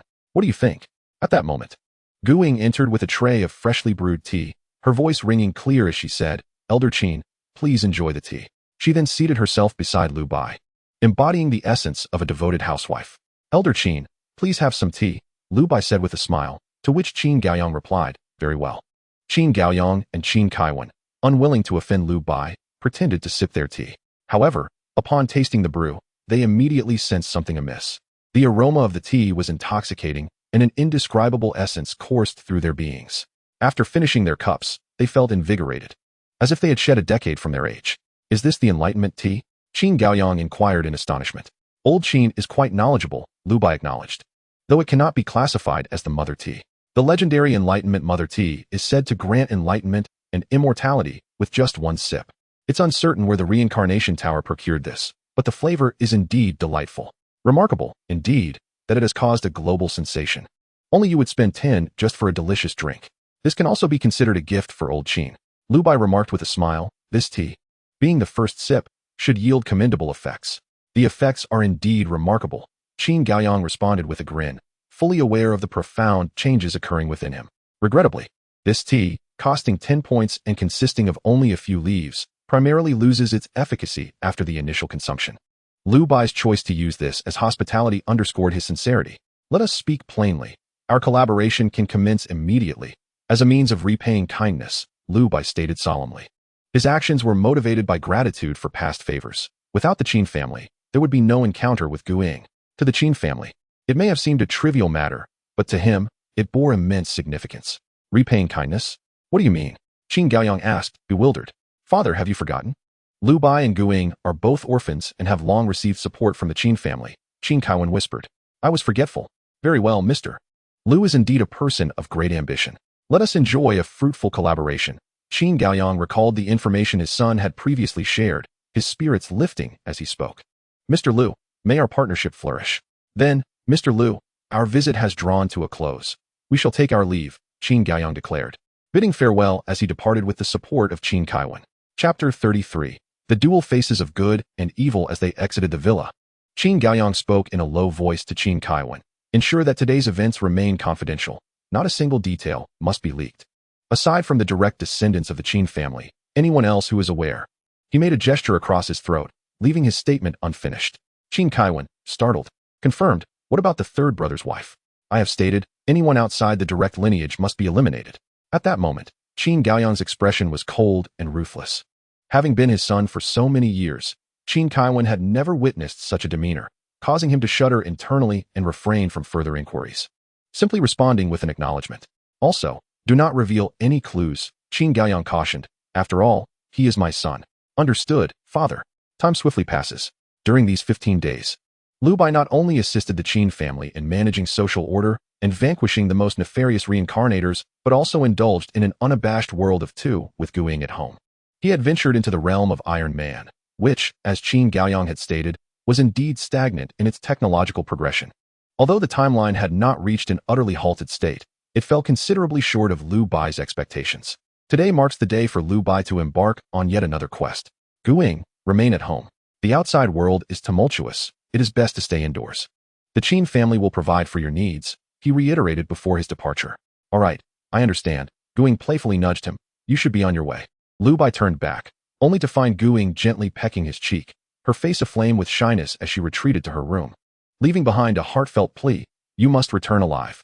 He touched his cheek, a wave of indescribable bliss washing over him. A feeling even more profound than when he had undergone the marrow cleansing. I will definitely come back, Liu Bai murmured. Subsequently, he transformed into a beam of white light and vanished from the hall. In the reincarnation hall, the atmosphere was now bustling with activity. Various stalls lined the area, creating a vibrant scene. With some reincarnation points to spare and no rush to engage in trials, Liu Bai began to wander leisurely. Fearless heart, once consumed. All negative emotions shall dissipate. Only 5 reincarnation points. First come, first served. Super Soldier Serum significantly enhances physical capabilities and does not conflict with bloodlines. Fixed price, 10 reincarnation points. The Super Soldier Serum is quite remarkable, Liu Bai nodded upon hearing this. Anything that could augment one's strength without conflicting with one's lineage was indeed precious. Items like the Super Soldier Serum and virus enhancement agents fell into this category, optimizing one's genetic makeup without clashing with bloodlines. Of course, these effects were only effective upon first use and mostly sourced from lower worlds. 10 points were not exorbitant, but certainly a worthy investment. The vendor clearly recognized the value of the serum, hence the price of 10. However, those nearby held a different perspective. 10. Are you mad? Or am I a fool? A level 1 bloodline in the reincarnation shop only costs 10. Who gave you the audacity to ask for 10? Is it Liang Jinru? Enough, enough, another madman. The crowd grumbled, yet they remained stubbornly rooted in place. It was evident they understood the serum's worth, but were merely attempting to haggle. Liu Bai shook his head and continued his stroll. The mask of good and evil, capable of transforming into any visage, including physical form, is an essential tool for both heroism and mischief. Do not miss out as you pass by. With merely 5 reincarnation points, you could become a star of the future. This item is quite remarkable. It's meant for you. Upon hearing this, Liu Bai halted his footsteps, feigning nonchalance as he approached the stall. Fang Buqian's slanderous remarks about him on the reincarnation forum served as a timely reminder. With numerous enemies now, it was prudent for him to keep his true identity and name as obscure as possible. Thus, he was in dire need of an item capable of altering his appearance. Ah, my friend possesses a discerning eye. This mask is indeed a fine item, exceptionally convenient for traversing the realms of storytelling, the vendor exclaimed, animatedly presenting his wares upon noticing a customer. This mask is commendable, Liu Bai initially praised, only to swiftly change his tone, yet it has become somewhat superfluous. Nowadays, most individuals squander their fortunes merely to acquire the most basic lineage. 5 points could secure a higher grade lineage. Who, then, would have the luxury to purchase such a trivial trinket? Just observe the bustling crowd nearby. Your stall sits forlornly, devoid of interest. Need I elaborate further? The vendor, fully aware of the prevailing circumstances, hesitated. He had invested considerable effort to procure this mask, and selling it at a loss would weigh heavily on his conscience. What price do you propose? 2. Liu Bai replied candidly. This is the utmost I can offer, without room for negotiation. To invest such a sum of reincarnation points in your item carries considerable risk for me. After all, a few more points would suffice to acquire a higher grade lineage. You may deliberate as you see fit. If our transaction does not materialize, let us part amicably. After a moment's contemplation, the vendor gritted his teeth and conceded, very well. 2 it is. He recognized the impracticality of holding onto the mask for long. Selling it for 2 points would enable him to procure a better lineage, thus enhancing his survival rate in future quests. After all, to live is to have a future. An astute decision, Liu Bai remarked with a smile, and thus, the two concluded their transaction. Within the reincarnation hall, fairness reigned supreme. The reincarnation tower ensured that all dealings were conducted justly. Those who dared to defy this principle would face annihilation. This is one of the key reasons for the hall's bustling prosperity. Once the exchange was complete, the mask materialized in Liu Bai's storage space. He retrieved it and observed its eerie design. One side depicted a ghastly demon's visage, while the other bore the countenance of an angel. Seeking solitude, Liu Bai donned the mask, and with a mere thought, transformed into the likeness of Fang Buqian. To his surprise, the transformation was quite convincing. Liu Bai gazed into a mirror. Aside from a slight discord in temperament, his appearance was nearly indistinguishable from that of Fang Buqian. This was not to suggest that Fang Buqian possessed a superior aura. Rather, his demeanor leaned towards the effeminate, while Liu Bai's was more transcendent. He was confident that anyone unfamiliar with the two would struggle to discern the differences. From this point onward, he would assume Fang Buchuan's identity to engage in nefarious deeds. Liu Bai stroked his chin, contemplating the prospects ahead. At the Fang residence in Yangzhou, Fang Buchuan suddenly sneezed. Somehow, he suddenly felt a sense of unease. He hoped it was merely an illusion, murmured Fang Buchuan. Meanwhile, in a small courtyard of the Ji family in Emperor City, Ji Yuling abruptly opened her eyes, whispering, "I have found you, Darwin." As she spoke, her 3,000 strands of hair gradually turned white, spreading until it covered half her head. "Darwin, for you, I have expended immense vitality. I hope you won't disappoint me." Ji Yuling's enchanting eyes fluttered open, like a bottomless abyss. Chapter 34. The Avengers. The story world is still being generated. Please wait a moment. Next story world. The Avengers. Story background. The cosmic cube has scattered across Earth and is being studied by S.H.I.E.L.D. Meanwhile, Loki, exiled from the realm of the gods, has formed an alliance with the Chitauri, attempting to invade Earth and seize the cosmic cube, putting Earth in grave danger. To save the planet, the director of S.H.I.E.L.D. decides to contact Earth's superhumans, forming the Avengers to combat the alien invasion. Please choose a reincarnation faction. 1. Avengers faction. 2. Loki faction. I choose the Avengers faction. Without a moment's hesitation, Liu Bai determined his allegiance. Bloodlines dictate fate. He need not ponder the trivialities. Simply aligning with righteousness sufficed. Main quest phase 1. Assemble the Avengers. Side quest 1. Protect at least one newcomer to earn the Pioneer title. Side quest 2. Eliminate at least one enemy to earn the Avenger title. The more enemies defeated, the greater the effect of the Avenger title. Avengers, at the time of reward settlement, gain an additional multiplier bonus. Note: the Avenger title can only be obtained in the Avengers series of dungeons and conflicts with the Pioneer title. Avengers certainly sounds more impressive than the previous Pioneer title. Liu Bai did not anticipate that the Pioneer task he failed to complete in the last dungeon would instead afford him an opportunity for advancement. Faction selection completed. Personnel assignment in progress. Your identity: S.H.I.E.L.D. Level 3 agent, bystander level. Director: the cosmic cube activated itself without any operator. Agent Phil reported to Nick Fury as he walked. It activated itself? What is the current situation? Nick's tone was stern. The energy continues to escalate, making it unpredictable. Agent Phil replied, "We have arranged for personnel to evacuate. The area will be cleared in half an hour at the earliest. Take me to see the cube." Thus, Nick and Phil entered the control room of the cosmic cube. Not far from them, an effeminate-looking Eastern man was evacuating under the direction of his superiors. Though an Eastern figure appearing in such a confidential place as S.H.I.E.L.D. would seem quite out of place, in reality, everyone, including the director of S.H.I.E.L.D., had grown accustomed to Liu Bai's presence. The individual before them was none other than Liu Bai, transformed into the likeness of Fang Buchuan. It appeared that he had directly arrived at the pivotal moment of the narrative's inception. Liu Bai murmured to himself, "This is quite fortunate." In the preceding 2 instances within the dungeon, the Reincarnation Tower had carelessly cast him aside at arbitrary junctures, rendering him exceedingly passive. Now, as the story was merely beginning, this was decidedly advantageous for him. If my conjecture is correct, the forthcoming events will revolve around Loki's attempt to seize the cosmic cube. The cosmic cube and the Mind Stone. Liu Bai licked his lips, a thrill coursing through him. The fabled Infinity Stones. The Space Stone that governs spatial power and the Mind Stone that wields mental influence were all present. Particularly, the Mind Stone, which could amplify the user's mental prowess, was something he greatly coveted. He was determined to acquire it. With this thought in mind, Liu Bai ascended towards the upper levels. Meanwhile, on the other side, Dr. Silvage cautioned, "The cosmic cube is exhibiting unusual behavior.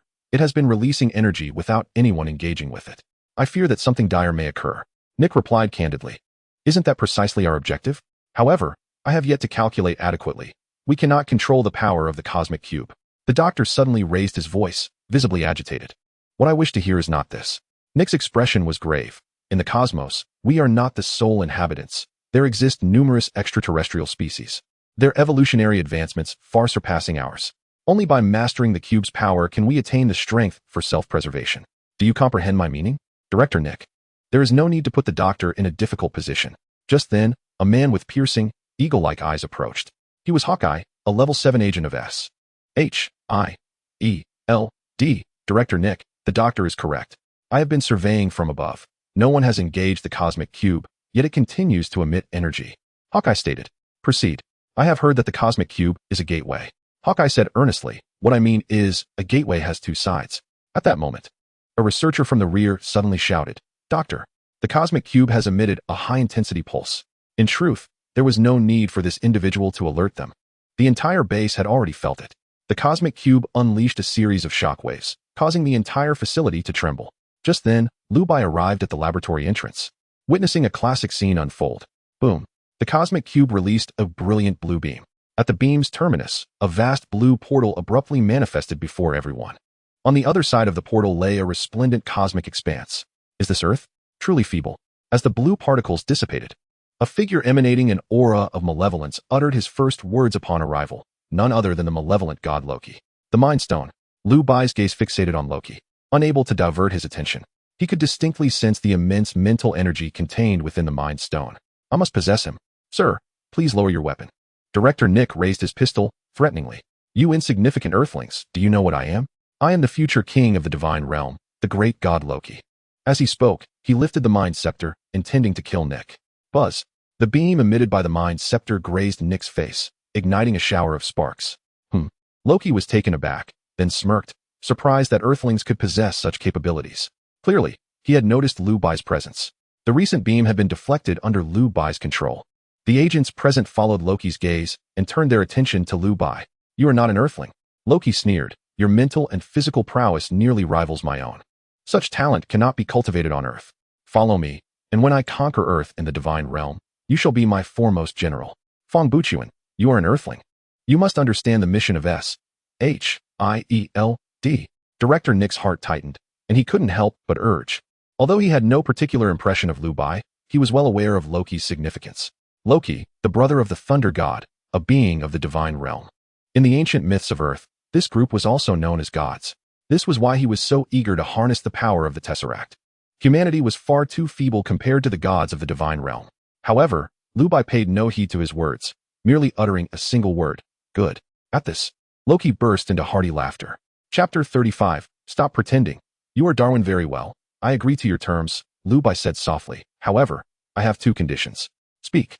And I shall acquiesce, Loki replied, in an exceptionally good mood. A being of such formidable strength, yielding to his divine might. Was this not the demeanor befitting a sovereign of the divine realm? Indeed, it seemed he was born to be the king of the divine realm.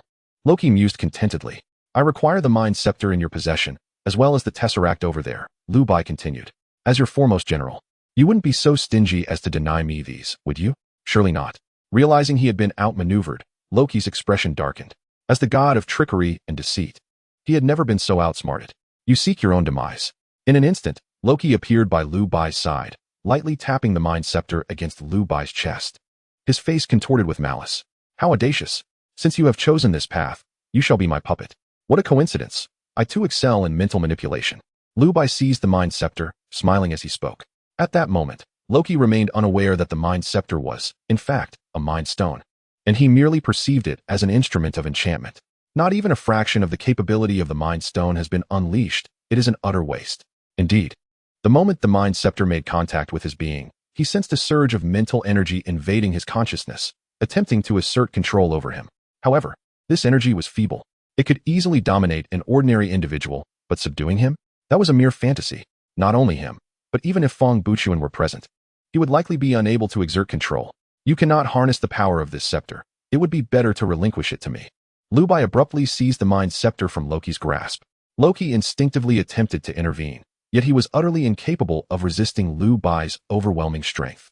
As a being of the divine realm, Loki possessed a formidable physique. In the original narrative, even when hurled violently by the Hulk, he remained unscathed. However, his true prowess lay in mental fortitude, and his physical resilience could not compare to the refined strength of Liu Bai, who had undergone a rigorous transformation. Loki, astonished, watched Liu Bai, and in an instant, teleported away, putting distance between them. You not only excel in mental power, but possess physical strength rivaling that of my brother. Who on earth are you? Loki exclaimed in shock, speaking without caution. Loki's brother is the god of thunder. Yet he would never utter such words as my brother due to the complexity of his feelings towards him, both love and resentment. This illustrates the profound impact on Loki's psyche at this moment. Who am I? I am Fong Buchuan, a level 3 agent of S.H.I.E.L.D. Liu Bai replied with a radiant and innocent smile. I believe you not at all, Loki thought to himself. already contemplating retreat. However, it appeared that this individual was oblivious to the nuances of mental power. Loki scrutinized Liu Bai, deep in thought. Losing the Mind Scepter was not beyond his acceptance. As long as he secured the Tesseract, his plans could still unfold. After all, Thanos had dispatched several formidable subordinates to assist him. This is bad. Fong Buchuan's aim is the Tesseract. Nick had been watching Loki closely, and upon discerning the direction of Loki's gaze, he realized something nefarious was afoot, prompting him to shout. Yet, it was too late. With his ability to teleport, Loki vanished with the Tesseract in the blink of an eye. Liu Bai merely observed Loki's departure, remaining motionless. He could not intervene. In a certain sense, Loki's assertion held truth. Liu Bai's understanding of mental power was indeed rudimentary. Be it the previous mental blades or altering the trajectory of objects, these feats were accomplished through instinct rather than mastery. Unlike Loki, who could teleport and fly through mental manipulation, Liu Bai was incapable of such feats. It was only due to Loki's initial overconfidence that he allowed Liu Bai to approach, resulting in the seizure of the Mind Scepter. Otherwise, with Loki's teleportation abilities, Liu Bai would not have been able to apprehend him. I apologize, Director. I could not stop him. Liu Bai spread his hands in resignation and said, Forget it. I do not blame you. Director Nick shook his head in understanding. At that moment, Hawkeye approached, greeting Liu Bai. Hello, I've long heard of your esteemed name, Liu Bai replied. In the previous world, the two were adversaries. Yet in this realm, they found themselves amicably inclined towards one another, evoking a profound sense of nostalgia within Liu Bai. Director Nick. Loki's objective is to harness the power of the cosmic cube to open a portal and subsequently lead an army to invade Earth. After exchanging pleasantries, Liu Bai spoke candidly, stating, Our urgent task is to gather the Avengers and thwart Loki's scheme. Although Hawkeye and Dr. Selvig were not currently under control, Liu Bai remained unconvinced that the narrative of this world would conclude so simply. After all, there were opposing factions at play, presenting challenges far greater than those encountered in solo campaigns. Very well, I shall reach out immediately, Nick responded, unperturbed. For reasons unbeknownst to him, Liu Bai exuded an aura of persuasive confidence that left Nick without doubt regarding his intentions. This was the influence of an exceptional lineage. Director, we can discuss other matters later. This place is on the brink of being consumed by the cube's power. We must evacuate swiftly. Everyone retreat. On the helicopter, Liu Bai shared the same aircraft with Nick, Hawkeye, and others. Among them was a young woman with partially white hair. Director, who is this? Liu Bai was certain he had never encountered her, and such a mysterious woman with Eastern features could not possibly belong to S.H.I.E.L.D. The answer is evident. This is a reincarnator. Her name is Hill, one of my most trusted subordinates, Nick introduced. Ah, Hill, a pleasure to finally meet you, Liu Bai exclaimed, feigning realization as he stood to shake hands with the white-haired woman. Hello, I am Agent Hill. It is an honor to meet you, esteemed Mr. Fong Buchuan. Your valor has even drawn commendation from Loki himself. You are truly our role model. Hill spoke with poise as she shook Liu Bai's hand before withdrawing promptly. Humph, such bravado, Liu Bai thought with a silent scoff. In that brief moment of handshake, he discerned that she had experienced at least 3 emotional fluctuations, indicating that she might very well be targeting him. Liu Bai mused, Agent Hill, being so young and attractive, I imagine you have many admirers. You flatter me, Hill retorted, tucking a strand of hair behind her ear before softly murmuring, You are not Fong Buchuan. You are Darwin. With that single utterance, even Liu Bai's composure wavered momentarily. Although he swiftly masked his surprise, it was evident that Hill had keenly noticed. A palpable sense of murderous intent permeated the entire helicopter. Chapter 36. Yielding. The murderous intent radiating from Liu Bai was entirely focused on Hill. At that moment, Hill felt as though she were a fragile boat adrift on a vast ocean, vulnerable to the slightest tempest, which could plunge her into an abyss of despair. It was difficult for Hill to fathom how Liu Bai could exude such formidable hostility. Please, calm yourself. I harbor no malice, Hill stammered, trembling, yet striving to maintain her composure. If you are unsatisfied with what I say next, I shall rend you to pieces, Liu Bai replied coldly, resolute in not allowing anyone to disrupt his tranquil existence. No one, under any circumstance. Could you perhaps withdraw your murderous aura? Hill implored with great difficulty.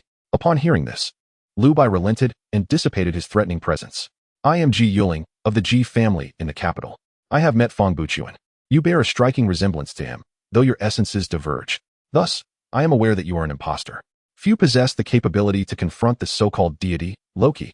Upon entering, you are among the most fitting, she continued, pausing momentarily before adding with a hint of resignation, my family wishes to recruit you. Yet you are elusive as a wisp of smoke.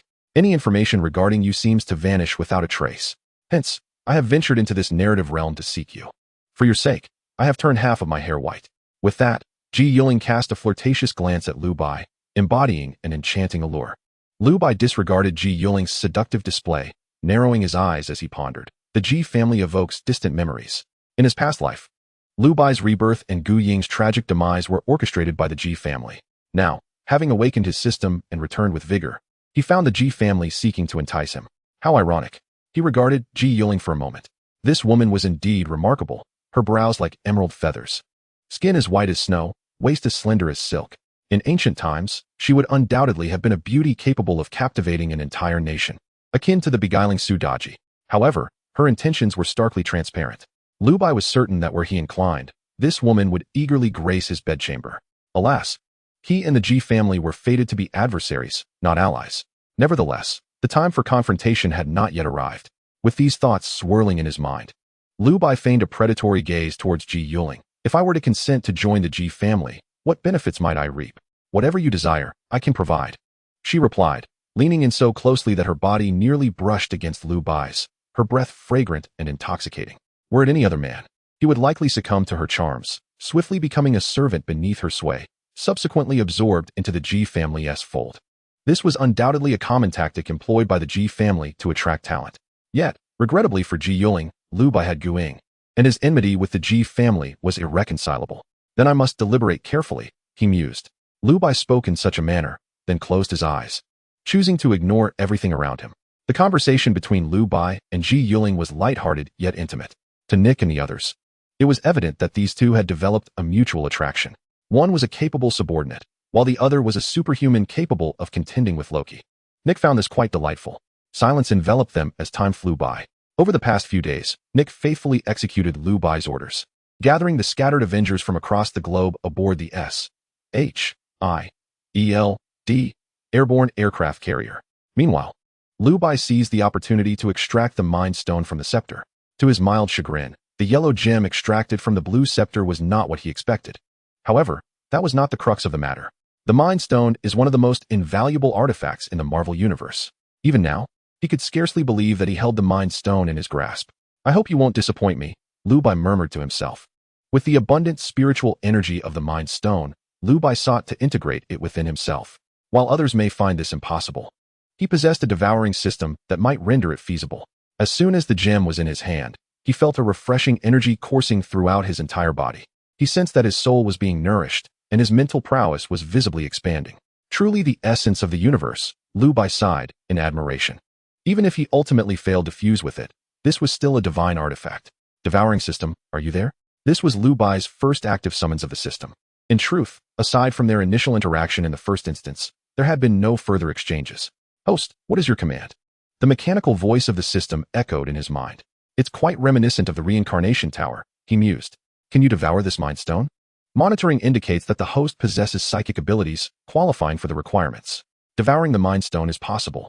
Would you like to proceed? Warning: devouring the Mind Stone poses significant risks, with a success rate of less than 16%. Please consider carefully. Success rate? At this, Liu Bai could not help but chuckle heartily. Finally, in the Marvel instance, he encountered the term success rate. The heavens had opened their eyes. Frankly, the greatest advantage of being the son of Marvel was not some trifling favorability, but rather this fortuitous enhancement. In his previous life, Liu Bai, a man of misfortune, had longed to experience the thrill of being favored by fate. Yet, he had never been given the chance. "Devour. Hurry, I implore you," Liu Bai urged desperately. Devouring initiated. "The process may involve slight discomfort. Please remain calm, host." No sooner had the words left the system than Liu Bai felt a sharp pain. As time passed, the intensity of the pain escalated. Unlike the previous experience of cleansing his marrow and bones, this time it was a tearing of the soul. Liu Bai's entire mind felt as though it were under siege, bombarded by an unrelenting barrage. If he were to faint in that moment, it might have been a merciful reprieve.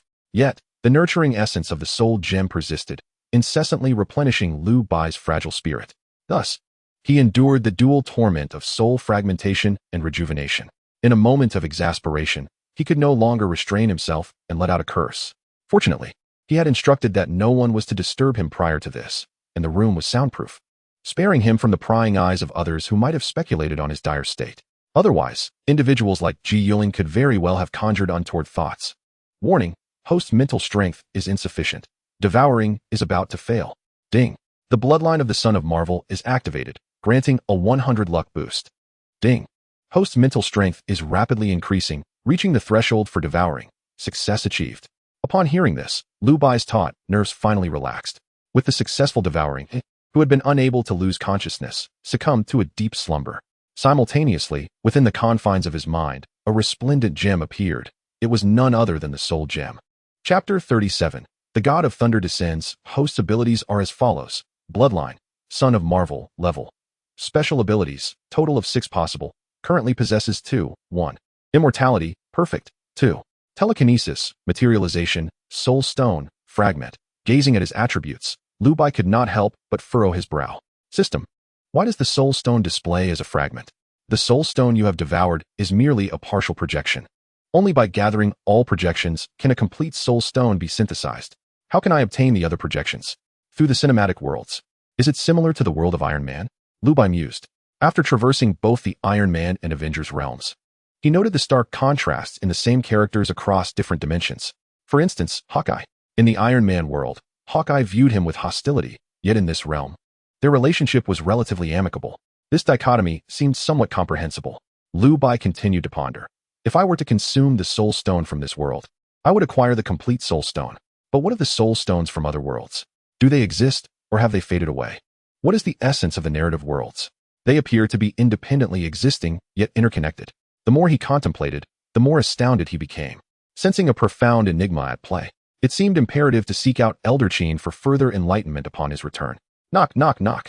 At that moment, a knock resonated from outside. Yuling's sultry voice floated in. Mr. Fong Buchuan, the Avengers have nearly assembled. Only Thor remains. Understood, I am aware. Liu Bai responded with a soft acknowledgement before opening the door, revealing Yuling's stunningly captivating visage. Have you pondered the matter, Mr. Darwin? Yuling inquired, her voice lilting with charm. Collaboration, of course, necessitates leverage. If the Ji family can afford the price, then discussions can certainly proceed. Liu Bai regarded Yuling with keen interest, understanding that such negotiations require gradual and meticulous discourse. Ideally, it would take place in the tangible world, where they could sit together, sipping tea and engaging in conversation. However, beyond this realm, the Ji family would find it nearly impossible to locate him in the immediate future. Liu Bai was skeptical that the Ji family could trace him back to the alternate world he had traversed. Previously, he had noted Yuling's claim that her silver hair was a result of her quest to find him, indicating the immense cost she had endured. Such a price was one that Yuling could not afford to pay a second time, nor could the Ji family. Once this period passed, he believed his strength would suffice to contend with the Ji family. At that juncture, it would not be he who needed to evade them, but rather the Ji family who would need to fear him. Am I not sufficient on my own? Yuling's eyes brimmed with tears, her voice tinged with sorrow, exuding an air of poignant vulnerability. Liu Bai was convinced that any man, upon witnessing Yuling's tear-streaked countenance, would find himself compelled to shower her with affection, eager to cradle her in his hands and offer her tender solace. Unfortunately, Liu Bai was not such a man. Even though the soul gem he had consumed was merely a fragment, it still bore the essence of the soul. The soul gem embodies the power of the spirit. Currently, Liu Bai's resolve was unwavering, a fact that was nothing short of astonishing. Men are truly despicable, Yuling scoffed, turning away as she departed. Have I done anything wrong? Did I? Upon hearing Yuling's words, Liu Bai introspectively evaluated himself and ultimately affirmed, indeed, I have done nothing. Suddenly, a cacophony erupted.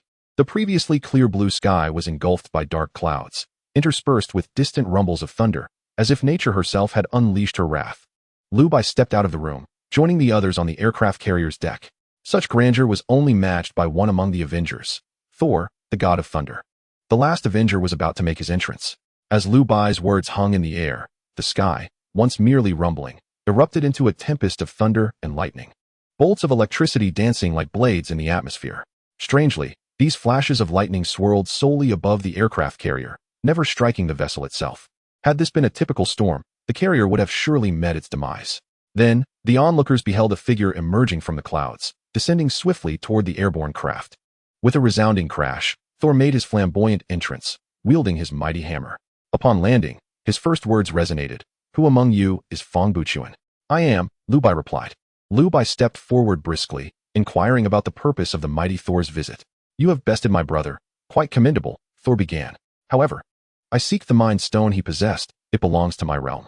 Liu Bai internally scoffed at this assertion, recognizing that it was Thanos who bestowed it upon his brother. Yet he maintained a facade of composure. You refer to the mind stone.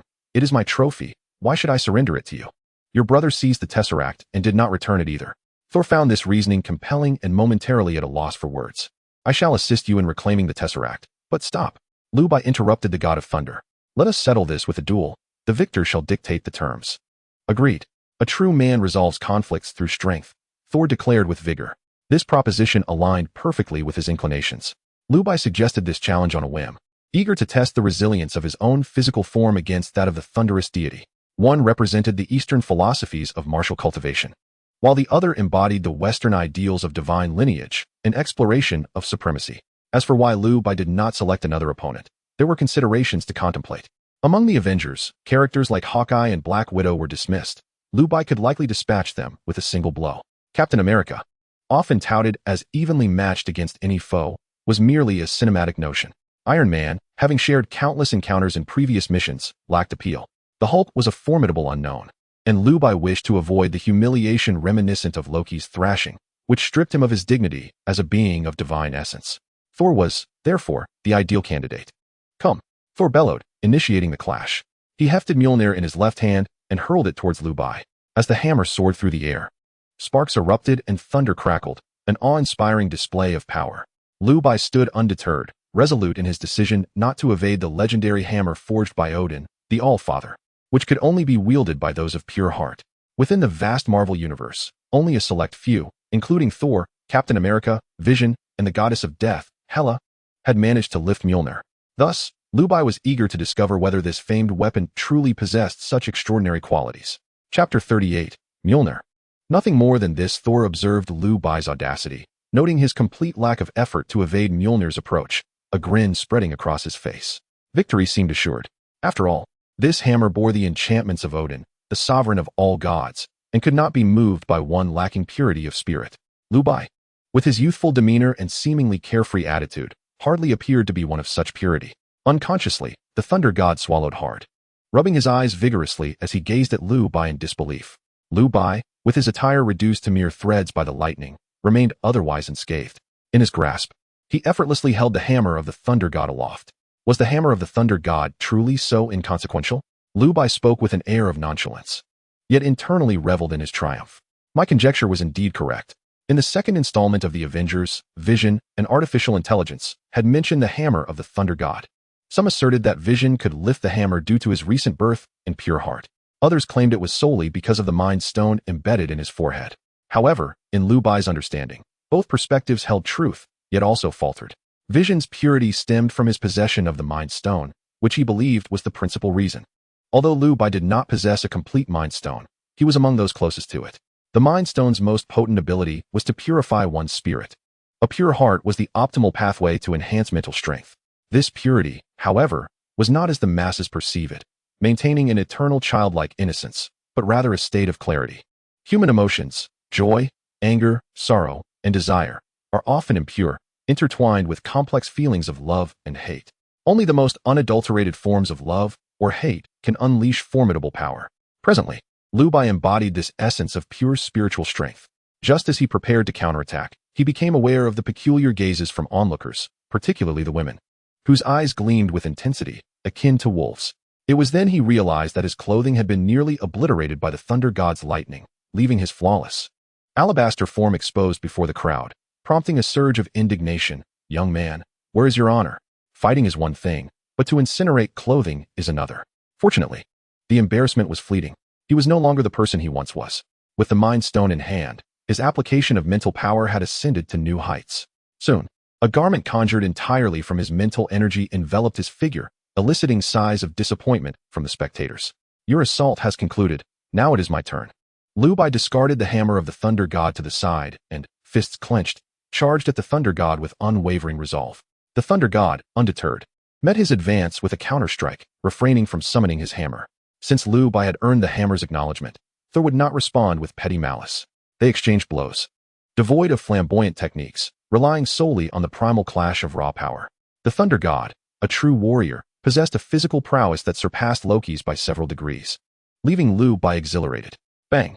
Bang, bang. The sounds of battle reverberated throughout the aircraft carrier. Neither combatant yielded ground, nor did either gain the upper hand. After a considerable duration, it was Thor who, unable to endure any longer, called for a ceasefire, declaring that further conflict would yield no victor. "You may keep the mind scepter for now," he gasped, collapsing onto the ground in exhaustion. With Thor's acknowledgement, he officially joins the Avengers. Main Quest Phase 1. Assembly of the Avengers, completed. Main Quest Phase 2 unlocked. Eliminate the Chitauri leader. No sooner had Thor's words faded than the mechanical voice of the Reincarnation Tower echoed in Liu Bai's mind. Eliminate the Chitauri leader? Liu Bai furrowed his brow. This main quest diverged entirely from the original narrative. In the original storyline, the Chitauri leader appeared for but a fleeting moment, serving as a formidable general under Thanos, whose strength was not to be underestimated. However, this character did not feature in the entirety of the Avengers saga. Liu Bai surmised that this was likely related to the adversary's reincarnators, which was the only explanation he could conceive at present. Director Nick, inform the carrier that we shall set sail for Stark Tower immediately. Given that the main quest was to eliminate the Chitauri leader, it stood to reason that Loki's faction had already succeeded. Time was of the essence. Wait a moment, Mr. Fong, why are you suddenly heading to my home? Tony interjected, bewildered by Liu Bai's orders. Because Loki intends to activate the Tesseract at Stark Tower to open a portal. Consequently, his reinforcements, the Chitauri, will flood into New York, ultimately seizing control of the entire planet, Liu Bai elucidated. In truth, he was uncertain as to why Loki had chosen Stark Tower for this undertaking. He merely sensed it had something to do with the arc reactor housed there. Yet, Liu Bai was oblivious to the fact that Tony Stark was a genius. Upon hearing Liu Bai's explanation, Tony's expression shifted dramatically as realization dawned upon him. He promptly retreated to don his armor, preparing to take the lead. Wait, I will accompany you, Liu Bai contemplated briefly, deciding to join Tony. He harbored reservations about Tony venturing alone. In the original narrative, Tony had gone solo and nearly met his demise at Loki's hands, only escaping by diverting the conversation long enough to don his armor. However, this time, a reincarnator familiar with the storyline was present. Tony was a vital asset and a dear friend. Although this world's Tony did not recognize him, Liu Bai could not allow him to face certain death. Very well. Can you pilot a fighter jet? Tony, upon hearing this, did not oppose and readily agreed.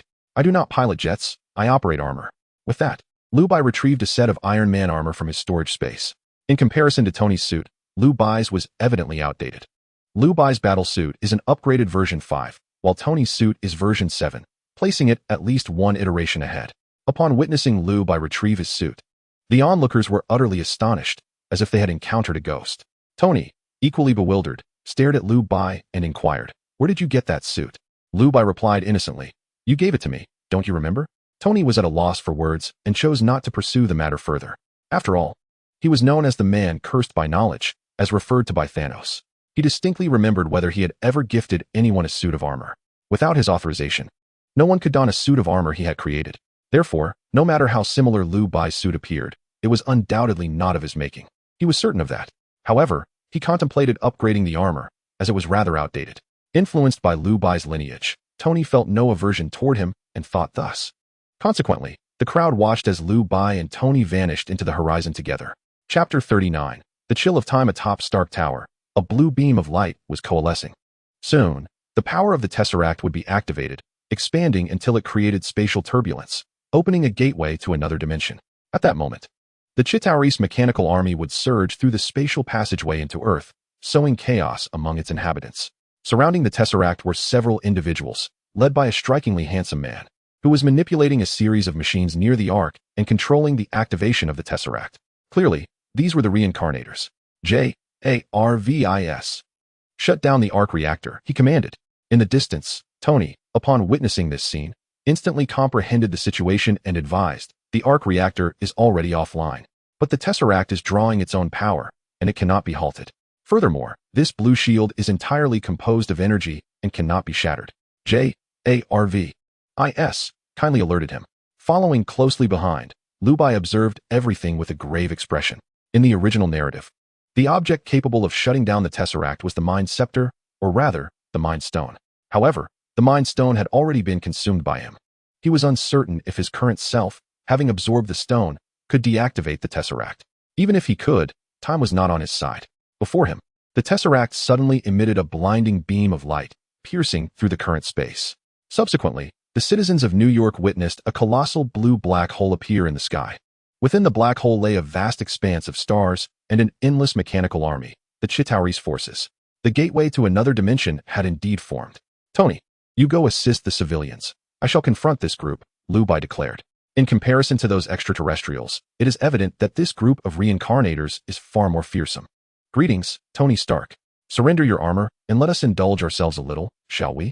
Below, near the Tesseract, the reincarnators whistled at Liu Bai, their demeanor frivolous as if Iron Man were of no consequence to them. If they were not foolish, then they must possess some form of assurance. Excluding the pioneers, typical reincarnators could barely survive through two narrative worlds, hardly in a position to look down upon Iron Man. Thus, in Liu Bai's eyes, these individuals were simply imbeciles. Without responding, Liu Bai raised his arm, and from the center of his palm, an electric arc pulse cannon shot forth. Bang! As the electric arc pulse cannon approached the vicinity of the Tesseract, it was intercepted by an invisible ripple, subsequently rebounding at its original velocity. The rebounding pulse cannon did not strike Liu Bai, as he effortlessly swept it aside with his telekinesis. However, the group of reincarnators below erupted into even louder laughter. Is this it? Iron Man is not so impressive after all. That Darwin fellow seized Iron Man's world, and I thought he was formidable. Turns out, he is merely of this caliber. If Iron Man of the Avengers is this foolish, how powerful could he possibly be in his own realm? I could do it too. Ha ha. Their laughter echoed unabashedly. Ah, so this is your reliance? The Tesseract, containing the Space Stone, is reputed to possess infinite energy. Nick and the others even attempted to harness the Tesseract to create a perpetual motion device, underscoring its formidable power. Therefore, Liu Bai was not surprised by the strength of the barrier formed by the Tesseract. What astonished him was that this group could manipulate the power of the Tesseract. That was somewhat impressive. It appeared that all of this stemmed from the man handling the Tesseract. However, he was not the only one capable of wielding the power of the stones. All Infinity Stones possess boundless energy, interconnected and mutually restraining. A glint of cold light flashed in Liu Bai's eyes. He had not forgotten his mission as an Avenger. Coupled with the arrogance of these individuals, none of them would leave unscathed. Boom. Liu Bai's armor unleashed its full firepower, advancing toward the Tesseract. Predictably, the energy barrier reappeared, blocking Liu Bai from proceeding. The previously intimidated hostile reincarnators, witnessing this, resumed their taunting. Break it. Liu Bai's mental energy began to dissipate, all directed toward the energy barrier before him. Upon closer observation, one could discern that the yellow gem in Liu Bai's mind was also rotating rapidly at that moment, continuously pouring forth mental energy. Crack. A sharp sound echoed as the energy barrier first exhibited a crack. The formerly mocking reincarnators, sensing the impending doom, hastily turned to the man beside them for aid. Brother Liang, did you not assert that this energy barrier is invincible? Quickly devise a solution. Iron Man is about to breach it. Silence. Your incessant chatter is maddening. Shi Liang retorted sharply. He then began to adjust the equipment. The spatial energy contained within the cosmic cube once again fed the energy barrier, which, despite its earlier cracks, began to glow and mend, ultimately shrinking until it could encompass only Shi Liang himself. Clearly, the reincarnators outside had become mere cannon fodder. What are you doing? Let us in, they shouted, hurling curses and threats at him, their words dripping with vitriol. Ha ha ha, Liu Bai chuckled derisively upon witnessing this spectacle. How amusing. Is this the fate of a sycophant? Very well, I shall first eliminate you, and then deal with this Shi Liang. In his eagerness for a swift resolution, Liu Bai did not retract his mental energy. Consequently, both the speed and strength of his battle suit surged dramatically. With a resounding crash, Liu Bai's velocity surged past the speed of sound, creating a thunderous sonic boom. One of the opposing reincarnators had yet to register the danger before Liu Bai's armor obliterated him, leaving a gruesome scene in its wake. Witnessing this, the others lost all courage to fight and began to flee, their hearts fervently hoping that Liu Bai would not choose them as his next target. Unfortunately for them, they were far too slow. Under Liu Bai's sustained supersonic assault, the group was swiftly dispatched. With the sole reincarnator bearing a vampire lineage managing to endure only a few seconds longer before being reduced to a mist of blood, irretrievably lost. Eliminated one enemy reincarnator. Completing the Avengers mission, reward multiplier, 100. Eliminated two enemy reincarnators. Completing the Avengers mission, reward multiplier, 200. Eliminated four enemy reincarnators. Completing the Avengers mission, reward multiplier, 400. The rewards were indeed bountiful. Chapter 40. The Battle of New York begins. You cannot break through. Abandon your efforts, Shi Liang stated calmly, his demeanor unruffled, devoid of any hint of panic. Liu Bai, who had intended to strike at Shiliang after dispatching the reincarnators, halted his advance. So confident, you must be Fong Buchuan, he remarked. Loki mentioned that you seized the Mind Stone. If I am not mistaken, you should now be capable of wielding its power. The Mind Stone and the Space Stone are equivalent. I have concentrated all energy here, rendering you powerless against me. Indeed, that makes sense, Liu Bai mused, stroking his chin. Then let us refrain from fighting. Subsequently, Liu Bai soared away without a backward glance. As Shiliang had indicated, the Space Gem and the Power Gem were equivalent. Even if he were to breach that energy barrier, the toll would likely be substantial. It is essential to remember that the ultimate adversary was the Chitauri leader, not this reincarnator. Just as Liu Bai and Shiliang were entangled in their confrontation, the Chitauri army had already infiltrated the heart of New York City. The scene was one of utter chaos. Despite the arrival of the Avengers, they were unable to fully thwart the enemy's onslaught, for the adversaries' numbers were overwhelming. To avert this catastrophe, only two courses of action remained. The first was to adhere to the original narrative and deploy nuclear weapons to obliterate the Chitauri stronghold. The second option was to eliminate the Chitauri leader. In the absence of a leader, the crisis would naturally dissipate. Clearly, both Shiliang's machinations and the mission bestowed by the Reincarnation Tower conveyed to Liu Bai that he must choose the latter course of action. What might the strength of the Chitauri leader be? Liu Bai murmured to himself, harboring a blend of anticipation and trepidation. The Chitauri had merely flickered into existence within the cinematic realm, yet Liu Bai dared not underestimate them, for they were the minions of Thanos, the ultimate force within the Marvel Universe. Very well, let us first deal with these lesser foes. With this thought, Liu Bai flew to the epicenter of the battle and called out to Hulk. Hulk. At that moment, Hulk had transformed into the monstrous green giant, a visage fierce and volatile. Upon hearing Liu Bai's voice, Hulk rushed over with a menacing glare. I shall enhance your strength, Liu Bai chuckled softly. Subsequently, a surge of mental energy began to envelop the green giant. The Mind Stone possesses the ability to purify the soul. Hulk's identity as Hulk stems from his fury. At present, your anger lacks purity and your power is insufficient. Allow me to assist you. As Liu Bai contemplated, he utilized the Mind Stone to refine the green giant's emotions of rage. With a thunderous roar, as the anger grew increasingly pure, Hulk's gaze became ever more ferocious. Teetering on the brink of uncontrollable wrath. That should suffice. Go forth and annihilate the enemies. An exceptionally refined surge of mental energy engulfed the green giant, propelling him towards the mechanical dragon of the Chitauri. With a ferocious tear, upon mounting the dragon's back, Hulk immediately rent one of its wings asunder and forcefully plunged it into the dragon's core. In mere moments, the mechanical dragon was reduced to naught by Hulk's wrath. Hulk had descended into utter madness. There remained but one final matter. Liu Bai glanced at Thor, his gaze tinged with avarice. What do you intend to do? Thor inquired, somewhat apprehensive, clutching his body tightly. My armor is out of power. May I borrow some electricity? Indeed, my energy has also depleted. Surely the god of thunder would not be so stingy as to withhold a little electricity? Upon hearing this, Tony joined the conversation. Nevertheless, they spoke the truth. Liu Bai's armor was hardly of the highest caliber, and after multiple supersonic flights, its energy reserves were nearly exhausted. Tony found himself in a similar predicament. Do you think my lightning is as abundant as cabbages, available in endless supply? Thor quipped, yet he was not reluctant to wield his hammer, summoning bolts of lightning. Thunder roared as arcs of electricity surged towards Liu Bai and Tony, inadvertently striking down numerous Chitauri. ZZZZT. Charging complete, current energy coefficient at 400%. Jarvis's voice resonated within the suit. Upon hearing this, Liu Bai's face broke into a satisfied smile. Now that's more like it. It was time for a spree of destruction. With a burst of flames from his armor, Liu Bai ascended into the sky, joining the throngs of Chitauri. To maximize his extermination of these minions, he needed to take flight. It was not merely for the sake of accumulating points, but for efficiency. Those familiar with the original narrative would know that the enemies felled by the non-flying Captain America, Hawkeye, and Natasha could not compare to the carnage wrought by the flying Hulk, Iron Man, and Thor. The Hulk, after all, leaps farther than many can fly. So let us consider him as flying. Lacking the ability to soar, Liu Bai depended on his armor for flight. Thus, he required recharging. At the entrance of the portal, Chitauri soldiers poured in ceaselessly. Upon spotting Liu Bai soaring high above, they roared in fury, unleashing their energy weapons upon him. A barrage of energy beams hurtled towards Liu Bai, threatening to engulf him. Yet, he felt no fear. All right, you grotesque aliens, it is time for your annihilation.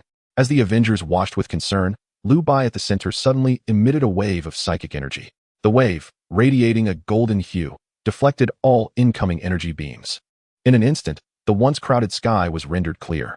However, Liu Bai was not content with merely repelling their attacks. To obliterate these pests entirely, he projected his psychic force once more. A sphere of mental energy enveloped Liu Bai, expanding outward from his core. 1 meter, 2 meters, 10 meters, 20 meters, until it reached 100 meters. The psychic barrier finally ceased its expansion. This barrier was strategically positioned at the portal's entrance. It could be said that any Chitauri wishing to breach the heart of New York City would have to enter his domain. Yet, this domain was far from welcoming. Every Chitauri soldier who dared to enter was, without exception, crushed to dust by the overwhelming psychic energy within. Even when the Chitauri soldiers later detected the signs and attempted to adopt a strategy akin to ants banding together to brave the flames, their efforts to penetrate New York City were met with devastating losses. The remaining stragglers were mercilessly eliminated by the Avengers. Victory in the war seemed all but assured. The most elated among them were the reincarnators within the Avengers' ranks. They had scarcely lifted a finger, yet were poised to reap the rewards of an effortless triumph. Though the final points of reincarnation may have been limited, at least they would return alive, a fortune that many would deem a blessing. They also recognized that this individual was no ordinary man. He was unmistakably the renowned Darwin. Who else possessed such an exquisite battle attire and formidable prowess? At that moment, a singular thought consumed their minds. Great One, we beseech you to lead us. Chapter 41. The Unfortunate Loki. This is dire. Shi Liang gazed at Liu Bai, who appeared as a deity descended from the heavens, and furrowed his brow. By nature, he was cold and indifferent, never concerned with the fates of others. Thus, when Liu Bai posed a threat to him, he callously abandoned the group of reincarnators. However, he held his own life in the highest regard. In essence, he was a refined egoist. Now, positioned within Loki's faction, he certainly did not wish to witness this predicament. Loki, do you see? All the Chitauri soldiers have been obstructed by this man. This is exceedingly disadvantageous for us. Loki looked up at Liu Bai in the sky, fear etched across his face. Thankfully, he had fled swiftly, for otherwise, he would not have known how he might meet his demise. He never anticipated such an aberrant individual. A single person could command an army. If Liu Bai were to learn of Loki's thoughts, he would undoubtedly scoff. Indeed, your hasty retreat is your saving grace. Otherwise, how could I so effortlessly acquire the Mind Stone? Previously, Liu Bai's power rating at the Reincarnation Tower was classified as A-grade.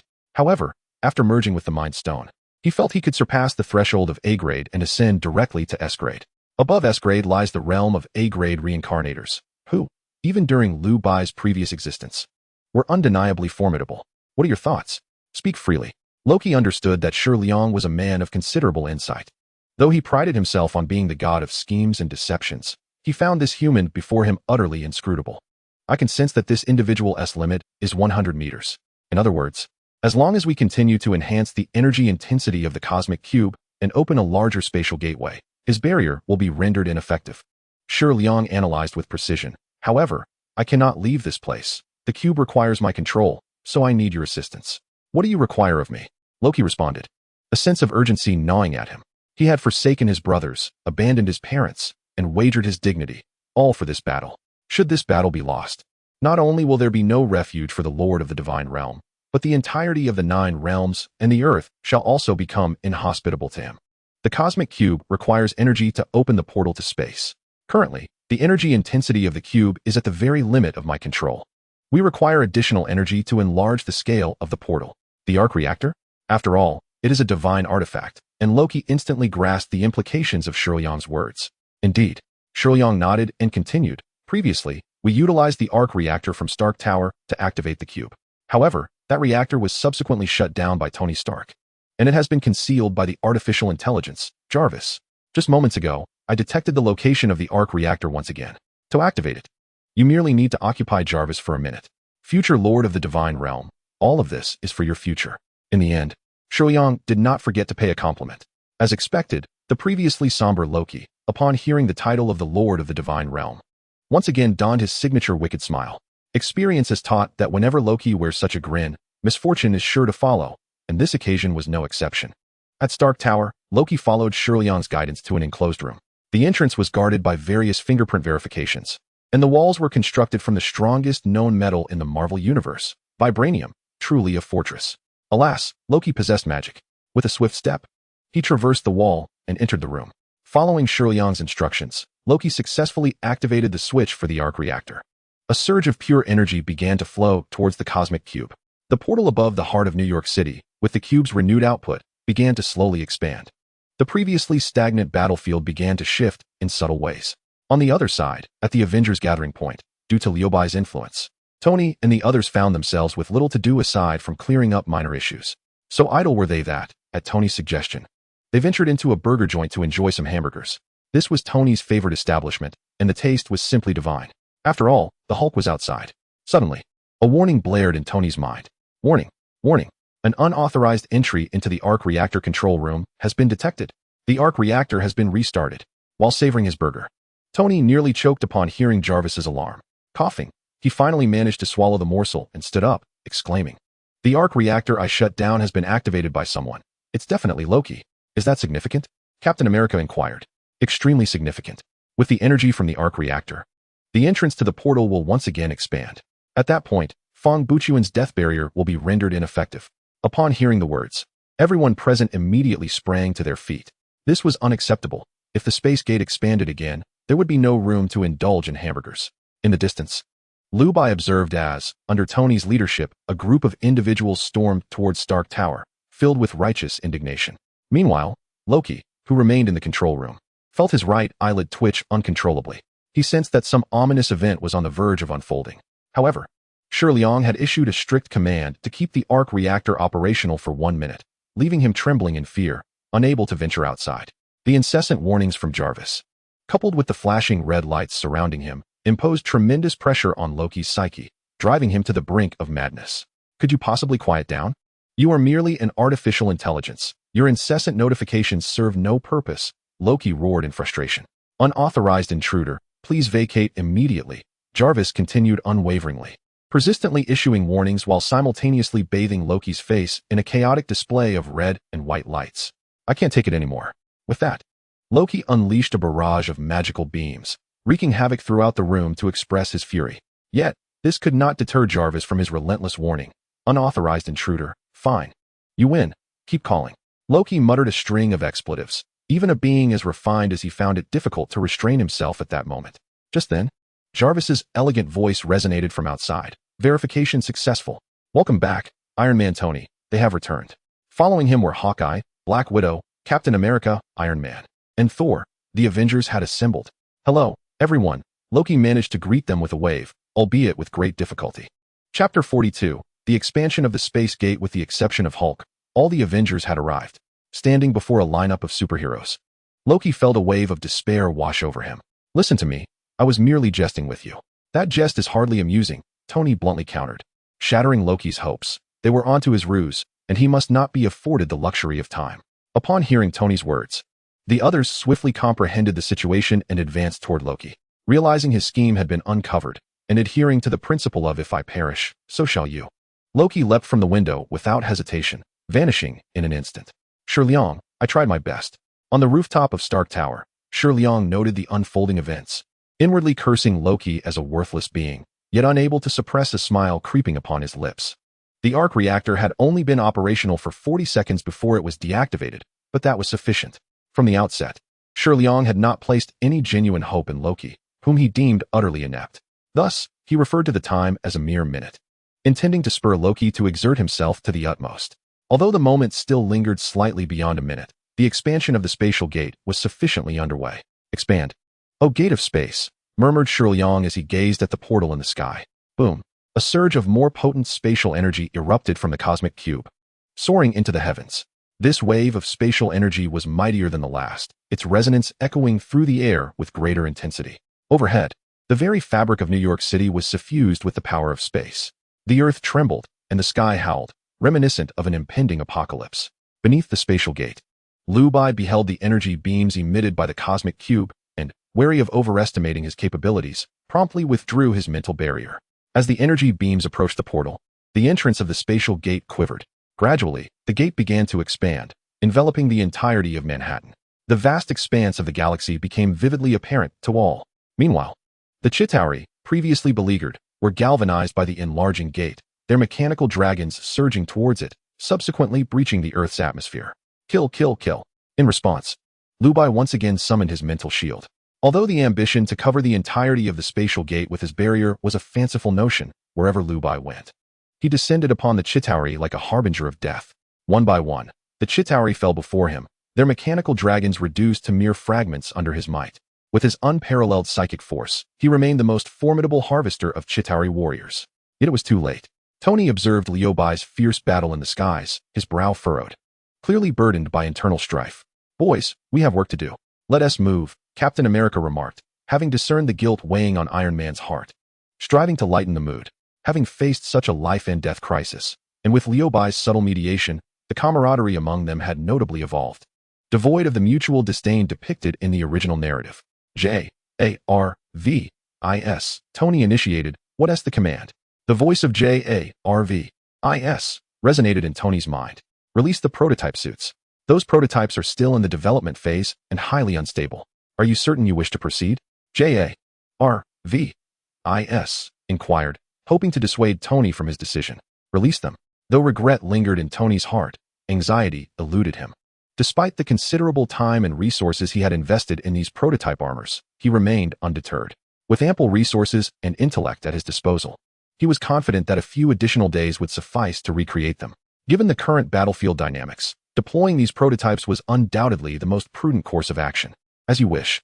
As Jarvis concluded, a multitude of prototype machines soared from Tony's treasured collection, rapidly filling the sky.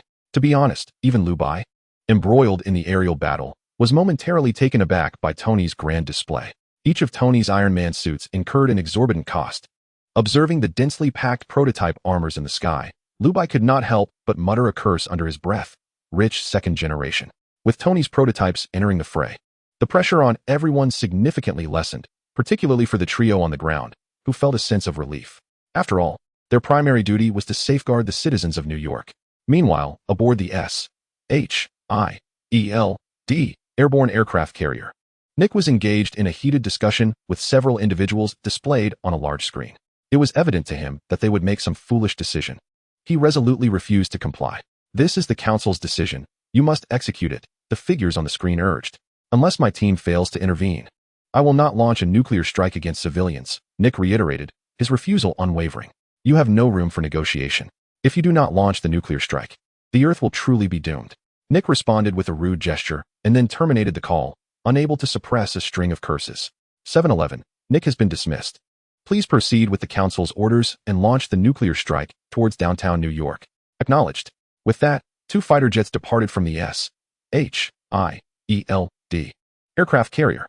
Nick could only destroy one in the nick of time, watching helplessly as the other aircraft ascended into the sky. "Tony, Fong Buchuan, can you hear me?" At that moment, both Tony and Liu Bai received Nick's urgent message. "Director Nick, what is the situation? A plane armed with a nuclear warhead is heading your way. It must be stopped, or all of New York will be lost." "Leave it to me, Tony. You continue to manage the battlefield. Trust me," Liu Bai asserted firmly. "All right." Tony was taken aback by Liu Bai's patriotic fervor, his regard for him elevating once more. Had Liu Bai been privy to Tony's true intentions, he might have burst into laughter. Initially, his plan was to seal off the sky gate with a psychic barrier, preventing the Chitauri from invading Earth and smoothly luring out their leader. However, unforeseen circumstances arose when the character Si Liang expanded the spatial gate. Liu Bai was at a loss for how to proceed, as the narrative had diverged significantly from its original course. He had not dared to hope for the reappearance of the nuclear warhead. Yet, upon receiving Nick's warning, he was secretly elated. If the nuclear warhead could obliterate the Chitauri warships on the other side of the spatial gate, it would be interesting to see if the Chitauri leader would still emerge. Chapter 43. The demise of the Chitauri fleet. Fong Buchuan. "The nuclear warhead has been launched. It must be intercepted," Nick urged. "Rest assured, leave it to me," replied Liu Bai, directing his flight towards Nick's indicated path. With a whoosh, Iron Man's suit surged forth at supersonic speed, carving an elegant arc through the sky. "I found it." After a brief flight, Liu Bai effortlessly spotted the nuclear warhead. In the original narrative, Tony Stark had embraced the entire warhead, utilizing the thrusters of his Iron Man suit to forcibly alter its trajectory, directing it into the portal. However, Liu Bai had no need for such elaborate measures. His initial psychokinetic abilities endowed him with the power to modify the trajectory of objects. Furthermore, after experiencing a manifestation of his mental energy and subsequently absorbing the Mind Stone, his mental prowess had evolved beyond compare. Thus, while the nuclear warhead was undeniably formidable, Liu Bai surmised that even he could not withstand its explosion. Yet, merely adjusting its trajectory posed no challenge for him. Consequently, onlookers witnessed Liu Bai trailing closely behind the warhead, intermittently unleashing red mental energy, guiding the warhead steadily towards the portal. In this extraordinary scene, words eluded the spectators. Fortunately, having grown accustomed to Liu Bai's remarkable displays of power, they were not overly astonished. Ultimately, as the warhead neared the portal, it erupted in a violent wave of energy. Even Liu Bai and the others on Earth were momentarily taken aback. On the other side of the portal, the Chitauri fleet, upon contact with the warhead, erupted in a series of explosions, vanishing completely in mere moments. Meanwhile, the Chitauri on Earth, after the obliteration of their fleet, collapsed as if stripped of all vitality, rendered immobile. This was the nature of the Chitauri, a semi-mechanical life form. Once their primary energy source was extinguished, they resembled lifeless humans. Yet, the residual energy from the explosion persisted. This is bad. Tony was the first to react. The power unleashed by the nuclear detonation was staggering.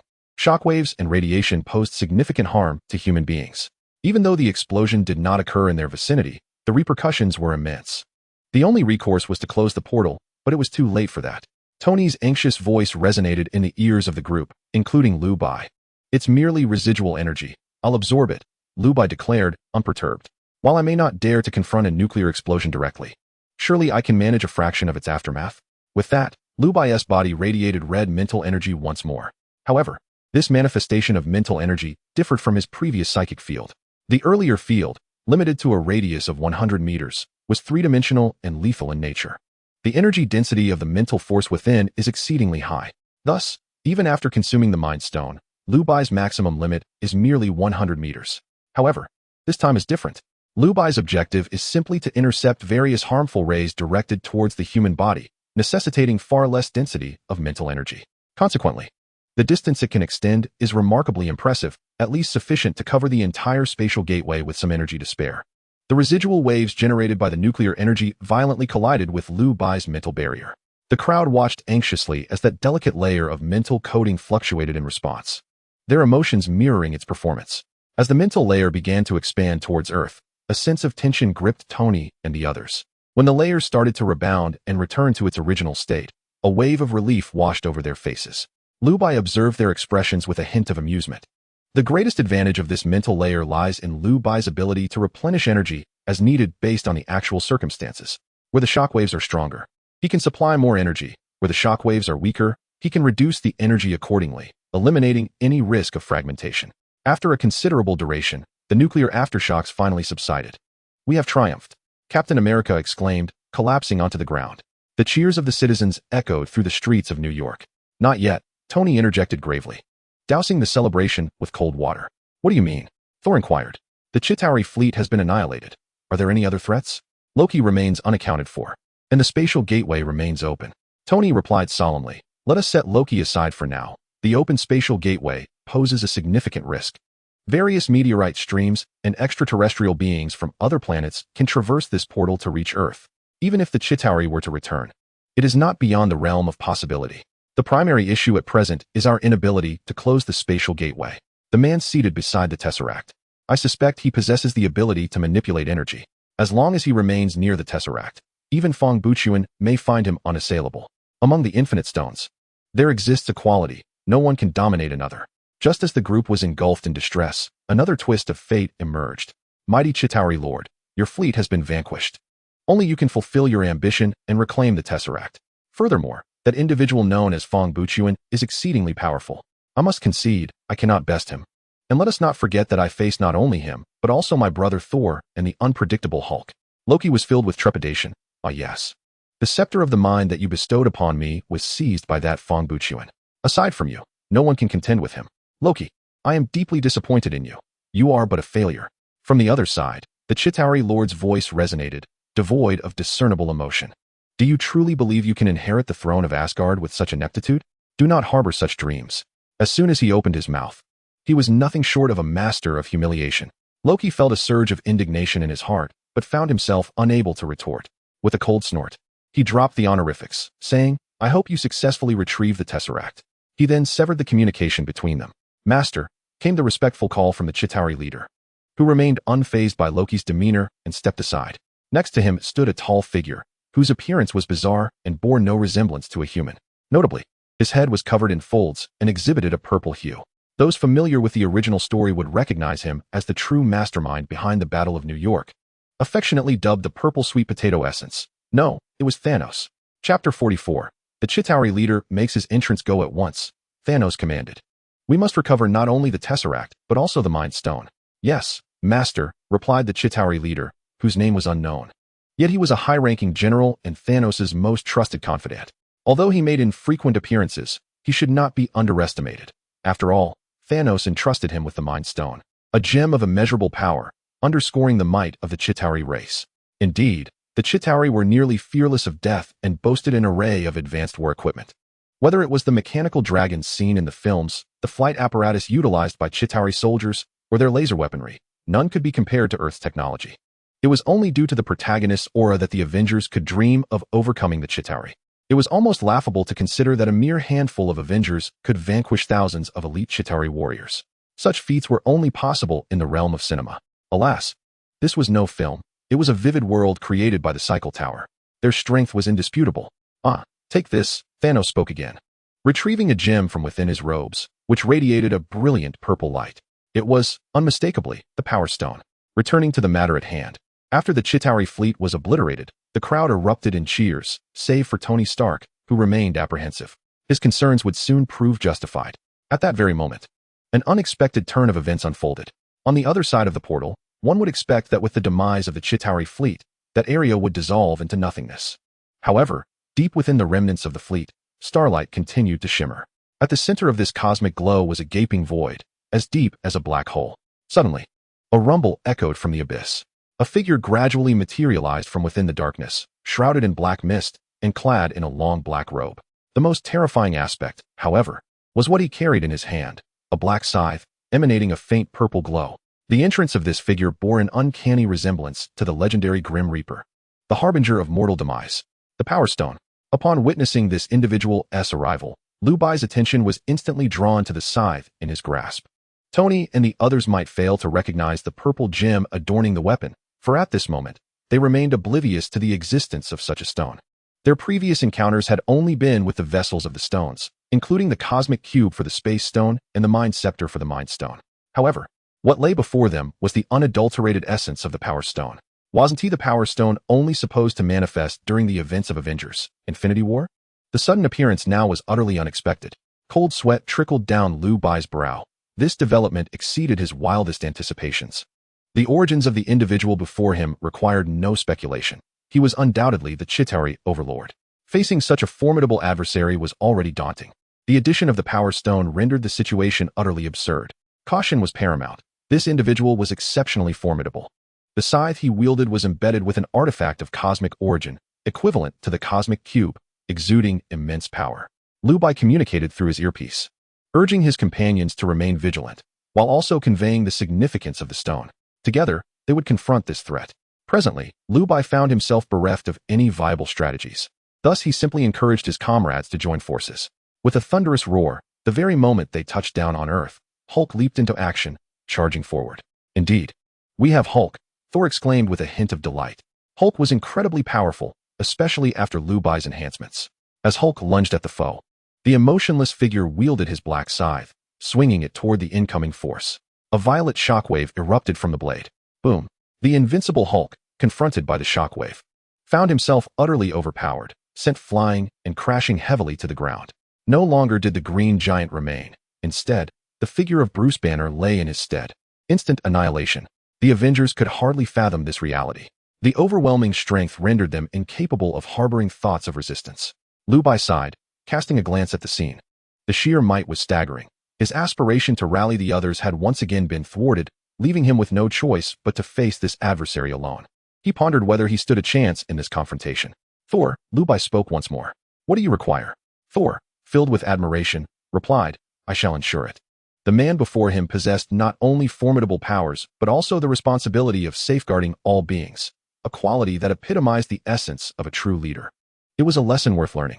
Little did he know that this was a critical mission. Failure to complete it would result in dire consequences.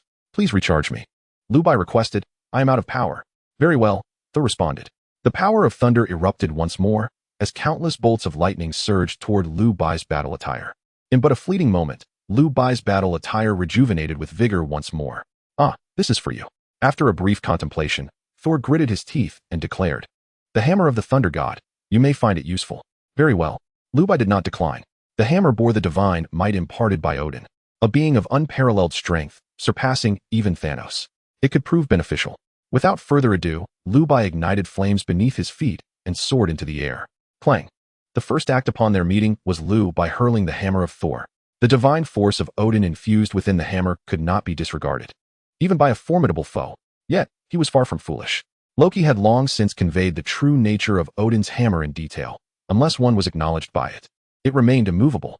Thus, should he be struck, he too would be dragged into the earth by the hammer. Avoidance was the most prudent course of action. With a swift step, he evaded the hammer. However, contrary to expectations, the hammer did not plummet to the ground but instead spun in the air, returning once more to Liu Bai's grasp. Liu Bai, unlike Thor, lacked the ability to summon the hammer at will. His command over it was contingent upon the power of the Mind Stone. Yet, he possessed his own methods. The hammer's weight was not extraordinary. Thus, by attaching his mental energy to it, he could summon it back, achieving a similar effect to that of Thor.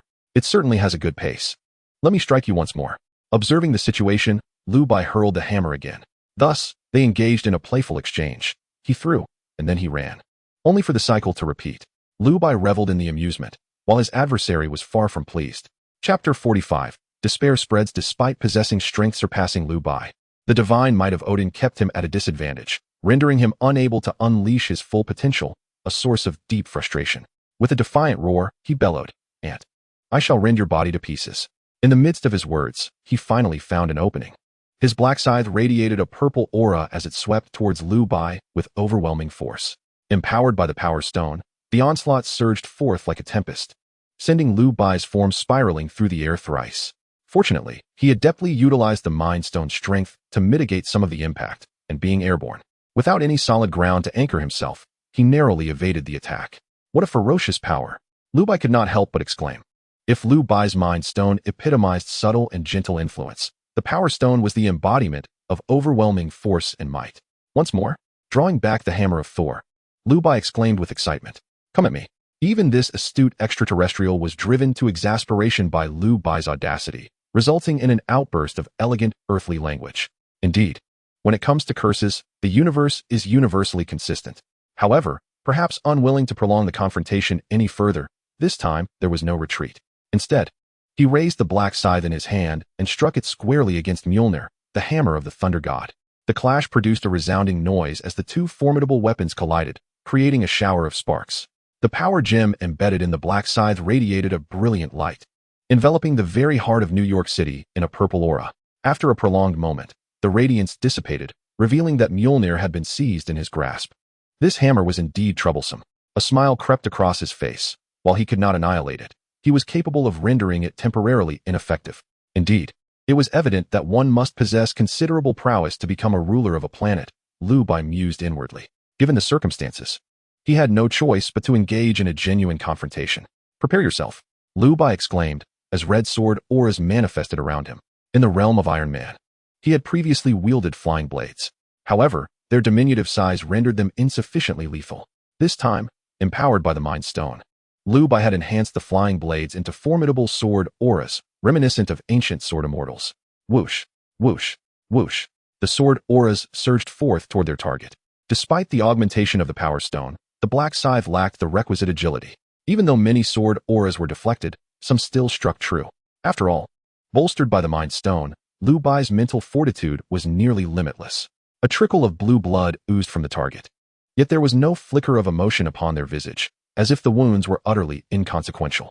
Sizzle, sizzle, sizzle. Before Liu Bai could ponder further, wisps of white smoke began to emanate from the wounds on their body.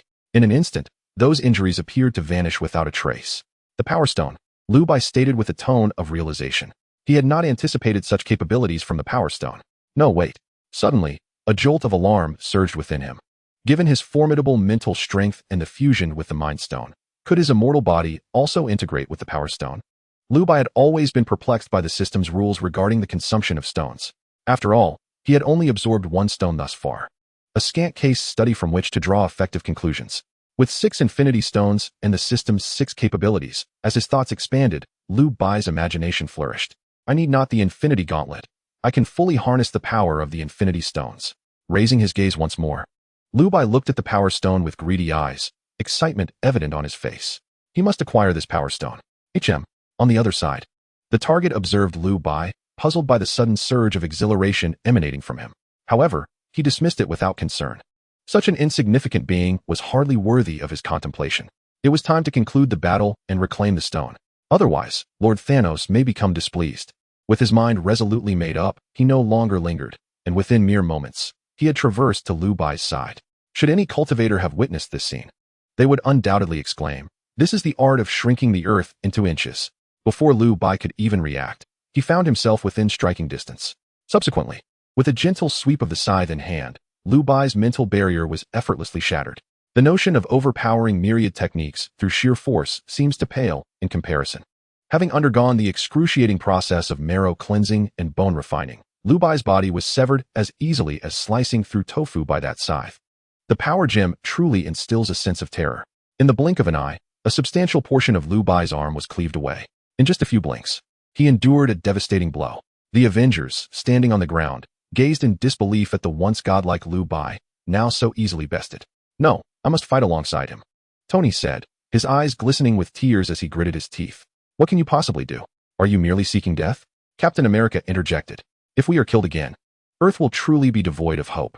No, I must return. I need to find my father. He will surely defeat this foe," Thor declared. However, his enchanted hammer remained in the hands of their adversary. Even if he wished to return, he could only wait until the battle concluded. The sense of loss extended beyond the Avengers.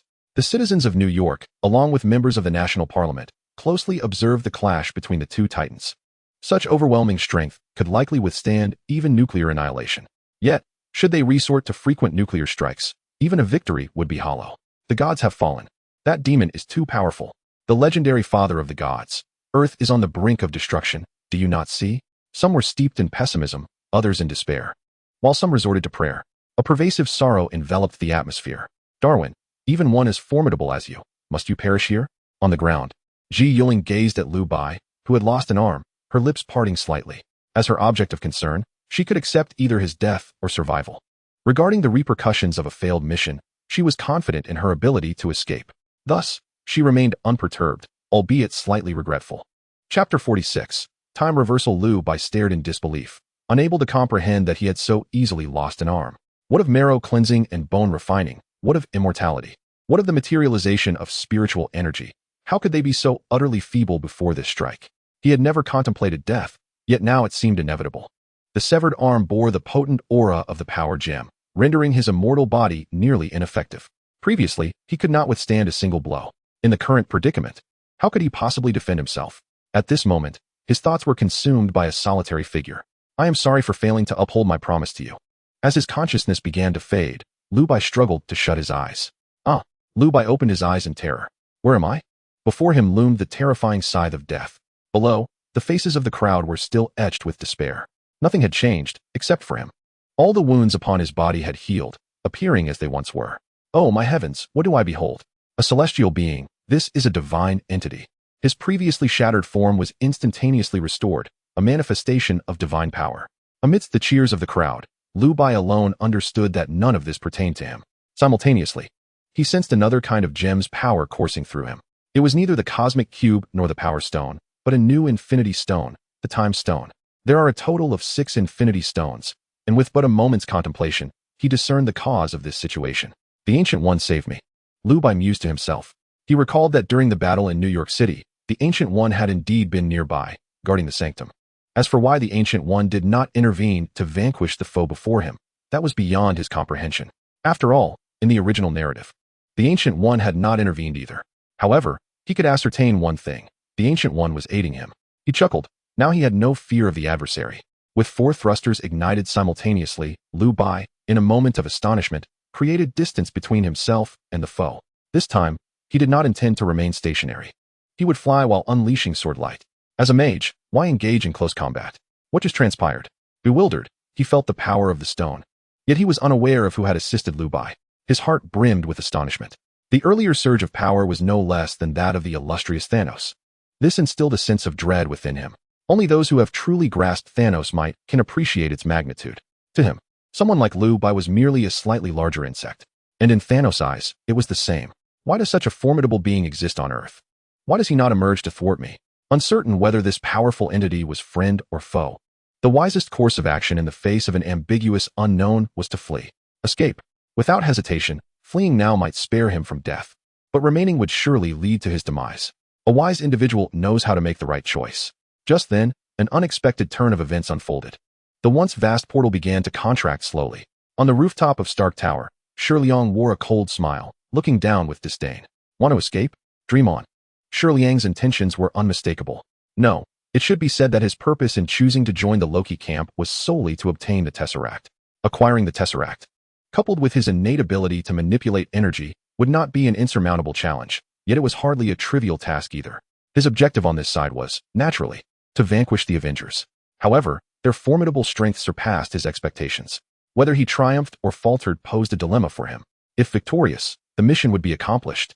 Yet the Tesseract would likely slip from his grasp. If defeated, the mission would fail, preserving the Tesseract, but at the cost of his own life. This predicament left him in deep turmoil.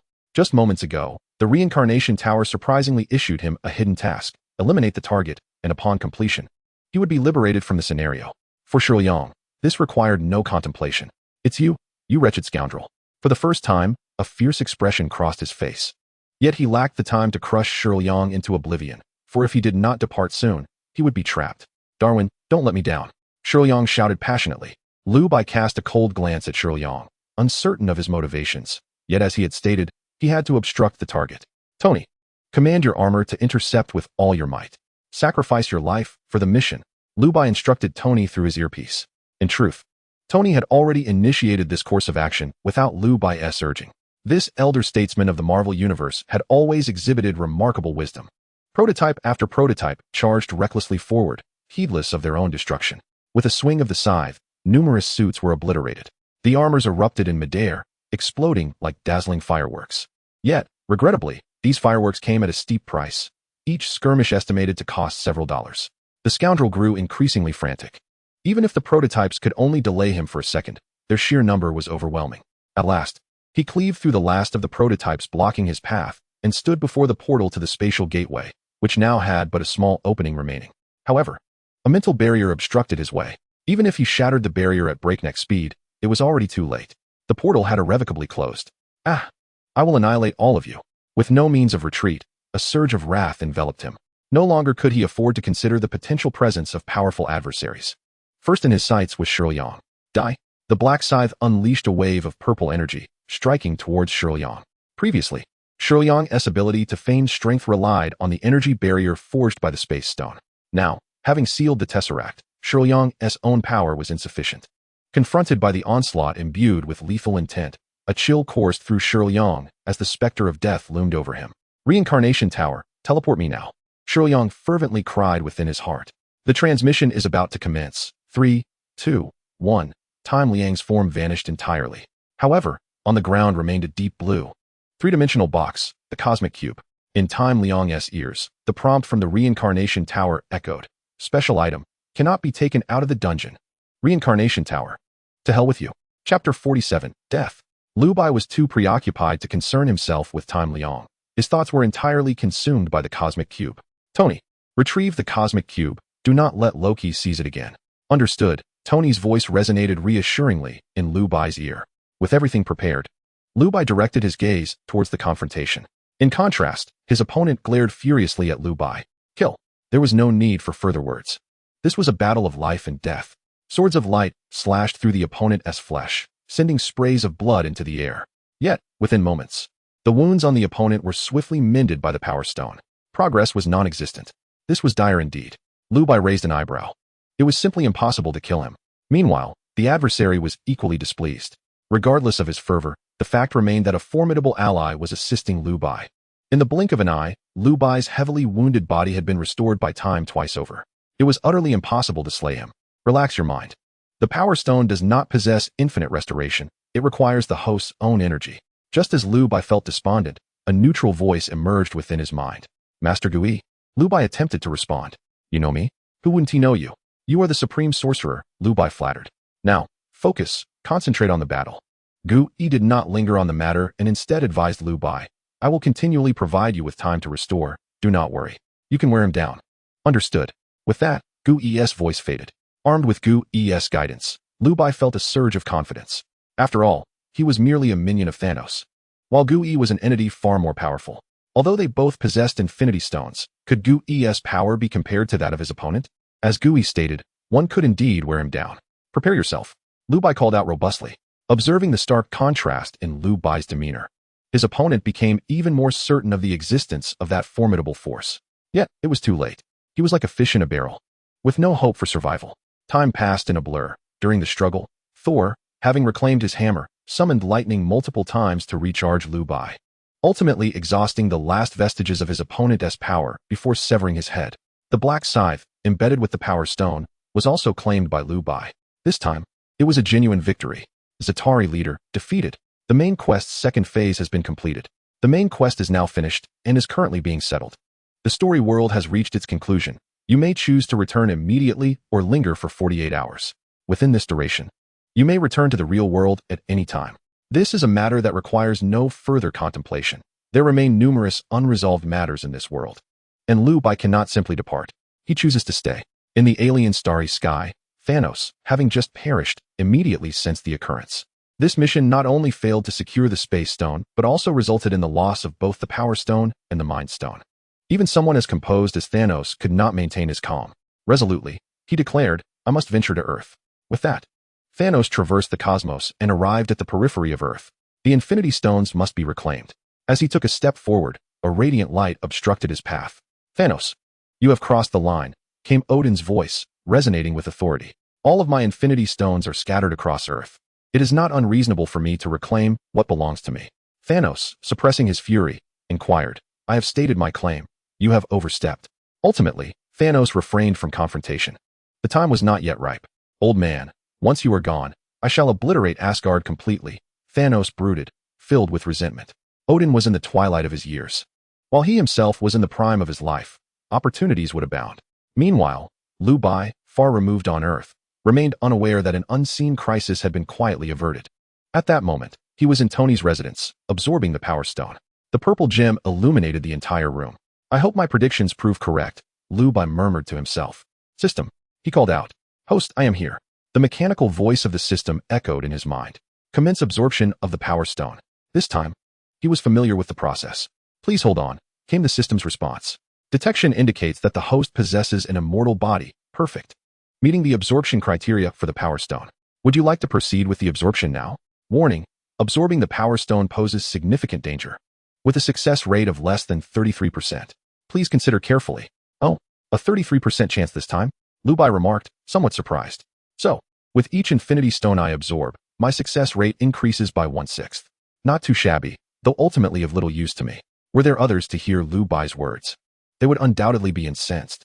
I am irreconcilable with those European dogs. Absorb it. Absorption commencing. Mild discomfort may be experienced during the process. Please rest assured, host. Soon, Liu Bai was engulfed by intense pain. Initially, he believed that the physical tearing would be less agonizing than the torment of his soul. Alas, he was gravely mistaken. The agony endured in the consumption of the Power Stone is at least equal to, if not greater than, that experienced when devouring the Soul Stone.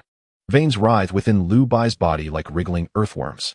The sound of rupturing fills the air, as these veins, having expanded excessively, burst, leading to a spillage of crimson fluid across Liu Bai's form. Yet, due to his innate regenerative abilities, the veins reconstitute, only to shatter once more. His bones undergo a similar fate, fracturing before mending, and then fracturing again. It dawned upon him why the success rate of such consumption is so lamentably low, a complete metamorphosis, with a mortality rate of 10-1. Even with Liu Bai's physically refined body, he nearly succumbed, raising the question of whether the odds could indeed be favorable. Cries of despair reverberated throughout the chamber. After a prolonged struggle, Liu Bai finally regained consciousness. His body had completed the consumption process. In his mind, alongside the original Soul Stone, now resided a newly acquired Power Stone. His form was now marred by thick, congealed blood, and the only notable difference from his earlier purification was a slight reduction in the amount of foul blood. Unable to bear the stench clinging to him, Liu Bai hurriedly retreated to the bathroom to cleanse himself. Once refreshed, Liu Bai gazed into the mirror, captivated by his own reflection. Truly, He had undergone a remarkable transformation. His stature had grown taller and more imposing, and his features had become strikingly handsome. With long eyebrows reminiscent of willow branches, eyes like rivers of stars, and a physique akin to a jade tree, he exuded perfection. He was confident that upon returning to reality, simply standing on the street would inevitably cause numerous traffic accidents, as people would be so entranced by his visage. Chapter 48, World-Class Mission, Host Abilities as follows. Bloodline, Child of Marvel, Level. Special Abilities, Total Possible, 6. Currently Possessed, 2-1. Immortal Body, Metamorphosis, Power Stone, Fragment, 2. Telekinesis, Divine Power, Soul Stone, Fragment. Observing his status panel, Liu Bai felt immense satisfaction. Previously, he could only sense the extraordinary strength of his physical form, devoid of any deeper awareness. However, now he perceived a boundless reservoir of power within him, truly infinite, not merely an illusion. The distinction lay in the nature of the power. The former was external, while Liu Bai's was internalized. By consuming the Power Stone, he had integrated its essence into his very being. The energy of the Power Stone was limitless, thus endowing him with unending strength. In contrast, the Power Stone required its user to expend their own strength as well, which led to his ultimate exhaustion and demise. Even Thanos was not exempt from this, as Liu Bai recalled how feeble the Titan appeared after snapping his fingers twice. The transformation did not cease there. Liu Bai also sensed an enhancement in his mental fortitude. It aptly reflects the inscription on the panel. Divine power flows endlessly, never to be depleted. This is the result of the mutual amplification between the two Infinity Stones. Contemplating this, Liu Bai could not help but look forward to the moment when all 6 stones would converge. The thought of their combined might was truly delightful.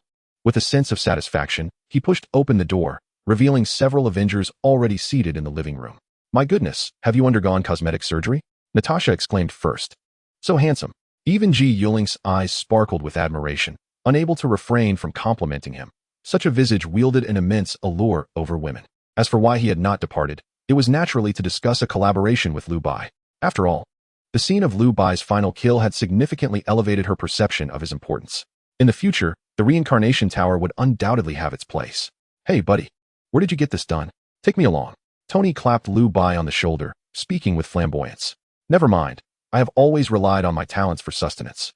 After a moment of reflection, Tony continued, and the atmosphere among them grew increasingly harmonious. "By the way, where's the Tesseract?"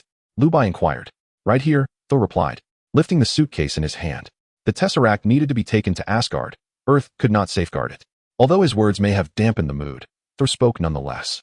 Liu Bai nodded in agreement with Thor's assertion. Whether it was a tradition of Asgard or not, despite possessing formidable Infinity Stones, neither Odin, the All-Father, nor Hela, the goddess of death, nor even Thor himself, regarded him with any respect. Ironically, it was Loki, an outsider, who held him in high esteem. Thus, Liu Bai concurred with Thor's perspective. He was genuinely concerned for Earth. Perhaps it could be considered a hereditary affliction. "Do you agree?" Thor was taken aback by Liu Bai's amiability. After all, when he had previously demanded the Mind Stone, he had been thoroughly bested. "No, I do not agree." Although Liu Bai currently had no use for it, he would undoubtedly return for it in the future. If Thor took the Tesseract to Asgard, how could he retrieve it? He was neither capable of flying nor traversing interstellar distances. "How about this? Let Tony keep it. I trust in his abilities." After some consideration, Liu Bai ultimately decided to entrust it to Tony. Despite his seemingly arrogant demeanor, Tony was, in fact, the most reliable, or so Liu Bai thought. "All right. I cannot forcibly take your earthly possessions," Thor conceded, handing the suitcase to Tony. His initial intention was to act in the best interest of humanity. If they were ungrateful, it mattered little to him. "Very well, with all discussions concluded, tonight we shall indulge until inebriated," Tony declared. After the great battle, it was essential to unwind. In the world of the Avengers, Liu Bai spent yet another day in the laboratory with Tony, enhancing and upgrading the armor designed for both Liu Bai and Guang. Eventually, the moment of return arrived. Liu Bai silently intoned, "Return." Reincarnator Darwin has chosen to return. The settlement is as follows. Story World. Avengers. Basic clearance reward. 20,000 points. Clearance rating. Level. New York Rescue Reward. 203, 200. Including the vanquished Chitauri, mechanical dragons, etc. Plot alteration degree. 50. This includes controlling the Avengers, receiving assistance from the Ancient One, seizing the Mind Stone, etc. Basic coefficient of plot alteration degree. 200. Level evaluation bonus coefficient. 300. Avenger title bonus coefficient. 400. Final reward. 8,035. 200 reincarnation points. Due to your actions in saving New York, you have gained the goodwill of most factions in this story world. This story world will become your personal realm, accessible only to you. Note: you may return to this story world at any time. Global announcement: Reincarnator Darwin has acquired ownership of the Avengers world. Avengers will no longer be accessible to other reincarnators. Please take note. Global announcement: Reincarnator Darwin has achieved a level rating in Avengers. This is a formal notification. On my front row, I calculated. Today being Darwin's day to embark on a new adventure, something significant was bound to occur, and as anticipated, it unfolded before me. The master upstairs possesses remarkable skill. Goodness. Is this the rhythm of conquering the Marvel universe? Is Marvel your family business? This is utterly outrageous. Allowing such a scoundrel to achieve such a high rating is simply untenable. The global announcements once again stirred a tempest across the world, eliciting envy, jealousy, and indignation from all. However, before Liu Bai could fully digest the spoils of this conquest, another notification suddenly arrived. Of course, this one was not a global announcement. Ding! It has been detected that Reincarnator Darwin simultaneously possesses the Iron Man world and the Avengers world. The Iron Man world has vanished, merging into the Avengers world. While a hidden world task has been initiated. Hidden world task: unique, elevate the level of the Avengers world, refine the worldview. Task duration: permanent. Goodness. There's a task following the adventure. It seems quite formidable. Liu Bai had previously pondered what would happen if one possessed multiple Marvel worlds. Little did he expect that the Reincarnation Tower would merge the earlier timeline world into the later one and initiate a hidden task. Reincarnation Tower. Could you be a tad clearer? No response. Well then, I'll explore at my own pace. After all, there is no deadline for the task. Liu Bai remained unperturbed, knowing that time was abundant. Compared to this, he now yearns to see Gu Ying even more. During this recent trial, he narrowly escaped death. In the final moments of his life, his mind was filled with the image of Gu Ying. The long-lost shadow of death loomed over him, revealing that what he could never let go of was always Gu Ying. In Kyoto, Ji Yiling listened to the global announcements with a complex expression. Only she understood that all of this was earned at the cost of Liu Bai's life. She sincerely hoped that Liu Bai would seek refuge with the Ji family rather than oppose them. My lord, the elder Ji wishes to see you. All right, I understand. Ji Yiling rose and made her way to the residence. Chapter 49. The truth of the Reincarnation Tower world since the opening of the Reincarnation Tower. No other reincarnator has attained the level of notoriety that Darwin has. Whether it be his rare bloodline, his unique level of valuation, or his unparalleled ownership of a story world, Darwin's fame has reached its zenith. For a modern individual, one may not have heard of those popular stars, but one has undoubtedly heard of Darwin, the infamous murderer. Before the previous post titled Butcher had been clarified, yet another post titled Speculations on the Reincarnation World thrust Darwin back into the spotlight. What is the difference between the reincarnation world and the real world? Many must have pondered this. Most likely, many believe that the reincarnation world and the real world are essentially indistinguishable, correct? At the beginning of the post, the anonymous author posed a series of rhetorical questions, captivating the curiosity of numerous reincarnators. The origins of the Reincarnation Tower have always been one of the greatest intrigues for many reincarnators. The story worlds within the Reincarnation Tower are sometimes eerily identical to the real world. No, they are identical. If a reincarnator tells you that they have no interest in the essence of these story worlds, there are only two possibilities. Either that reincarnator is a fool, or they are pretending to be one. Thus, the author's initial questions instantly captured the hearts of the majority of reincarnators, naturally keeping the discussion fervent. What does the author mean? Have they uncovered some useful information?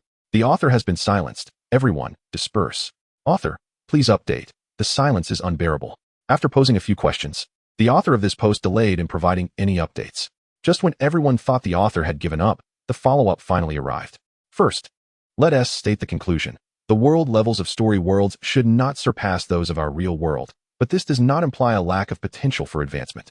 666. The author has a vivid imagination, seemingly just escaped from a psychiatric hospital.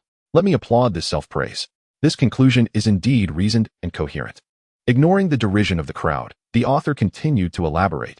The reasons are as follows. 1. The foundational worldview of narrative realms derives from human creativity. In other words, the reality we inhabit serves as the essence of the story world of the Tower of Reincarnation. 2. Numerous narrative realms exist in series. For instance, the vast array of cinematic works under the Marvel Universe. These cinematic endeavors are predominantly structured according to a chronological timeline, emphasizing the timeline.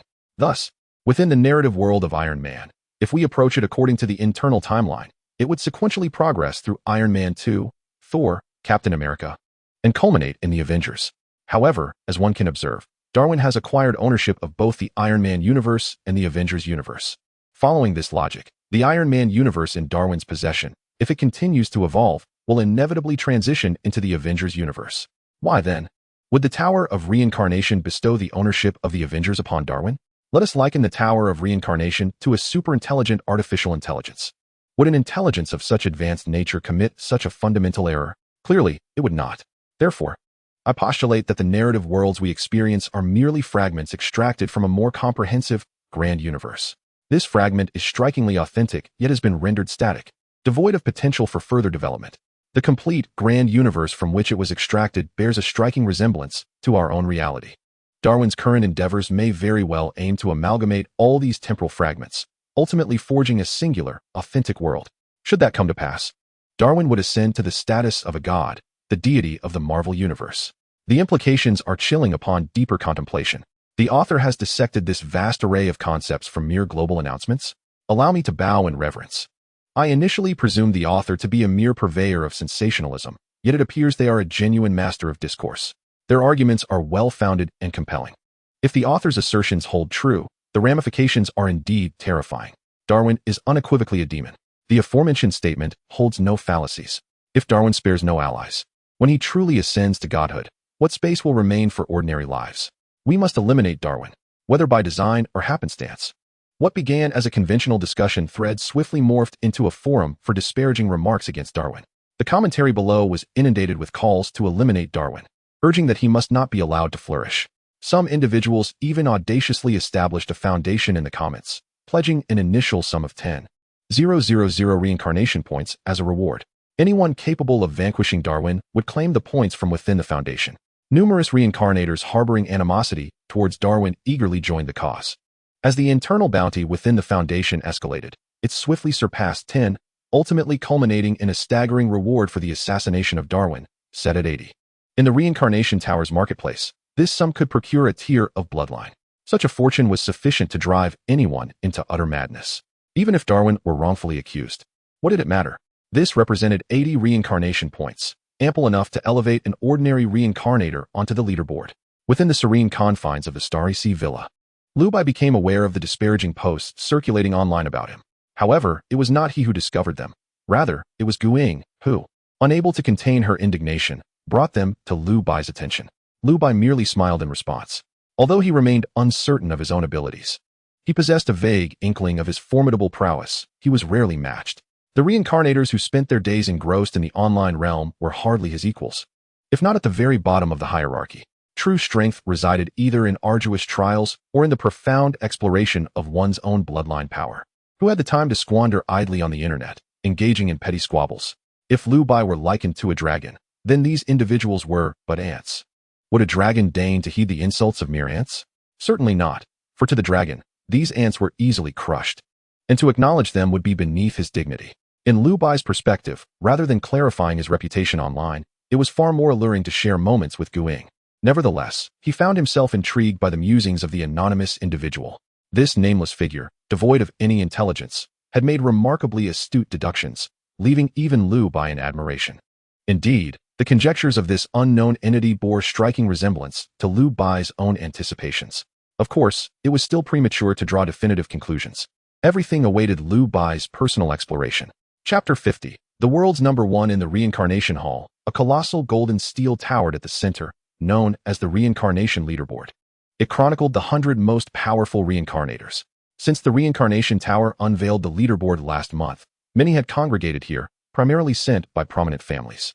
Their objective was to swiftly gather intelligence on the powerful within the tower, thus seizing opportunities for recruitment. Just as talent was paramount before the emergence of the Reincarnation Tower, in this era, strength reigned supreme. The Reincarnation Tower refreshed the leaderboard daily. Today, a multitude gathered beneath the steel, eagerly awaiting the rankings, particularly since the man named Darwin had recently returned from his trials. As the announcement of the new rankings approached, many wondered how many would be ousted and how many would ascend. A slender, dark-skinned man engaged in light conversation with those nearby. They are merely the most basic reincarnators. Yet this does not diminish their penchant for gossip. Perhaps they were not pushed down, but rather perished within the Reincarnation Tower. The bald man beside them scoffed. remarking that the reincarnation rankings are rather trivial. Those above them are only marginally stronger. Their survival rates in trials might even be lower than ours. The two engaged in cheerful conversation, oblivious to the bitterness woven through their words. Do you think Darwin can place in the top few? Perhaps the top 5? The lean man speculated uncertainly. After all, Darwin has recently achieved a high rating, so his gains must be substantial. Can you believe it? Someone like Darwin, who is on television daily, only ranks in the top 10. Just how extraordinary are the individuals ahead of him? The bald man queried, astonished. Shoo. The lean man suddenly whispered, his demeanor shifting to one of suspicion. I've heard that everyone ranked above Darwin belongs to prominent families.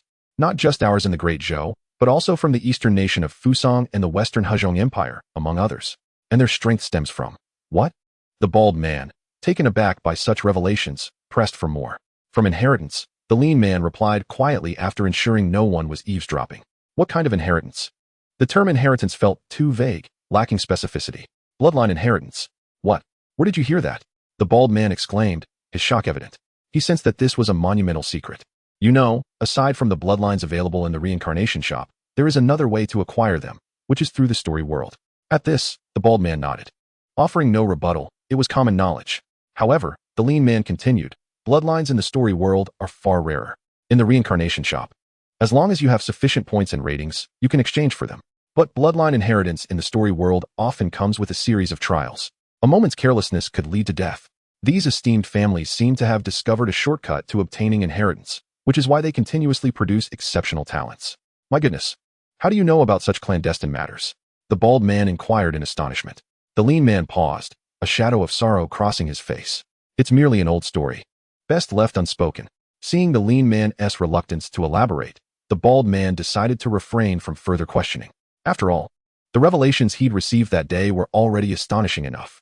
The rankings are out. The rankings are out, someone exclaimed, and all eyes turned eagerly towards the reincarnation rankings.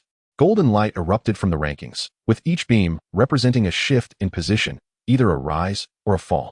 The focal point of public interest undoubtedly lies in the top 10 positions. Initially, the 10th place bore the name of Darwin.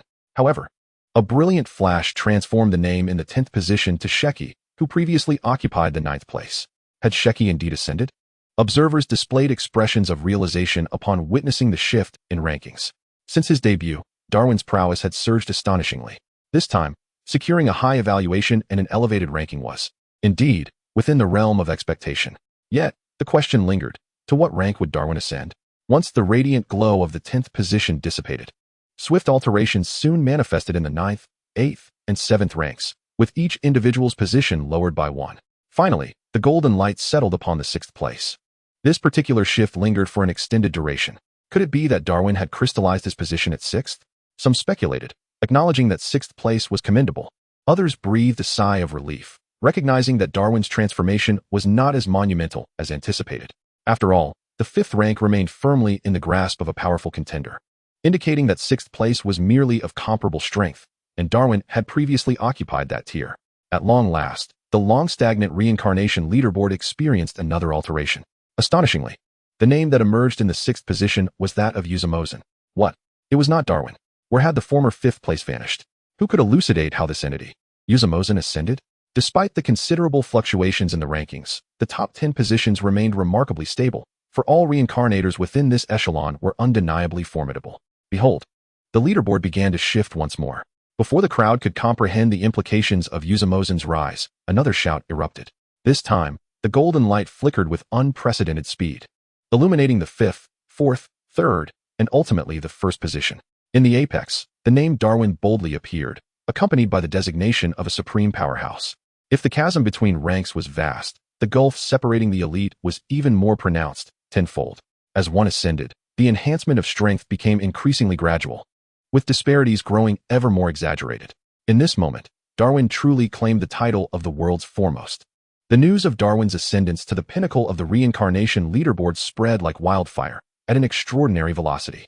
Already renowned, Darwin became the subject of fervent discussion, predominantly of a favorable nature. After all, in this era, it is the strong who command the utmost admiration. Several formidable contenders on the leaderboard, originally poised to seize the opportunity for the substantial 80,000 prize, promptly withdrew upon learning of Darwin's newfound status, scarcely broaching the subject thereafter. The original post that maliciously labeled Darwin as a murderous fiend has been officially removed. Furthermore, no one dares to discuss this matter online anymore. Such is the formidable power brought forth by the world's foremost authority. Chapter 51. Above the level, the emergence of powerful beings on the reincarnation ranking continues to gain traction. Logically, one would expect the fervor surrounding this issue to gradually wane with the passage of time. However, the reality stands in stark contrast, as the situation intensifies instead. Prominent figures from various nations are dispatching representatives to the Great Zhou, eager to engage with Darwin. Everyone has grossly underestimated the significance of the level reincarnator's existence. Of course, those are matters for another time. At the Qin residence, today, Liu Bai and Gu Ying have come together to pay a visit to the venerable old Master Qin. On one hand, Liu Bai wishes to express his gratitude for the care that old Master Qin has extended to them. On the other, he has certain inquiries he wishes to make. Please announce my arrival, stating that Liu Bai seeks an audience.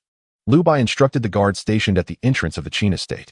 The guard, being a sentinel of the Qin household, was not of the sort to look down upon others or create unnecessary obstacles for Liu Bai, as one might find in certain novels. He had encountered numerous distinguished individuals in his capacity, and while the attire of the striking couple before him was not ostentatious, the aura exuded by Liu Bai and Gu Ying was sufficient to command his respect. Particularly, the gentleman before him was not only breathtakingly handsome, akin to a celestial being descended from the heavens, but he also radiated a palpable aura of authority. Merely locking eyes with him sent the guard spiraling into a state of trepidation, cold sweat trickling down his brow. Please hold on, I shall notify them at once. The guard stammered, hastily retreating to announce their presence. Look at what you've done, you've frightened him half to death, Gu Ying remarked, casting a playful glance at Liu Bai as she stifled a laugh. This is hardly my fault, Liu Bai replied, somewhat exasperated. He was well aware of the happenings surrounding the reincarnation ranking. While he held little regard for the keyboard warriors of the internet, he remained attentive to certain pieces of information. Notably, the post published by the anonymous individual had provided him with substantial inspiration, with many similar instances further enlightening him. Thus, he was cognizant of his ascendance to the pinnacle of the reincarnation ranking and the elevation of his strength to the level. It was only after his power reached this level that he discerned a peculiar phenomenon. Apart from Gu Ying, others exhibited a primal shudder in his presence, as if there were a suppression stemming from the very essence of life itself. Strikingly, despite being at level, he felt no such oppression when facing level reincarnators. This predicament had severely disrupted his daily existence. One cannot fathom the experience of simply accompanying a loved one to the market, only to witness the vendors across the way trembling in fear. As for why Gu Ying remained unaffected by this suppression, Liu Bai speculated that it might be linked to their profound connection. The specifics of this matter shall not be elaborated upon here. Today, he came to visit Elder Qin, one of his motives being to address a particular issue. Before long, a multitude of individuals filled the Qin residence, with the esteemed Elder Qin leading the assembly. What an unexpected guest! Elder Qin exclaimed, his face aglow. I thought Mr. Liu had forgotten this old man. Though he spoke with feigned surprise, his countenance betrayed the excitement within. After all, this was the pinnacle of the reincarnation rankings. Elder Qin, sensing his own fatigue, explained that he had been recuperating at home for several days. He glanced at Liu Bai and then at Gu Ying, revealing an expression that conveyed mutual understanding. Oh, the youth truly believes so, he remarked. Observing Qin Gaoyang's disrespectful demeanor towards the elderly, Liu Bai refrained from offering any explanation, instead bursting in a hearty laughter. Unfazed by the situation, Gu Ying, however, appeared both embarrassed and annoyed, softly hissing in response. Come, let us retire indoors, Elder Qin suggested. After exchanging pleasantries, he welcomed Liu Bai into the inner sanctum of his home, finding the throngs outside rather inconvenient. Once inside the main hall, Elder Qin dismissed all but a few attendees and ordered tea to be served, allowing him and Liu Bai to take their seats. By the way, Elder Qin, a small token of my esteem, Liu Bai said as he presented 2 canisters of tea leaves he had retrieved from his storage space. These were the same exquisite Dao tea from their previous encounter. This is far too precious. I cannot accept such an extravagant gift, Qin Gaoyang protested earnestly. Nonsense. I came here today with a request for you, Elder Qin. If you refuse this gift, I would hesitate to speak, Liu Bai interjected, dismissing Qin Gaoyang's objections casually. Moreover, these 2 canisters are of little significance to me. Hearing this, Qin Gaoyang smirked. I suspect you are merely pretending, yet I have no evidence to prove it. Very well. Since Mr. Liu insists, I shall not be polite. He expressed his gratitude and accepted the tea, knowing full well he had a genuine need for it. Suddenly, Liu Bai said, by the way, Elder Qin, I have a question. Please, go ahead, Qin Gaoyang invited. How is it that you face me so calmly? I mean, are you not afraid? Qin Gaoyang chuckled, understanding Liu Bai's implication. You refer to the suppression of life, I presume? Precisely. Perhaps that is the very reason for your visit? Without further ado, Qin Gaoyang continued. Above the level, there exists the level. This is the preliminary classification of strength as determined by the Reincarnation Tower. However, in ancient times, there was no such classification. Instead, beings were divided into innate and acquired. Those of the latter category exist within the realm of mortals, and while there may be disparities in strength, they remain within human limitations. Thus, should incidents arise where level reincarnators slay one another, I would merely be astonished, not shocked. The innate, however, is a different matter altogether. Once one enters the innate realm, they are irrevocably separated from the realm of mortals.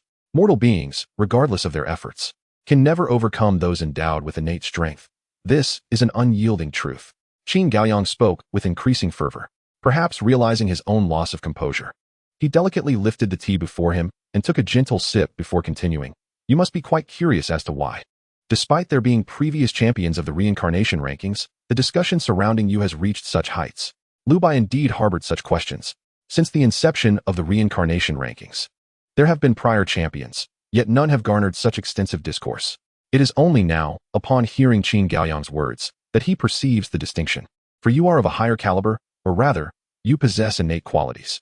Qin Gaoyang elaborated, previous champions, no matter their prowess, remain mere mortals. This implies that regardless of their might, they belong to the same species as everyone else.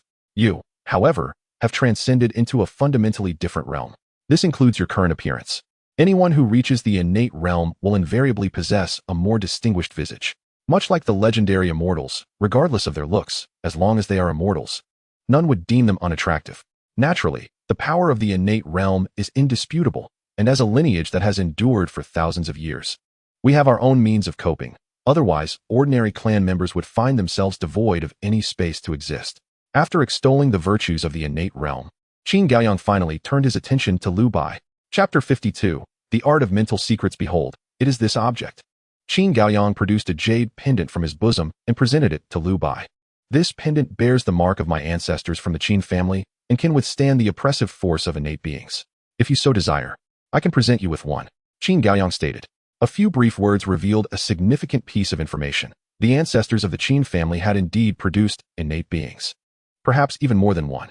After all, if a mere mark can repel the oppressive force of an innate being, what level of power must the original bearer possess?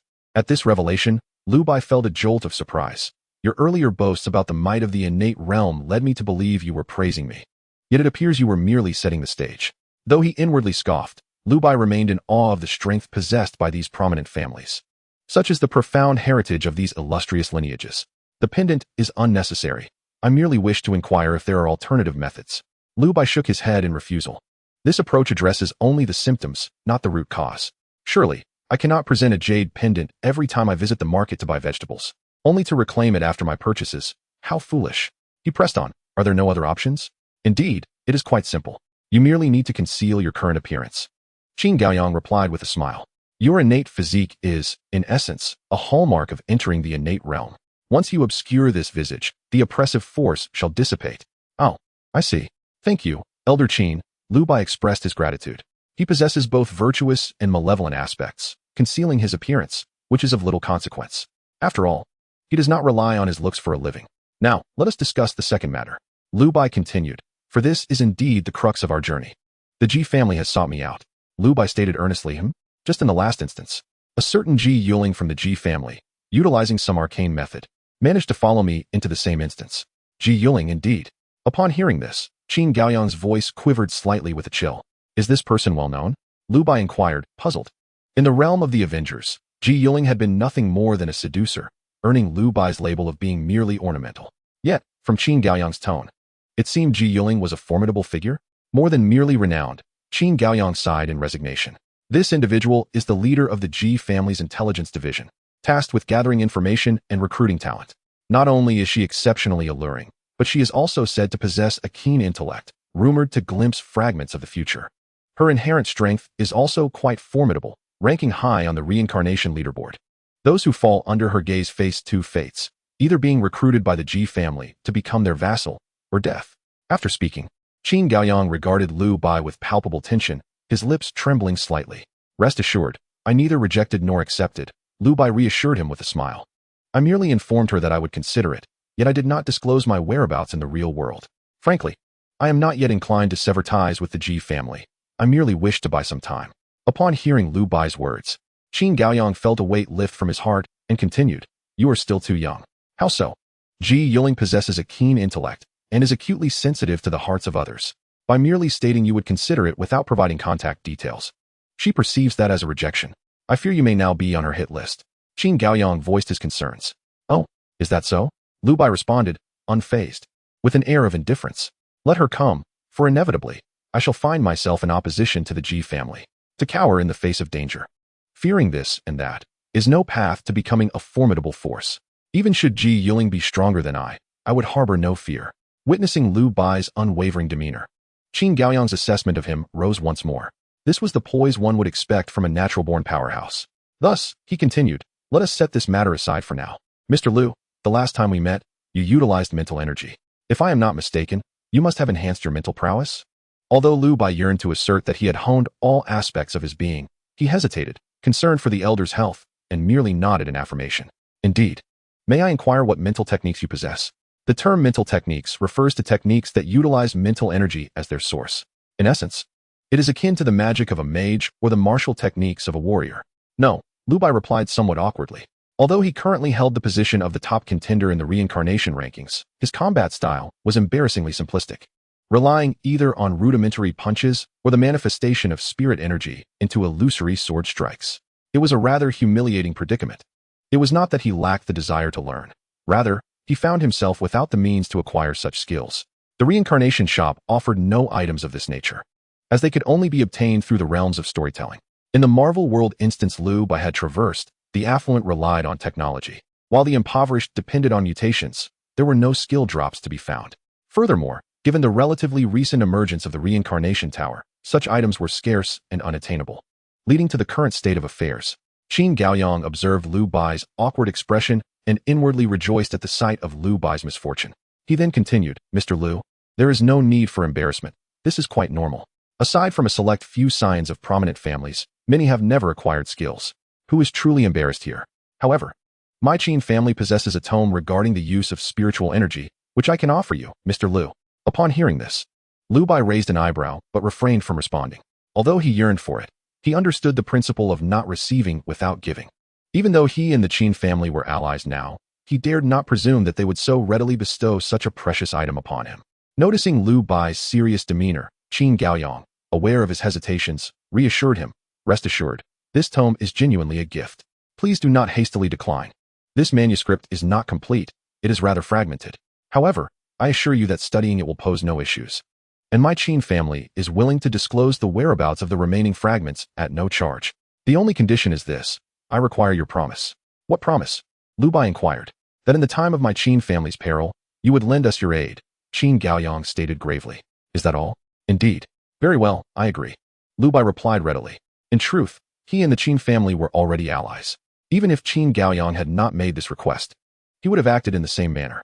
Naturally, Qin Gaoyang's approach would compel him to exert even greater effort should such a situation arise. Chapter 53. Chu Yuan's 9 songs. Seeing Liu Bai's acceptance, the weight that had burdened Qin Gaoyang's heart was finally lifted, and he felt a surge of joy. He then produced an ancient, modest booklet from his robe and handed it to Liu Bai, saying, "This is the spiritual tome I wish to present to you." The booklet was small, and aside from its somewhat worn appearance, Liu Bai discerned no extraordinary features. Nevertheless, he harbored no doubts regarding Qin Gaoyang's sincerity. He had never questioned the depth of the Qin family's legacy. Liu Bai cautiously accepted the booklet from Qin Gaoyang's hands, refraining from opening it immediately. Instead, he tucked it away into his storage space. Observing Liu Bai's actions, Qin Gaoyang understood that he wished to conceal his enhanced abilities and thus suggested, "Mr. Liu, why not stay at my residence for a night? Should you have any queries regarding the mental secret arts, I would be more than happy to provide timely guidance. What do you think?" Considering Qin Gaoyang's kind offer, Liu Bai felt it would be impolite to refuse. He nodded in agreement, saying, "Then I shall impose upon you." Subsequently, he and Gu Ying were assigned to a guest room. Upon entering, Liu Bai turned to Gu Ying and said, "I need to study the secret arts in solitude. It may be rather tedious, so there is no need for you to accompany me. If there is anything you wish to eat or do, Simply instruct the servants of the Qin residence. Liu Bai affectionately ruffled Gu Ying's adorable head. I shall not leave your side. I want to watch you cultivate. Gu Ying replied, shaking her head with a stubborn expression, her eyes glistening with unshed tears. Having been inseparable since childhood, Liu Bai was well aware of her feelings and sighed inwardly. For Liu Bai, it was imperative that Gu Ying did not enter the Reincarnation Tower for trials until he found a suitable bloodline for her. This was his way of protecting her. Conversely, from Gu Ying's perspective, it was quite the opposite. Every half-month, she was filled with anxiety, fearing that Liu Bai might encounter unforeseen dangers in the reincarnation world. Yet, he forbade her from entering the Reincarnation Tower. To spare Liu Bai from concern and distraction, Gu Ying chose to silently endure her worries, burying them deep within her heart. In comparison to Gu Ying, Liu Bai appeared somewhat selfish. I apologize for putting you in this position. Contemplating this, Liu Bai felt an even deeper pang of compassion for the girl before him. Overcome by emotion, he impulsively pressed a kiss to Gu Ying's forehead. Afterward, he gently pulled her into his embrace, resolving within himself, the plan to gather raw stones would have to be postponed. In the next instance, he must find a suitable bloodline for Gu Ying. As for why Liu Bai did not purchase one from the reincarnation shop, it was because the bloodlines there could only be acquired once. Having already bought a primary bloodline, he found himself unable to make another purchase.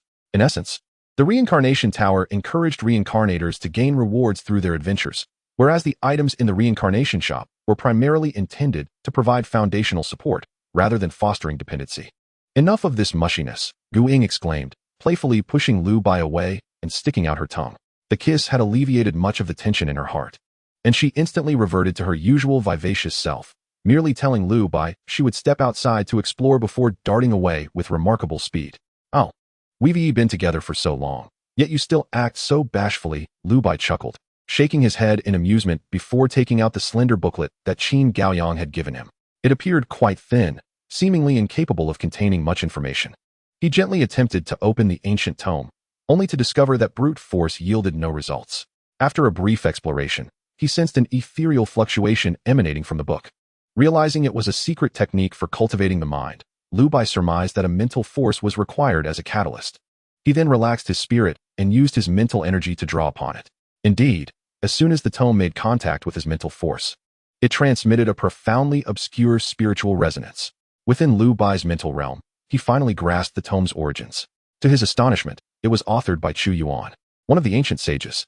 Liu Bai felt a surge of astonishment. Could it be that Chu Yuan was above the innate realm?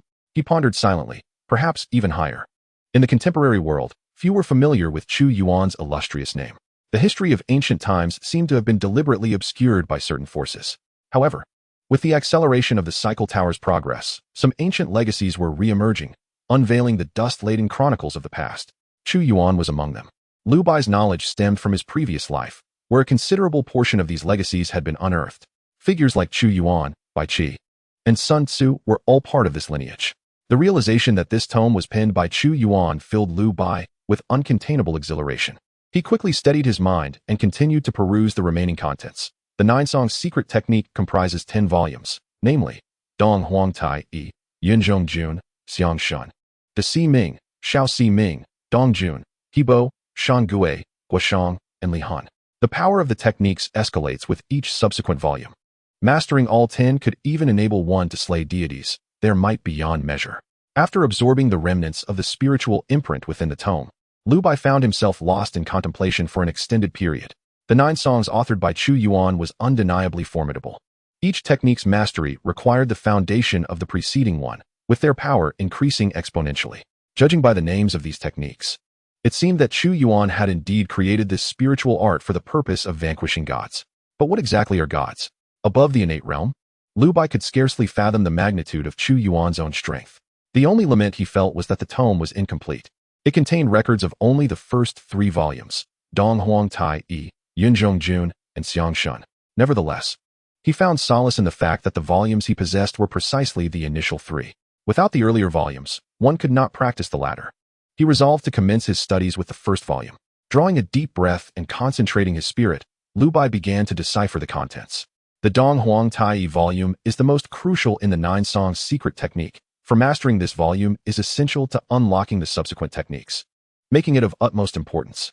The first movement of 9 songs, also known as the Welcome of the Gods, necessitates a formidable mental power as its guiding force. Liu Bai, Adhering to the recorded trajectories within the tome, commenced his practice of the spiritual secret arts. Threads of crimson mental energy radiated from his being. The fundamental prerequisite for mastering such spiritual techniques is the materialization of one's mental power, serving as a threshold. This is the very reason why Qin Gaoyang was willing to present it. Within the Qin family, none could satisfy this criterion. Chapter 54. Liu Bai's loss of control. Moreover, to engage in the practice of 9 songs, one must possess an exceptionally robust mental force. The essence of the secret art of 9 songs lies in the construction of a powerful mental visage, intended for the annihilation of foes. Achieving this requires both the materialization of mental power and an unceasing flow of that energy. Both are indispensable. Thus, this threshold alone is sufficient to prevent the majority from crossing the threshold. Certainly, once this spiritual technique is perfected, its power is astonishing. To illustrate, the first movement, Eastern Emperor Tai, once mastered by Liu Bai, would render individuals akin to Feng Buchuan utterly unable to survive beneath its might. As Liu Bai exuded increasing volumes of crimson mental energy, its density escalated, and a statue resembling a deity began to take shape before him. At this moment, while the statue's visage was somewhat discernible, it lacked substance. In other words, this figure could only serve to intimidate. It was not yet capable of lethal action. Only through Liu Bai's meticulous contemplation of the insights within 9 songs could he grasp its profound truths and construct a complete statue. Of course, achieving this level within merely a few hours was no small feat. Just then, a commotion erupted outside the door. Liu Bai, engaged in the formation of the statue, furrowed his brow upon hearing the noise, retracting his exposed mental energy and halting his practice. It was not that he was disturbed, but rather that he believed haste would hinder progress. Overindulgence leads to deficiency. Even after withdrawing his mental energy, despite the nourishing effects of the Mind Stone, Liu Bai still felt a wave of fatigue wash over him. Beads of perspiration dotted his forehead, and his lips turned pale, presenting a picture of frailty. In essence, the Mind Stone he possessed was merely a fragment, not a complete entity. Liu Bai could hardly believe that even the first volume proved so arduous to cultivate. A wry smile crossed his face, coupled with an even deeper admiration for Chu Yuan. What a resplendent epoch the ancient times must have been. His heart yearned for it. Stand aside, or I shall not be gentle. A cold female voice echoed in Liu Bai's mind as the ruckus outside subsided. It was Guing. Upon recognizing the voice's owner, Liu Bai felt a surge of anger. He could not fathom that anyone would dare to treat Guing with disrespect within the Qin residence, especially as he had just expended considerable mental energy in the practice of the spiritual techniques. At that moment, an insidious fire surged within him, an uncontrollable urge for violence swelling up. With a forceful shove, Liu Bai flung open the door, revealing Guing, who had been cornered. Opposite her stood 3 men, one of whom, with a somewhat handsome visage, clearly assumed the role of the leader among them. Upon seeing Liu Bai emerge from the room, Guing instinctively retreated behind him, aware that this was the Qin residence and wishing to avoid escalating the situation. Moreover, she had not sustained any tangible harm, and thus tugged at Liu Bai, intending to return indoors with him. However, her desire for tranquility was met with defiance from the man before her, who proclaimed loudly, "You think you can just walk away after confronting me?" Initially drawn into the room by Guing, Liu Bai turned back upon hearing those words.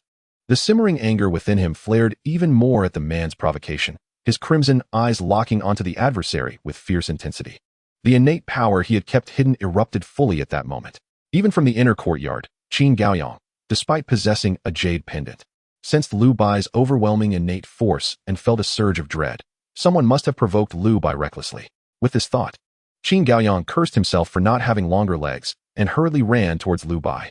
Qin Shi, observing the man before him, felt a wave of terror and instinctively took a few steps back.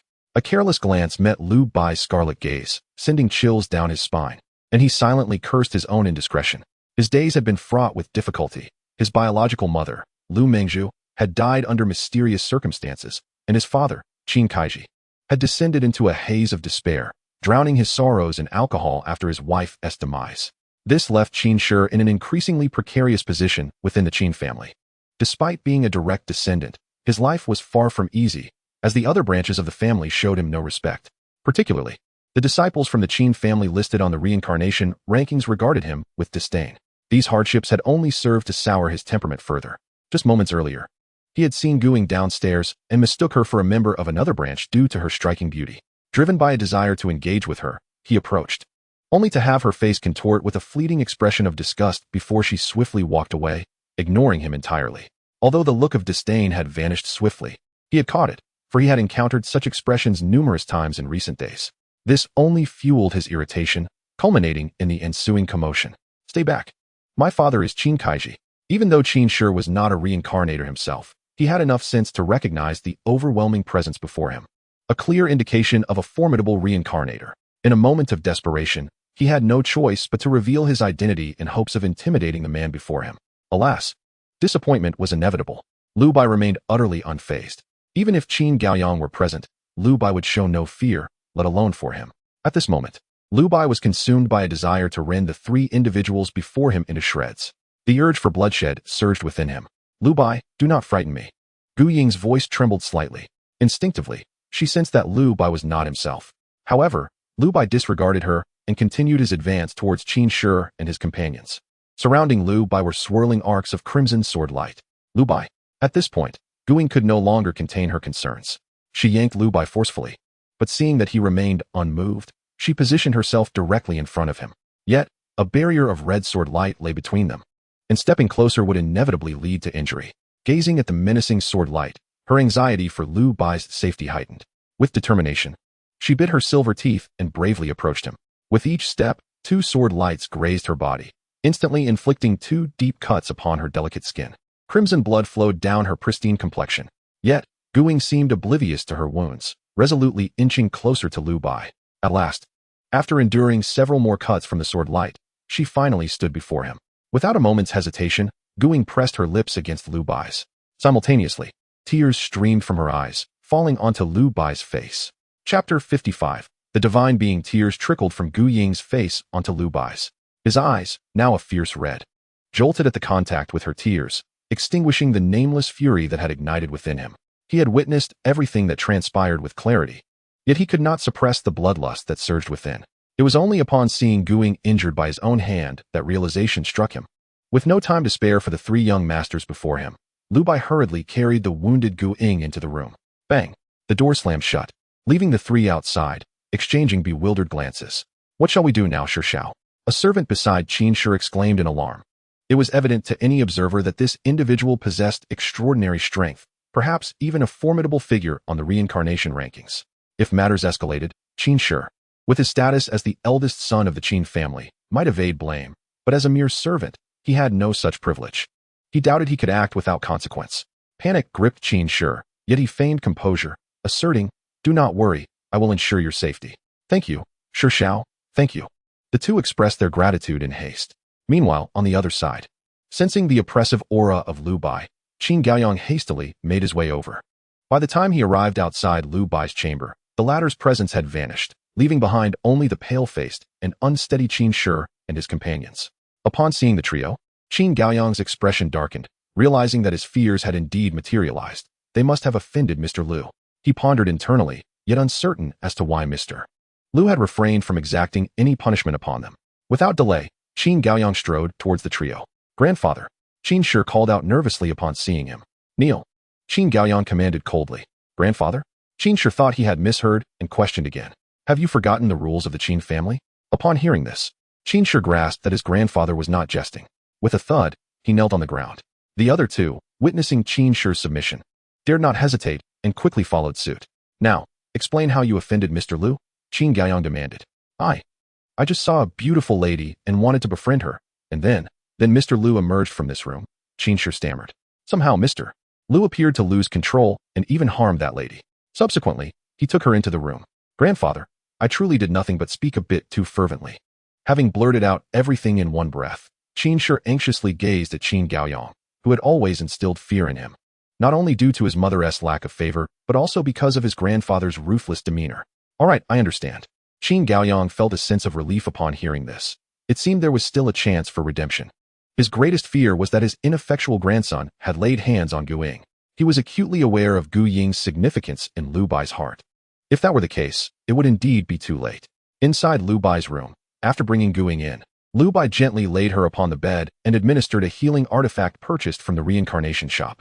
"Gu Ying, it was all my fault," Liu Bai lamented. Burdened with guilt, he had vowed never to let Gu Ying come to harm, yet he was the first to inflict injury upon her.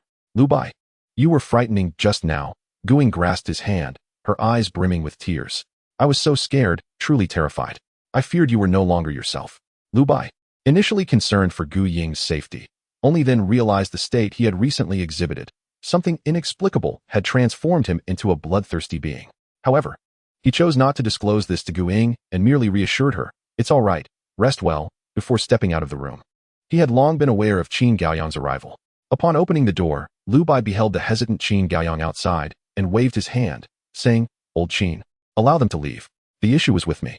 Upon hearing this, a smile finally graced Qin Gaoyang's face as he promptly admonished, "Why aren't you expressing your gratitude to Mr. Liu?" Grateful, Qin Shi and the others hurriedly thanked him before scurrying away.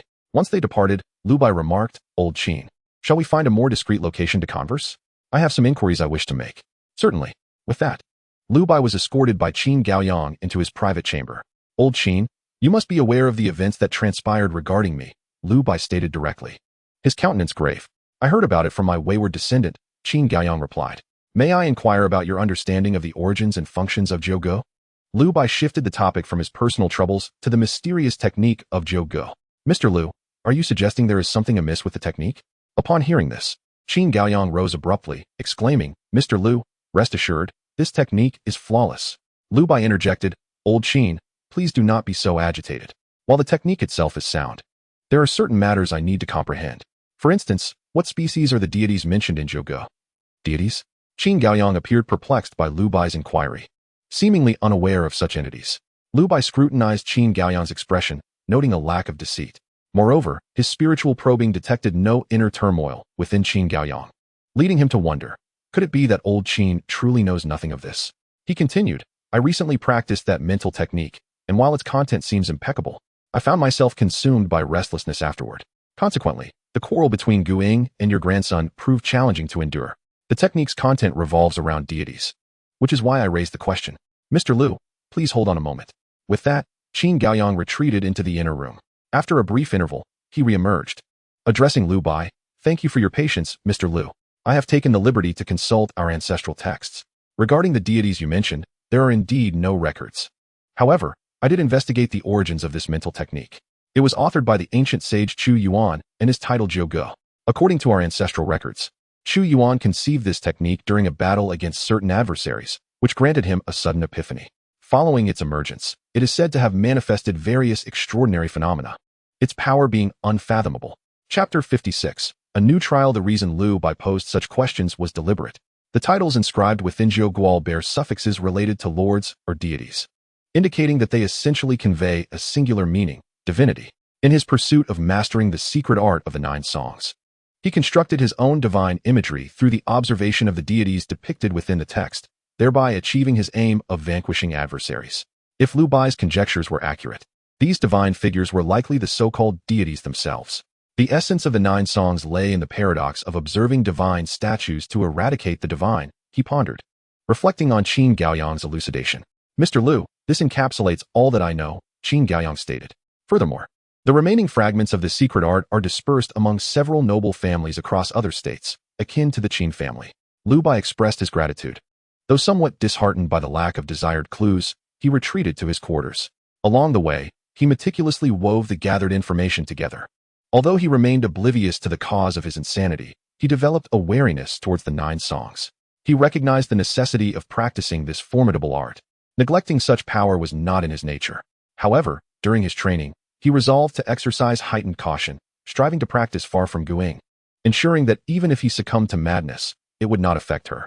He trusted that with the aid of the soul gemstone, should the 9 songs influence him, he would inevitably return to normalcy. It was merely a matter of time. As time slipped by, through arduous training, Liu Bai successfully completed the first volume of the 9 songs, mastering the formidable technique of the Eastern Emperor Tai. Its power was indeed astonishing, although he had yet to test it in actual combat. Throughout this process, he unexpectedly found himself plunging into a frenzied state on several occasions. Fortunately, under Qin Gaoyang's guidance, these episodes did not endanger others. As anticipated, nurtured by the soul gemstone, he swiftly returned to his senses. Moreover, his susceptibility to the frenzied state during the practice of the 9 songs gradually diminished. "Liu Bai, you are leaving again." Gu Ying gazed at him with reluctance. In recent days, to avoid harming her during training, their time together had been limited. Liu Bai tenderly caressed Gu Ying's cheek and softly reassured her, "Be good. I will soon find the right bloodline for you." and then we shall never part. A promise is a promise. Guing extended her pinky, yearning for a pact. A promise is a promise. This time, he resolved not to utilize the Marvel Universe pointer card. The story world is currently being generated. Please wait a moment. Beep. Detected that the reincarnator Darwin's evolution level has reached a new height. The story world's difficulty has increased. Please prepare. Beep. The reincarnator Darwin has achieved a remarkable level of evolution, and the population within the story world continues to grow. The next story world is the Battle of Chongping, set against the backdrop of the late Warring States period. During this time, the state of Qin has risen to dominance among the 7 warring states, subtly poised to unify the realm. One of its neighboring states, Han, suffered a defeat in battle against Qin. Intimidated by Qin's might, Han ultimately surrendered the region of Shandong in pursuit of peace. The governor of Shandong, discontent with Qin's rule, led the populace to seek refuge in Zhao. This act ignited the Battle of Chongping between Zhao and Qin. Choose your reincarnation faction. 1. Zhao 2. Qin 3. Redacted. Is this truly the Warring States period? Liu Bai exclaimed in astonishment. As previously mentioned, with the advent of the reincarnation era, numerous ancient texts and histories have been unearthed, leading him to knowledge of Chu Yuan. Alongside Chu Yuan, the history of the Warring States has also been revealed. Chu Yuan was indeed a figure of that era. Have I truly arrived in the age of ancient sages? How can this not be perilous? Liu Bai found it hard to believe. Moreover, the existence of a third faction, obscured in mystery, perplexed him further. After a moment of contemplation, he steadied his emotions. I shall choose Qin. Liu Bai made his decision. In the late Warring States period, Qin stood unparalleled, and considering his acquaintance with the venerable Qin, it seemed a sound choice. The faction has been selected.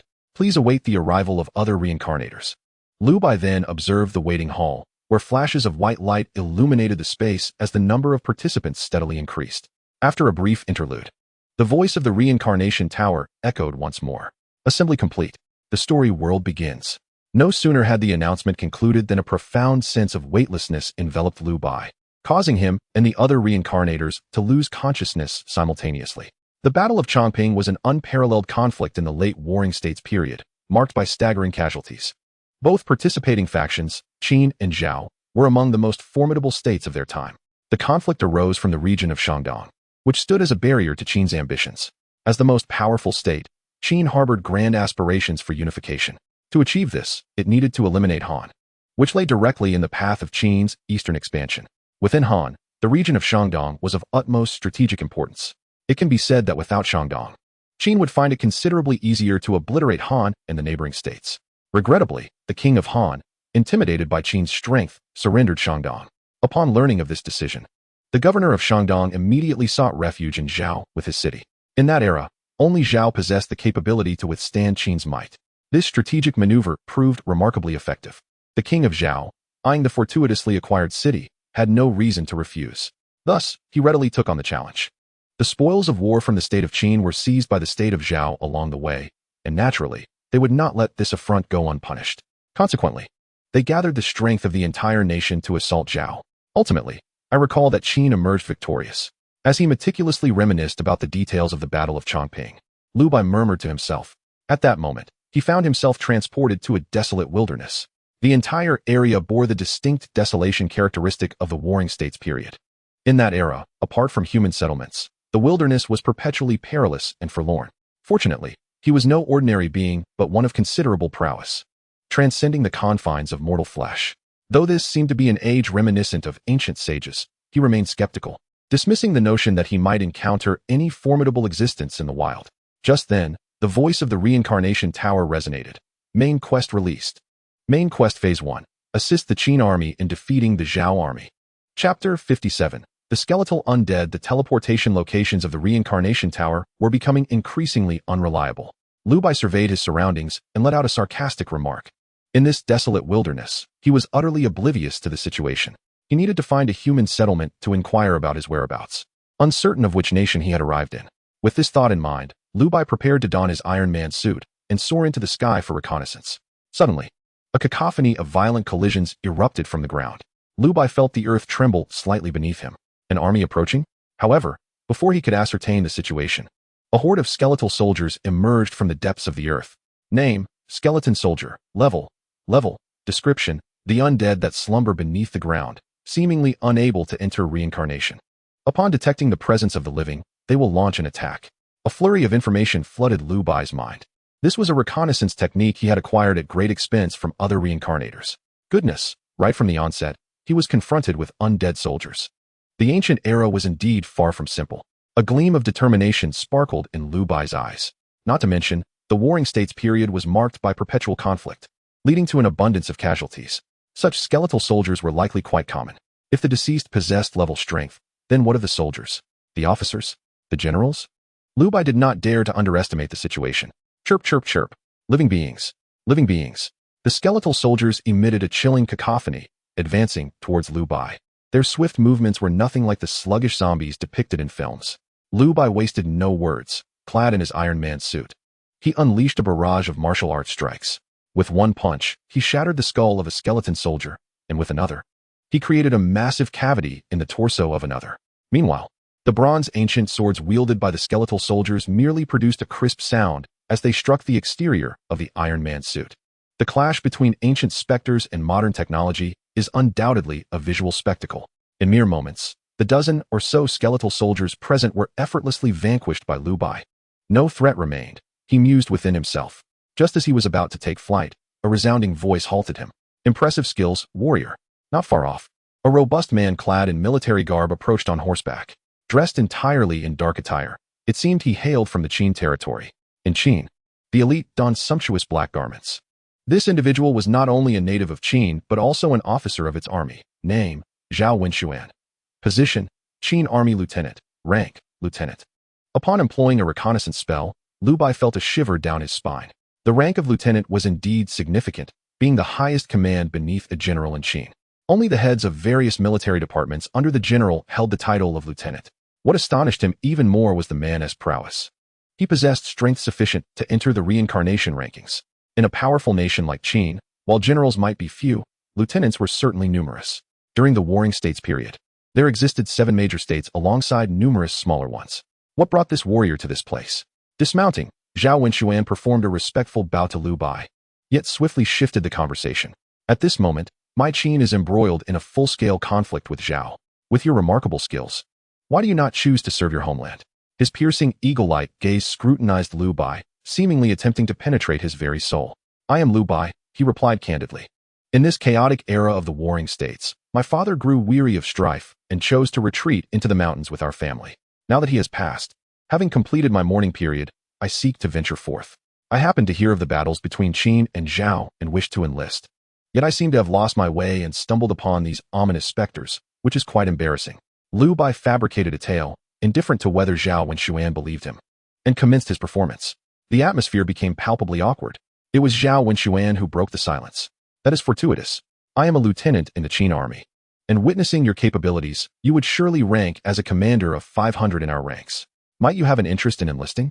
At that moment, the Qin army found itself locked in a stalemate with Zhao. Although the Qin king had vigorously mobilized the populace to join the military, the quality of recruits varied greatly, with few true masters among them. Zhao Wenxuan, recognizing Liu Bai's exceptional abilities, harbored suspicions of him being a spy from Zhao. However, after listening to Liu Bai's narrative and observing his attire, which seemed uncharacteristic of the current era, he began to believe him. Thus, he developed an admiration for Liu Bai's talents. It would be an honor to accept your offer, Liu Bai replied eagerly. He had been troubled by how to insert himself into the conflict, and it seemed this was the arrangement of the Tower of Reincarnation. Can you ride a horse? Just a bit, Liu Bai responded. Well then, follow this road, and you shall reach the Chongping Pass. Holding this, once you arrive at the military camp, show it to them, and arrangements will be made accordingly. Zhao Wenxuan produced a token from his bosom and handed it to Liu Bai. Will the captain not accompany us? Liu Bai inquired. I have some personal matters to attend to. You may proceed without concern. With that, Zhao Wenxuan set off on foot towards the horizon. A being of his caliber, even on foot, would not be slow. Glancing at the horses before him, Liu Bai did not resist. After all, soaring through the skies in an Iron Man suit might draw undue attention, labeling him a monster. Assimilating into this world seemed rather agreeable. Following the route indicated by Zhao Wenxuan, Liu Bai swiftly located the encampment of the Qin army. Who goes there? 2 rows of guards confronted Liu Bai, who had boldly ridden in on horseback. Name. Position, ordinary soldier. Level 1. The information about the guards appeared in Liu Bai's mind through his reconnaissance technique. Level 1 represented ordinary individuals, while Level 2 denoted elite commoners. This is a token entrusted to me by Captain Zhao. He has directed me to enlist here. Without hesitation, Liu Bai tossed the token forward and declared loudly, "It is Captain Zhao's token. Open the gate." The guards ahead glanced at the token, shouted an order, and permitted Liu Bai to enter the main camp. "Wait here. We shall assign your position once Captain Zhao returns." The leading guard escorted Liu Bai into a tent. Inside the tent, several individuals were already present. Liu Bai could easily discern that a few among them were reincarnators. It appeared that this was indeed an arrangement by the Tower of Reincarnation. If Liu Bai was fortunate to encounter Zhao Wenxuan, did that mean these other reincarnators were equally fortunate? Dismissing further contemplation, Liu Bai found a random spot to sit and began to meditate. He was unperturbed by the possibility of recognition. Aside from Fong Buchuan, none had ever seen his face, especially since he wore the mask of good and evil at that moment. Moreover, as one atop the reincarnation leaderboard, few would dare to provoke him. Thus, Liu Bai remained there until nightfall, yet Zhao Wenxuan did not return. Instead, something else transpired. Outside the tent, a thunderous shout echoed, "Enemy attack." Chapter 58, The Undead Legion Enemy Attack. The two resounding words sliced through the long night, transforming the once pitch-black camp into a scene of daylight. Pairs of soldiers quickly assembled in an orderly fashion. There was no need for words. The camp resounded with a thunderous command, and the gates swung wide open as numerous soldiers surged forth. "What commotion is occurring outside?" Murmured voices arose within Liu Bai's tent. They were fresh recruits, exempt from combat. "Perhaps it is a night raid by the Zhao army?" Someone suggested. "Are you all a bunch of clueless bumpkins?" A chilling voice interrupted the conversation, asserting that each nation had its own agreements. As night fell, peace must prevail, or else they would unite against any aggressor. "You are unaware of this, and you still wish to enlist?" The speaker scoffed. This man, known as Ganyu, possessed considerable influence. The two previously engaged in discussion turned crimson at his words. Silenced by embarrassment, Liu Bai observed this exchange, recognizing that like himself, the two were reincarnators, ignorant of the intricacies of this world. He was taken aback by the peculiar customs that existed here. Seeing the two cowed by his presence, Ganyu displayed a triumphant expression. At that moment, another inquired, "Who is currently outside?" "The undead," he replied, a flicker of fear crossing his countenance. "The undead? The undead?" Reactions varied among those present. Some were evidently familiar with the formidable nature of the undead, while the two reincarnators were clearly unaware of their appearance. These beings, neither fully alive nor completely dead, would swarm human cities under the cover of night. Ganyu continued, lamenting that the undead possessed vast power, far beyond the capability of any single nation to eradicate. "Our sovereign of the Great Qin harbors grand ambitions to unify the realm, dedicating the entirety of our strength to obliterate the source of the undead. Alas, other nations are solely focused on self-preservation and refuse to compromise, resulting in years of relentless warfare," Ganyu elaborated, a glimmer of admiration evident when he spoke of the Great Qin's ruler. The complexity of the warring states was overwhelming. Liu Bai found himself even more perplexed by Ganyu's insights, sensing that deeper issues lay beneath the surface. However, now was not the time for such musings. The Qin army was engaged in a fierce battle with the undead, and he was reluctant to remain idle. He pushed open the tent flap and stepped outside. What was he doing? The area was teeming with undead. Was he merely seeking entertainment? Did he perhaps aspire to achieve glory and earn favor from above? Observers whispered among themselves, casting judgment on Liu Bai's actions. "Foolish," Ganyu scoffed, recognizing that someone untrained would only disrupt the military order. Such a person would undoubtedly face severe consequences later. "Our Qin army operates under intricate formations. Those lacking training cannot integrate effectively," he explained. "But what if he fights alone?" One of the reincarnators, stung by Ganyu's earlier remarks, asked defiantly. "Fight alone?" Ganyu erupted into laughter. "Do you know what awaits outside? If he could truly contend alone, would he still be here waiting with us? He would have already been highly valued by our leaders. Mark my words. If he can single-handedly vanquish the undead, I shall eat my words." With an air of calm assurance, he leaned back. "Look, he is engaging with the undead." Within the confines of the tent, an individual, unable to contain his curiosity, drew back the flap to observe the commotion outside. He witnessed Liu Bai engaged in combat with the undead and immediately called out. The others, upon hearing his cry, rushed forward to witness the unfolding spectacle. Outside the tent, a myriad of undead creatures had already laid claim to the area. Skeleton soldiers, archers, knights, and even various monstrous undead beasts had joined the fray, clashing with the Qin army. Their organization was remarkably disciplined, rivaling that of the Qin forces. Seeing this, Liu Bai wasted no time. He picked up a bronze sword from nearby and charged forward. He sought to display his prowess, yet he did not wish to be perceived as an aberration. The Iron Man armor was not suitable for this confrontation. Nevertheless, bolstered by his physical strength, he felt no fear. Name: Undead Knight. Level: Description: a restless spirit long entombed, seemingly unable to reincarnate. Upon sensing the presence of the living, it will launch an attack. To his astonishment, the knight was indeed of significant level. Liu Bai cast a glance at the undead knight. But what astonished him more was the might of the Qin soldiers. A handful of ordinary soldiers of level strength were managing to withstand the assault of the undead creatures of equal level. Yet, they were on the verge of faltering. Without further hesitation, Liu Bai raised his sword and propelled himself towards the undead knight, aiming for its head. A shower of sparks erupted as his bronze sword was deftly avoided by the knight, instead striking the armor of its steed beneath. Seizing the moment, the undead knight swiftly wielded its spear, launching a foul wind towards Liu Bai's vital points. In that moment, suspended in midair, Liu Bai found himself devoid of leverage. The impact of his descent entirely obstructed by the knight's steed. To an onlooker, it appeared an inescapable predicament. However, Liu Bai remained undaunted.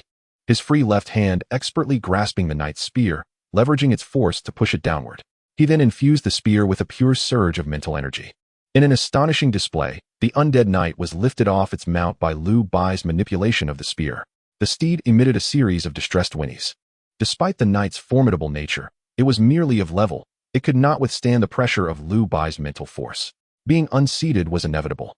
To the spectators, it appeared as though Liu Bai had employed sheer brute strength to forcibly drag the knight from its horse. The weight of the undead knight was well understood among them. Such was the nature of legendary figures from antiquity. As a result, nearby soldiers cast admiring glances toward Liu Bai. In the martial culture of the Qin state, strength commanded respect. Meanwhile, those still within the tent, particularly Ganyu, wore expressions of utter dismay, as if they had encountered a ghost. The two reincarnators present at the onset of the conflict were undoubtedly reveling in the spectacle. They were already overwhelmed by the pressure from Ganyu, and witnessing the situation, it was only logical that they would not let him off the hook. Ganyu, when will you perform your absurd act of standing on your head? Everyone is eagerly waiting to see it. Upon hearing these words, Ganyu's face turned a myriad of colors, yet he lacked the courage to speak, choosing instead to turn his back and ignore the crowd. In his heart, he harbored hatred for those who mocked him, particularly for Liu Bai. Instantly, the tent was filled with cheerful laughter. Chapter 59. 500 liters outside the tent, the undead knight was heavily thrown to the ground, yet it sustained no injuries. The thick armor it wore absorbed much of the impact. Struggling to rise, it faced Liu Bai defiantly. Liu Bai's solitary challenge against the undead knight prompted the surrounding soldiers to step back, clearing the area. The blue flames in the undead knight's eyes began to dance wildly, signaling its fury. Can the undead feel anger? A chilling, unrecognizable wail erupted from the undead knight. Nearby, lowly skeleton soldiers engaged in battle with the Qin army abandoned their foes and converged towards Liu Bai. Be cautious, the higher-ranked undead possess absolute dominance over the lower ranks. A nearby Qin soldier warned Liu Bai, concerned that he might not understand the hierarchy among undead creatures. However, Liu Bai remained unfazed. Damn it! Seeing Liu Bai fail to escape the encirclement of the undead, the soldier who had just warned him cursed under his breath and attempted to assist. This soldier, named Jing Kai, had recently fought against the undead knight with Liu Bai's team, and it was Liu Bai who had saved him, prompting his warning. It's fine. Liu Bai calmly replied, blocking the approaching aid. He aimed to secure a respectable position for himself. Strength was essential, yet he dared not appear too ambitious. He sensed the terrifying nature of this world. The adage about the bird that stands out getting shot was well understood. Maintaining a balance was sufficient. From a distance, the undead knight observed Liu Bai's audacious behavior, its fury intensifying. Blue ghostly flames erupted from its body, scorching the nearby Qin soldiers, forcing them to retreat. Yet Liu Bai stood as if oblivious, unwavering in front of the undead knight. The number of skeleton soldiers multiplied, surrounding Liu Bai in layers. If Liu Bai only possessed the strength he had displayed thus far, his survival would be impossible. Have you finished shouting? Liu Bai suddenly spoke, his tone laced with subtle mockery. Upon hearing his words, the undead knight's gaze intensified, commanding the surrounding soldiers to charge towards Liu Bai. All signs indicated that the undead knight possessed intelligence and understood human speech. So be it, today. Let you become the first stumbling block for those seeking to establish themselves in this world. Liu Bai, devoid of any panic, gently shook his head. Draw your sword. He faced the encroaching undead from all directions. With a flick of his right hand, the bronze ancient sword, which had previously fallen to the ground, soared up and hovered by his side, as if endowed with a spirit of its own. Is this a master of soul power? The numerous Qin soldiers observing the scene were already captivated by Liu Bai's actions. Upon witnessing Liu Bai summon the ancient sword with a single hand, their astonishment knew no bounds. Jing Kai's face shone with brilliance, his heart filled with yearning. Lift the sword. With the ancient sword at his side, Liu Bai did not pause for even a moment. What was once merely an ordinary bronze sword in the Qin army's camp now radiated an otherworldly red glow, transforming into a divine weapon. A palpable aura of slaughter coalesced around the sword. As the ancient sword ascended, its brilliance intensified, and it began to cleave towards the undead knight. The undead knight, being a creature of the afterlife, was acutely sensitive to the aura of death. The instant the ancient sword took flight, a wave of ominous premonition surged within it. Swiftly, a multitude of skeletal soldiers positioned themselves before it, serving as sacrificial shields, while the remaining skeletal soldiers were commanded to charge at Liu Bai. Capture the leader first. This principle was understood by both humans and the undead. Flash. As Liu Bai's voice fell, a surge of crimson sword light erupted around the bronze ancient sword.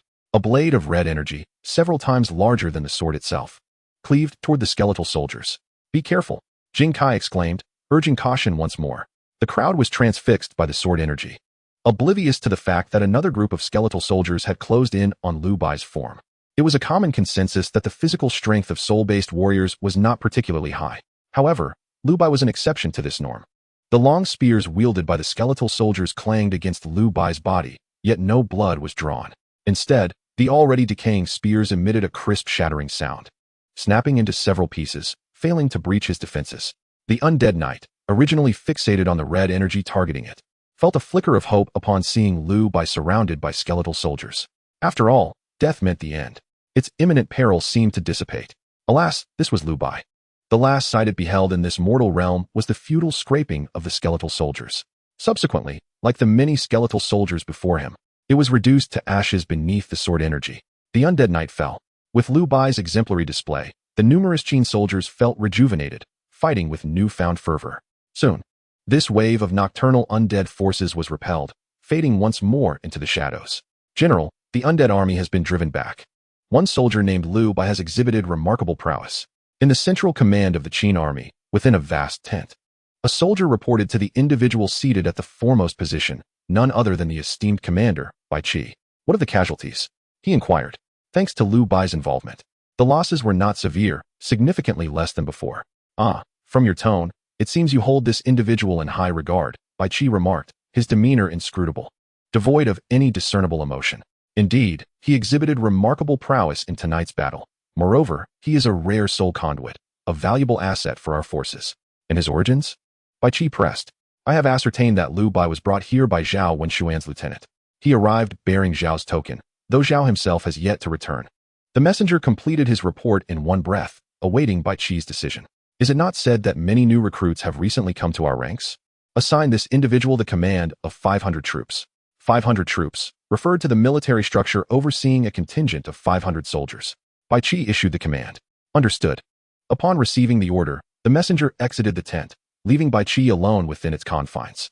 Where's Liu Bai? He called. I am here, Liu Bai responded, having heard his name called. The fierce battle had just abated, and he was resting in the original command tent. After all, as a new recruit, he was not yet tasked with the grim duty of scouring the battlefield.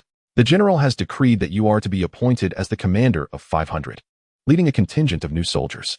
Thank you, General, Liu Bai expressed his gratitude. The messenger departed swiftly after relaying the news, and the tent erupted in murmurs among Liu Bai's comrades. Goodness, to be appointed commander of 500 on your very first day in the camp. One exclaimed in awe. Could it be that he hails from a prestigious lineage, seeking to embellish his reputation here? In the face of such dire conflict, which noble family would come here to seek glory? Indeed, your point is well taken. I believe his prowess in vanquishing the undead knights caught the attention of the higher-ups, who deemed him worthy of such a position. Expressions varied among the crowd. Some were envious, while others were filled with jealousy. Isn't it merely an undead knight? Why all the fuss?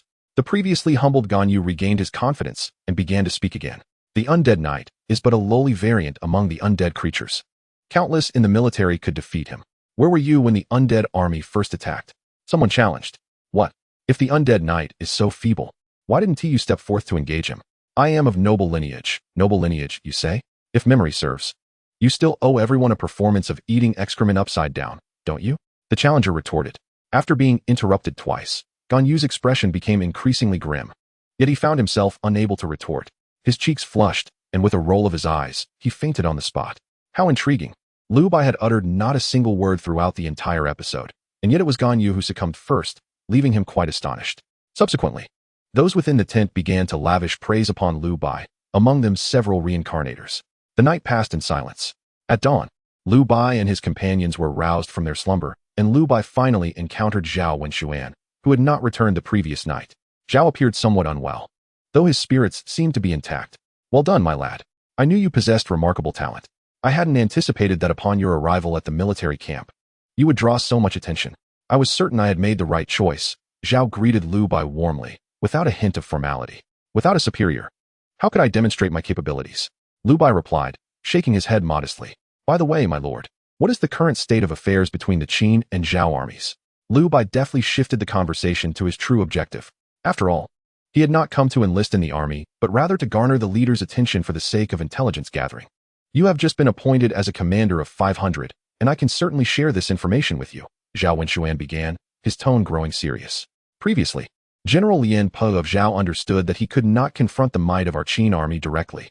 So he established 3 defensive lines along the Dan River, the 100-mile stone Great Wall, the Dan River Line, and the Konkangling Line. With the relentless efforts of our elite Qin troops, we swiftly captured the first line at Konkangling. We had anticipated that the subsequent 2 lines would fall just as easily.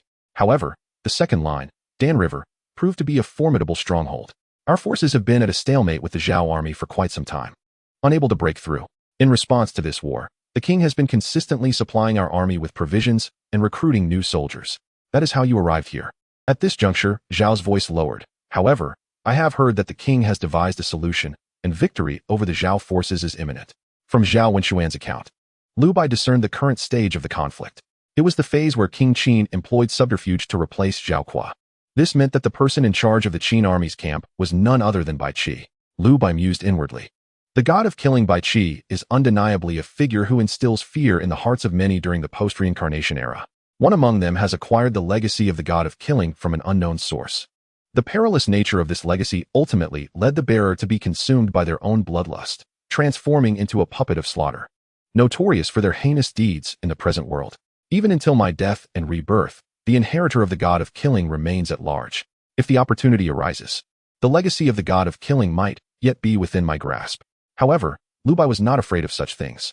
Nourished by the Heartstone, even if he were to be consumed by slaughter, he would ultimately be purified, much like practicing the secret art of 9 songs. Nevertheless, the immediate priority was to ensure victory in the Battle of Chongping. Theoretically, regarding the history of the Battle of Chongping, I should be the only one privy to it now, Liu Bai murmured. However, this would render the division of factions redundant. For simply aligning oneself with the Qin army would guarantee victory. This was not merely a war replica, but rather a scenario imbued with extraordinary power. The entire conflict involved hundreds of thousands of soldiers. Even with Liu Bai's current strength, he could not sway the tide of battle. Yet, the Reincarnation Tower would undoubtedly not create such a superfluous option. There must be variables, Liu Bai contemplated, and that variable was likely someone who, like him, was aware of the history of the Battle of Chongping. If the Zhao state were to learn of the Qin state's plans, the battle could very well end in failure. At this thought, Liu Bai felt a shiver run through him. He was almost certain that this was the variable in this cycle of the Reincarnation Tower. It was no surprise that prominent families akin to the Qin clan were aware of the Battle of Chongping. However, knowing was one thing, and notifying superiors was another. He believed that the reincarnators within the Zhao camp must also be facing a similar predicament. A nameless pawn, lacking evidence. Reporting to superiors that the opposition might be aware of their plans would surely lead to Liu Bai being captured and executed on charges of disturbing the morale. The same would undoubtedly apply to the Zhao state. The urgent matter at hand was to gain the trust of his superiors. In the Qin camp, that meant Bai Qi. With this in mind, Liu Bai cautiously inquired, "My lord, there is something of utmost importance that I need to discuss with our army's commander. However, given the gravity of this matter, as someone without any status or background, I fear I would be dismissed as a mere fabricator.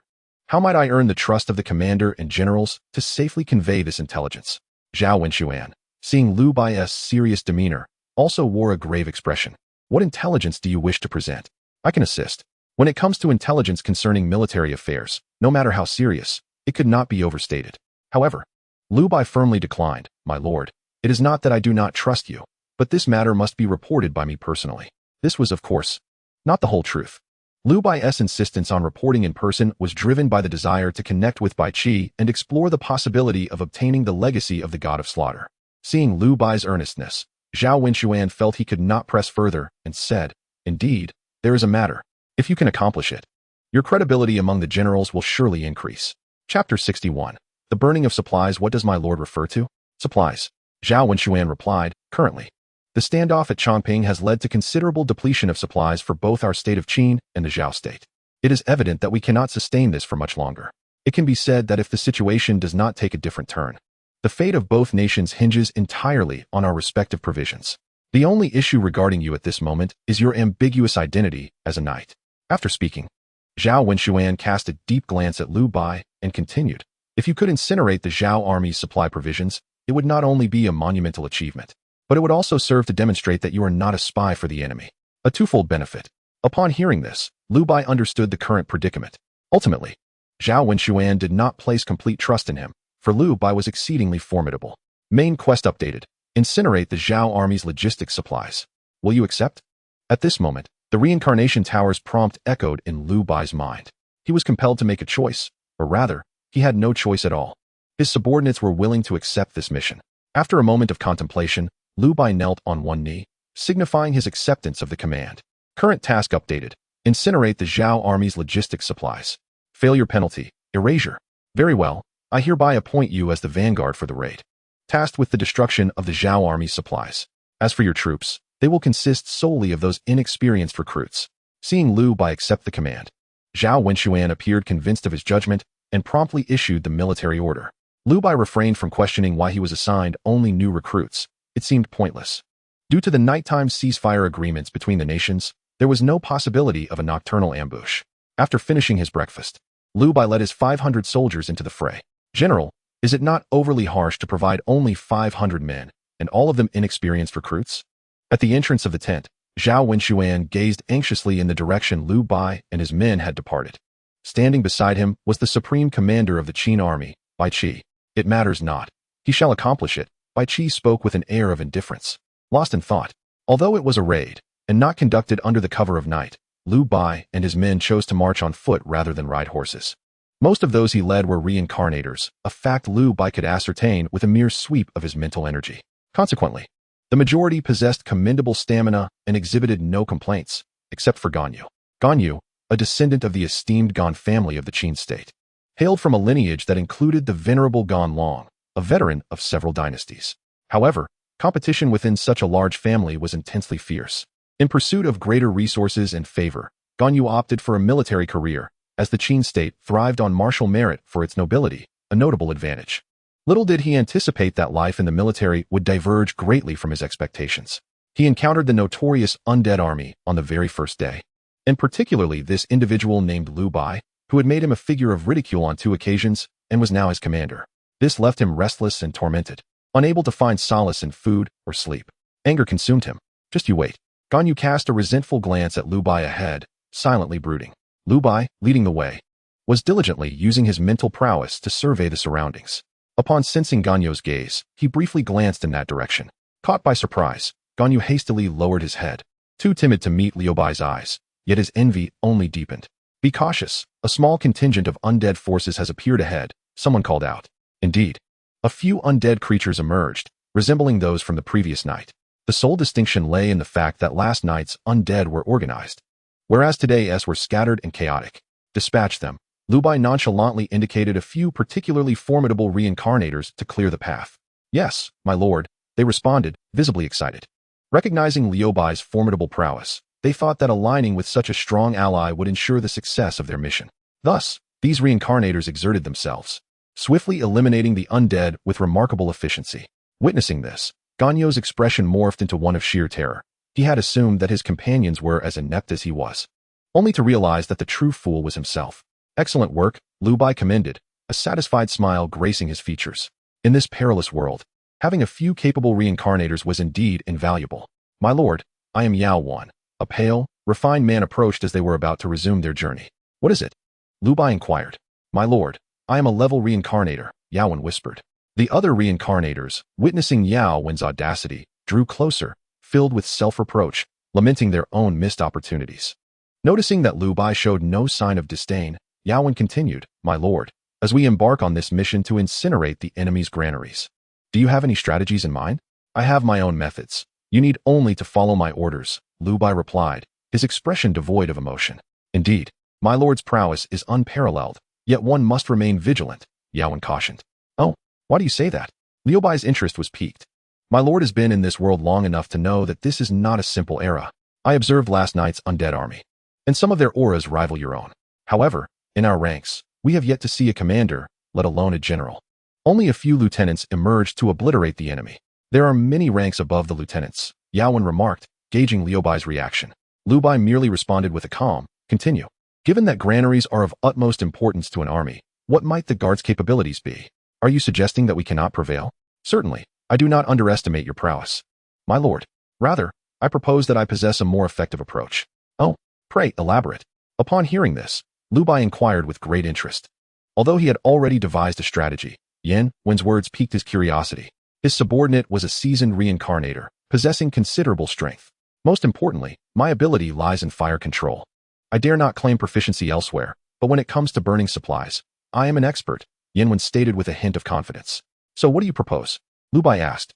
Yan Wen, slightly embarrassed, scratched his head and replied, "As long as you can divert the enemy's attention, there's no need to lead them away. If I am within a certain range, I can control the flames. There will undoubtedly be fire within the military camp, and this plan is bound to succeed." "Sounds promising." "I approve," Liu Bai nodded.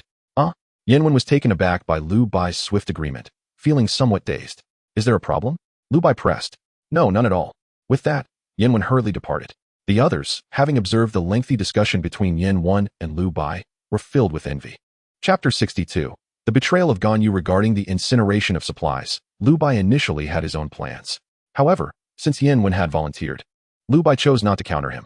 Furthermore, Yan Wen's suggestion, upon reflection, indeed seemed feasible. "Let us proceed," Liu Bai commanded, and the group continued along the mapped route. At this moment, both the Qin and Zhao forces were locked in a stalemate. The Qin army was obstructed at the Danhe defense line, unable to advance, while the Zhao army, relying on the heights of Hanwang Mountain and Daliang Mountain, observed every move of the Qin forces, thwarting any attempts at a surprise attack. Liu Bai and his companions aimed to incinerate the Zhao army's supply train located on the side of Daliang Mountain. Ordinarily, an assault on the Zhao army's supply line would inevitably attract reinforcements from the Zhao main forces stationed at Hanwang Mountain. The two locations were in close proximity, facilitating a swift response. Unfortunately, the situation was far from ordinary. According to the intelligence provided by Zhao Wenshuan, the Zhao army was currently undergoing a critical change in command. As Zhao Kuo was about to replace Lian Pe, launching an offensive against the Zhao supply depot at this juncture, while Zhao Kuo was yet to acclimate to the military affairs, indeed presented a viable opportunity. However, due to the necessity of circumventing the Danhe defense line, Liu Bai and his companions opted for an exceptionally rugged mountain path. The trail was treacherous, and they were intermittently harassed by undead creatures, which proved quite vexing. "Silence. We are nearing the supply unit. Let us take a moment to rest and regain our strength," Liu Bai admonished softly, suppressing the murmurs among the group. Through the dense foliage, the full expanse of the Zhao Army's supply camp became visible from the mountainside. The group understood that the critical moment was approaching, and thus fell silent, beginning to restore their energy. After all, not only would they face a fierce battle, but they would also need to flee afterward, which would result in significant fatigue. "All right, rest is over. Let us depart," Liu Bai commanded after a brief interval. At this moment, his entire focus was directed towards the Zhao army camp at the foot of the mountain. Unbeknownst to him, a figure had quietly vanished without a trace. Attack. Approaching the Zhao military encampment, Liu Bai did not hesitate, directly executing the plan he had previously devised with Yao Wen, storming into the Zhao army's quarters. The soldiers of the Zhao army, confronted with the appearance of Liu Bai and his companions, exhibited no signs of surprise. They formed ranks, organized and orderly. This was troubling. An ambush was at hand. Liu Bai's expression shifted sharply as he spotted Gan Yu within the enemy camp, instantly grasping the situation. What audacity! A chill ran through Liu Bai as he realized his oversight. He was well aware of Gan Yu's background. His family hailed from a prominent lineage within the Qin state, a legacy of old Qin. Liu Bai had assumed Gan Yu to be merely a reckless scion of privilege, never anticipating that he would defect and betray his country, supplying the enemy with vital intelligence. "Everyone retreat," Liu Bai shouted, his voice resonating throughout the valley, bolstered by his mental prowess. "Hold them off." General Liu Bai will arrive momentarily. At that moment, a shout erupted from within the Zhao camp, igniting the soldiers with fervor as they surged towards Liu Bai's position. The 500 fresh recruits led by Liu Bai instantly collapsed under the onslaught. Even Yao Wan, who had attempted a surprise attack, found himself overwhelmed and preoccupied. This was the second instance Liu Bai had witnessed the various military formations within the camp, one from the previous night. Such formations were truly remarkable, despite Liu Bai's formidable prowess. He found himself unable to breach the encirclement of mere soldiers in a short span. For every soldier injured, new ones would immediately replace them, reinforcing the formation. With the plan interrupted, Liu Bai had no choice but to execute the original strategy. The mere thought of Liu Bai sent a shiver down Liu Bai's spine. He was a figure renowned alongside the god of slaughter, Bai Qi. If Bai Qi was already that formidable, how could Liu Bai be any less? Although the current king of Zhao no longer trusted him, it could not obscure his inherent might. No longer holding back, Liu Bai emanated a series of crimson glows. Red sword lights surged outward as if unrestrained by any cost. Compared to the understated opulence of the previous night, Liu Bai's display today was nothing short of breathtaking. It was only then that Yao Wan and the others realized Liu Bai had retained much of his strength the night before. Liu Bai dreaded such occurrences. The more one concealed their power until the final moment, the more astonishing the effect. This included the Iron Man suit. Had it not been for the fear of the reincarnated shatter, he would have donned the suit and set the world ablaze long ago, avoiding all this superfluous restraint. He admonished himself for being too subtle. With the emergence of the red sword lights, the Zhao army's offensive significantly slowed. Many reincarnators successfully broke free from the encirclement, making their escape. Sword, come forth. To avoid prolonging the night and inviting further troubles, Liu Bai reached out and grasped the sword light in his hand. Gradually, the sword light took form, materializing into a red flying sword. With the red flying sword in hand, Liu Bai, equipped with his formidable innate physique, advanced as if traversing an uninhabited realm. Soon, he breached the defenses and arrived at the storage area for supplies. Just as he was about to ignite the provisions, a powerful aura surged towards him. Although only a foot away, Liu Bai found himself unable to lower his torch. He understood that Liu Bai had arrived. Shameless thieves of the Qin army, do not act presumptuously. A coarse voice echoed from afar. A commanding general, astride a magnificent steed, was hastening towards Liu Bai. Such strength. Liu Bai realized that with Liu Bai approaching, his opportunity to strike was slipping away. Yet he felt a thrill. He was about to confront one of the greatest warriors of the Warring States era, unaware of the true extent of his prowess. Kill. Without uttering another word, Liu Bai raised his red flying sword and leaped into the air, aiming to cleave Liu Bai from his horse. Liu Bai, wielding a long saber, met Liu Bai's assault head-on, striking firmly against Liu Bai's sword. The clash of weapons echoed, and Liu Bai's sword shattered into nothingness. The Zhao troops present cheered, recognizing the valor of General Liu Bai, whose might was undiminished from his prime. Die, let us see how you survive this time. Gan Yu glared at Liu Bai with malice, wishing fervently that Liu Bai would dispatch him with a single blow. He was acutely aware of the strength of these famed generals from the Warring States period. Liu Bai, this time, had no chance of survival. Yet, what did it matter that his sword was broken? Liu Bai roared defiantly, summoning two identical flying swords into his hands. Around him, sword auras began to materialize. If he could not prevail in a duel, he would opt for a barrage. With a flurry of sword auras accompanying his twin blades, he unleashed them upon Liu Bai. The general deftly twirled his saber, deflecting the onslaught of sword auras, and the few that landed upon him proved utterly ineffective. Such was the prowess of a warrior from the Warring States. It is worth noting that at this moment, Liu Bai had already attained an innate physique. Although he was unaware of Liu Bai's true strength, he could never have anticipated the difficulty he now faced. The reconnaissance technique cannot be employed against those stronger than oneself. At this juncture, Liu Bai found himself in perilous straits. Chapter 63. The soul of the warrior, you have entered the innate realm. Liu Bai's voice resonated throughout the military camp. This individual is actually innate. He appears barely of age. Could there be a mistake? Liu Bai spoke with conviction. There was no room for error. My goodness, he must have been cultivating since birth. How is it possible? How can he be innate? Gan Yu gazed at Liu Bai in disbelief, jealousy and hatred intertwining on his face. At this moment, he had descended into utter darkness. Fear not, your demise approaches swiftly. What does it matter if you are innate? The renowned generals of the Warring States, each possessing a realm beyond the innate, would find even those who have reached such heights at their mercy. As Gan Yu contemplated this, a surge of exhilaration welled within him.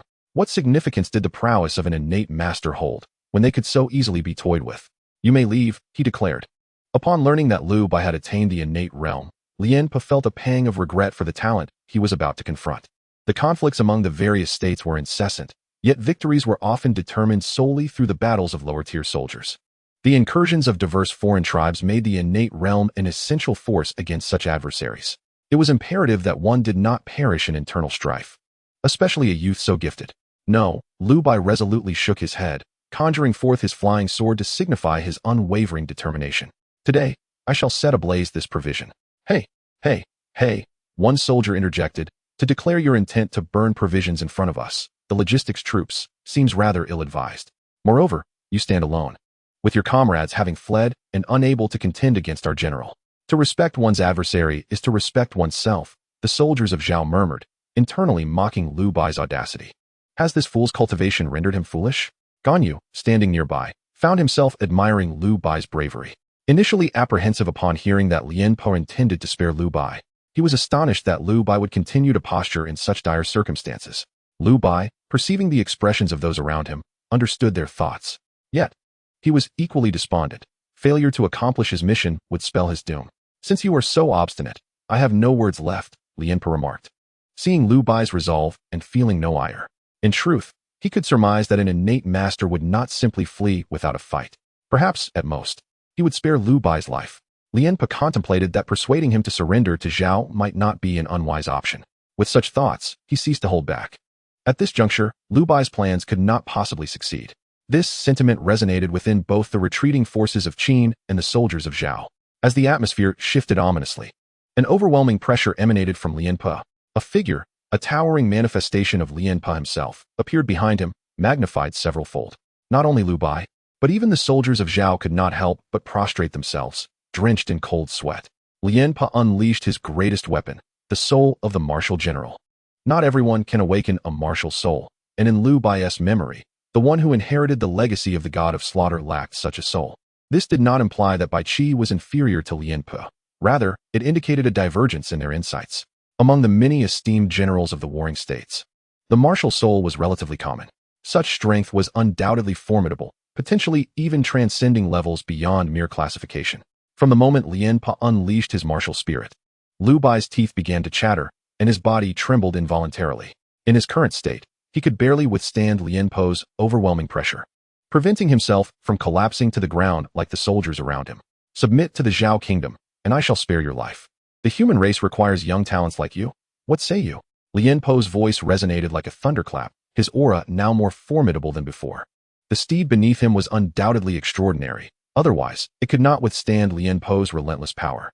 I have stated my mission is to incinerate the Zhao army's supplies. This is non-negotiable, Liu Bai declared with unwavering resolve. Stubbornly deluded, Lian Pa scoffed, a flicker of anger igniting within him.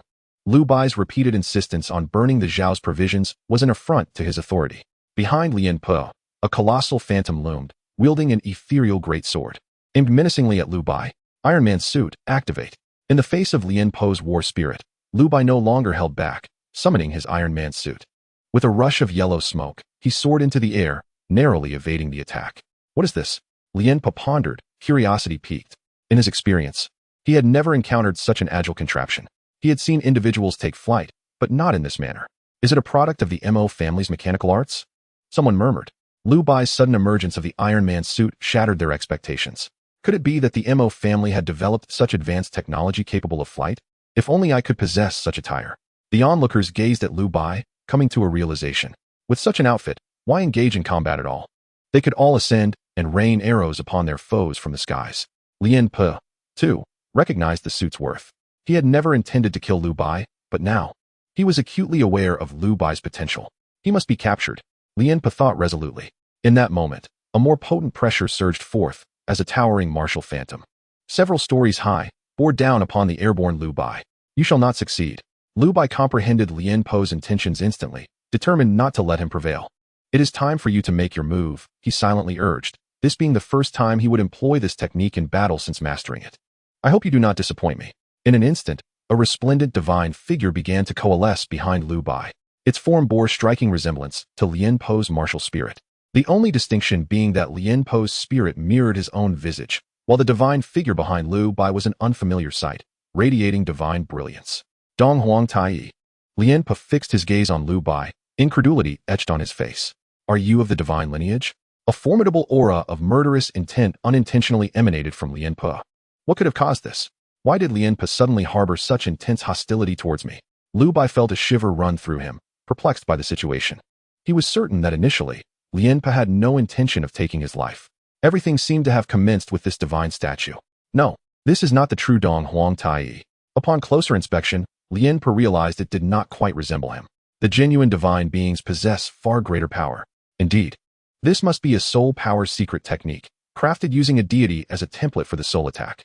Liu Bai, well-versed and knowledgeable, though he had never witnessed such a technique, was still able to deduce its nature. Chapter 64. Bewildered Liu Bai. The resplendent statue constructed by Liu Bai radiated waves of brilliance. Liu Bai had initially intended to unleash the oppressive force he exerted in the sky upon Liu Bai, but it was entirely thwarted by the statue. Liu Bai no longer faced the threat of that pressure. This was Liu Bai's first utilization of Chu Yuan's spiritual secret technique, and surprisingly, its efficacy was commendable, a result he had never dared to hope for, considering Liu Bai's overwhelming prowess.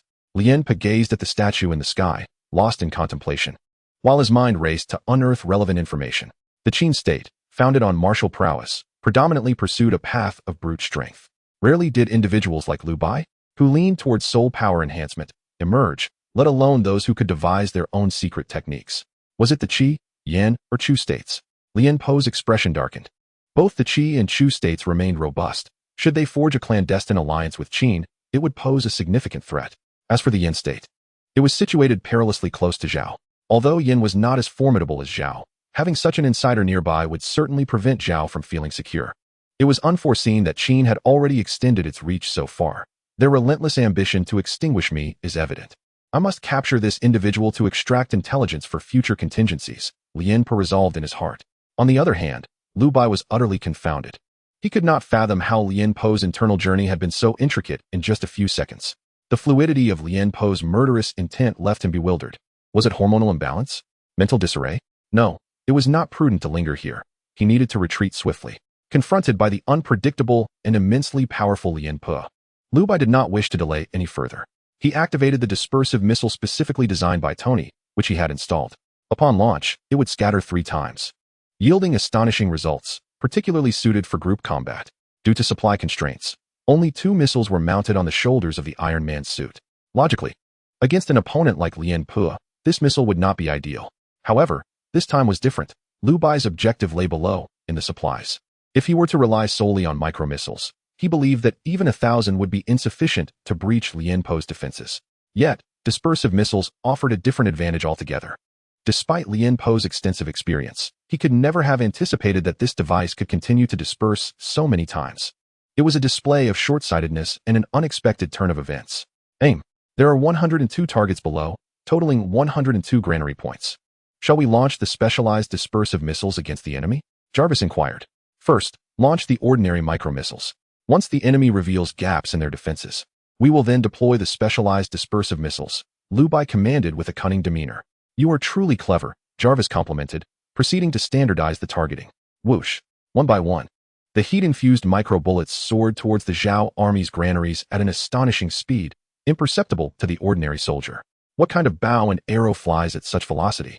It is a marvel of craftsmanship, truly a weapon of war. The soldiers of the Zhao army remarked in awe upon witnessing the bullets launched by Liu Bai. This is the limitation of the era, Liu Bai roared in response to the unfolding chaos. The colossal phantom of the war general intercepted all the micro-missiles, which were invisible to the naked eye, causing them to explode mid-air, their scattered sparks unable to inflict any damage upon the Zhao army's supplies. These arrows possess remarkable power. I do not know how you have crafted them, but they will not pose a challenge for me, Liu Bai declared with pride, confident in his abilities. Surrender. As long as I am here, your mission cannot succeed. Come to my Zhao kingdom, and the king will surely value you. Liu Bai continued his attempts to win over Liu Bai. General, try to withstand this move of mine. If you can endure it, I will accompany you back, Liu Bai proclaimed from above. Very well, Liu Bai responded, brimming with enthusiasm. No matter what offensive Liu Bai might launch next, he was confident he could withstand it. Deploy the specialized dispersive missiles. With Jarvis's command, 2 missiles, gleaming with a metallic sheen, rose from Liu Bai's shoulders. These missiles were considerably larger and more menacing than the previous micro-missiles. Whoosh. The missiles emitted a piercing sound as they cut through the air, trailing plumes of white smoke.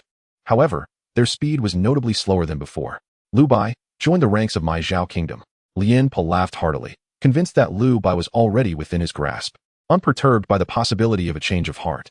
A congenital powerhouse, once a promise is made, there is no turning back. Otherwise, he would not attain such a status. With a powerful leap, Liu Bai propelled himself several meters into the air, his spirit manifesting as two silhouettes, one large and one small, simultaneously striking the specialized dispersive missiles. Crack! The air was filled with two resounding explosions. The shattering of hope gave way to several minuscule projectiles hidden in the midst. They surged forward, unrelenting, soaring past Liu Bai and descending rapidly. You dare! At that moment, Liu Bai realized he had been outmaneuvered, unleashing a furious roar. He charged towards the incoming projectiles, determined to intercept them. He succeeded. With a flurry of strikes, Liu Bai obliterated the scattered projectiles. However, these were merely the remnants of secondary projectiles. The true threat, the tertiary projectiles, had already been unleashed, hurtling towards the granaries of Zhao. No, Liu Bai bellowed in despair. Even as a formidable warrior, it was impossible for him to thwart such a multitude of projectiles midair. The projectiles detonated upon impact with the ground, igniting brilliant flames. In an instant, the entire granary of the Zhao army was set ablaze. A few granaries were saved by Liu Bai's timely intervention, but they constituted a mere fraction, rendering little significance. The radiant glow illuminated the entire valley with a resounding brilliance. Main quest, destroy Zhao's logistics, completed. Main quest has been updated. Current main quest, assist the Qin army in defeating Zhao. It was accomplished, he would not face obliteration. Upon receiving the message from the Reincarnation Tower, Liu Bai felt a wave of relief wash over him. Thankfully, he had the Iron Man suit. Otherwise, he would have been at a loss on how to contend with a warrior of Liu Bai's caliber. My apologies, General Liu Bai. Liu Bai had shown him kindness. But after this incident, it was likely he would not only lose the favor of the king of Zhao, but also face charges of dereliction of duty. Yet, one must fulfill their role. There was no alternative. What terrified him most was Ganyu. He never anticipated that Liu Bai would truly incinerate the Zhao army's supplies. If Liu Bai had failed, he could have been hailed as a hero. But should Liu Bai succeed, how would the enraged Zhao army treat him, the traitor? Ganyu trembled, desperate to flee. An irate voice rang out. Where do you think you're going? Chapter 65. Promotion to Military Marquis. The blazing inferno consumed the encampment. With little time to contemplate Liu Bai's wrath, Liu Bai felt the tail flames behind him as he prepared to depart in his suit. On the ground, a shadowy figure emerged, unmistakably Yao Wen. With a clang, Liu Bai descended swiftly, landing directly before Yao Wen. Great leader, I didn't see anything. At that moment, Yao Wen wished for nothing more than to vanish. Why witness such a significant secret? Standing before him was none other than the legendary first of the reincarnation rankings, Darwin. Would his knowledge of Darwin's infamous exploits in another world lead to his demise? A shiver ran down Yao Wen's spine at the thought. Do you take me for a fool? Liu Bai retorted, frustration evident. I stand right before you, and you claim not to see me? Why are you so afraid? Liu Bai inquired. You are a butcher. Upon uttering these words, Yao Wen immediately felt a wave of regret, wishing he could slap himself twice. Am I truly a butcher? And yet you still stand here conversing with me? Liu Bai gazed at Yao Wen with a look of utter bewilderment. The boy seemed to possess a rather peculiar mindset. Since he had witnessed it, he might as well accept it. However, I do hope you refrain from spreading this around. It could lead to unnecessary complications, do you understand? Although, with my capabilities, I fear no trouble at all. Liu Bai's tone was calm, yet carried an undeniable authority. Yes, of course. Yao Wen did not challenge Liu Bai's grandiloquent demeanor. Rather, he found it entirely appropriate. This subordinate possessed a certain perceptiveness. Liu Bai nodded in satisfaction. He required some compliant and competent subordinates, and Yao Wen was currently on his assessment list. Boss, how shall we explain our return? Yao Wen inquired, attempting to foster camaraderie. Aren't you adept at controlling fire? Just stick to the original plan. No one saw anything, Liu Bai replied, having already scanned the entire hill with his mental prowess. Here, there was only Yao Wen. Isn't that a bit inappropriate? Yao Wen rubbed his hands together, feeling somewhat embarrassed, especially since he had contributed nothing. Not at all. The two continued their conversation as they made their way towards the Qin army's encampment. By the time they returned to the military camp, night had fallen. The arrival of darkness signified the resurgence of the undead. Whether they would assault the Qin army's encampment again remained uncertain. General, I have fulfilled my duty. The Zhao army's supplies have been completely incinerated, Liu Bai said solemnly, bowing his head. Well done. In our Qin state, military achievements determine ranks, and justice prevails without exception. Henceforth, Liu Bai is promoted to military marquis under Zhao Wenxuan's command. Yao Wen is appointed as the commander of 500, succeeding Liu Bai's former position and becoming a subordinate of Liu Bai. Bai Qi, seated in the highest position, announced the appointments. In wartime, the Qin state had several generals, who were further categorized into supreme generals and vice generals. Each general commanded multiple divisions, with the leaders of these divisions referred to as school lieutenants. Beneath the school lieutenants were several troops, each led by a military marquis. The military marquis was undoubtedly a cornerstone of the army. Liu Bai, having joined the military merely 2 days prior, had ascended from a mere foot soldier to the commander of 500. Now, he had risen to the rank of military marquis. Such rapid advancement could only be likened to a rocket launch. Once the war concluded, the military merits Liu Bai could amass from his position would undoubtedly elevate his rank significantly, a true leap into prominence. General, this may not be appropriate, a voice interjected. Indeed, this individual possesses some skill in incinerating the Zhao army's supplies, but he has only been in the military camp for 2 days. Such an elevation is hardly conventional. What if he is a spy from an enemy nation? Only school lieutenants and above are entitled to positions within Bai Qi's tent. The absolute core of the entire Qin army camp lies within this very circle. In a realm such as Qin, their military achievements and prowess are undoubtedly formidable. Hence, the words of these men could easily surpass the authority of an ordinary general.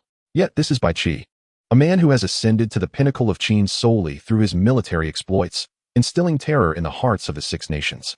This is my decree. Do any of you harbor objections? Bai Qi continued in a tone that remained unruffled. However, the atmosphere within the tent plunged into an abyss of dread, rendering an eerie silence.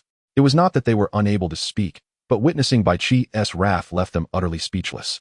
In this battle, Liu Bai had engaged in a protracted struggle against Lian Pe and had successfully completed his mission. Do any of you dissent regarding this appointment? Bai Qi pressed on, elucidating a crucial fact. Liu Bai is capable of contending with Lian Pe? Can he truly stand against Lian Pe? The astonishment was palpable. If there were any lingering doubts among the assembled generals, they were extinguished in that very moment. Liu Bai's ability to face Lian Pe indicated that he was at least of the innate realm. While they had merely begun their journey into it, some were even yet to step in. Moreover, Bai Qi's designation for him was merely that of a military marquis, a rank deemed far too low. Most significantly, Liu Bai was remarkably young. Youth is an asset. Liu Bai, the young military marquis, is indeed a hero of his generation, with an unfathomable future ahead. Laughably, I have long perceived Liu Bai's exceptional talent. It seems my instincts were not misplaced. It was I who welcomed Liu Bai into the military camp. Ha ha ha. When Liu Bai achieves greatness, let him not forget us, his elder brothers. The assembled generals lavished praise upon Liu Bai, leaving one to wonder if they were convening a ceremony of accolades within the camp. Liu Bai had underestimated the thickness of their skins and found himself at a loss for words, resorting to smiles to express his respect. Eventually, as the flattery subsided, Liu Bai seized the opportunity to address Bai Qi.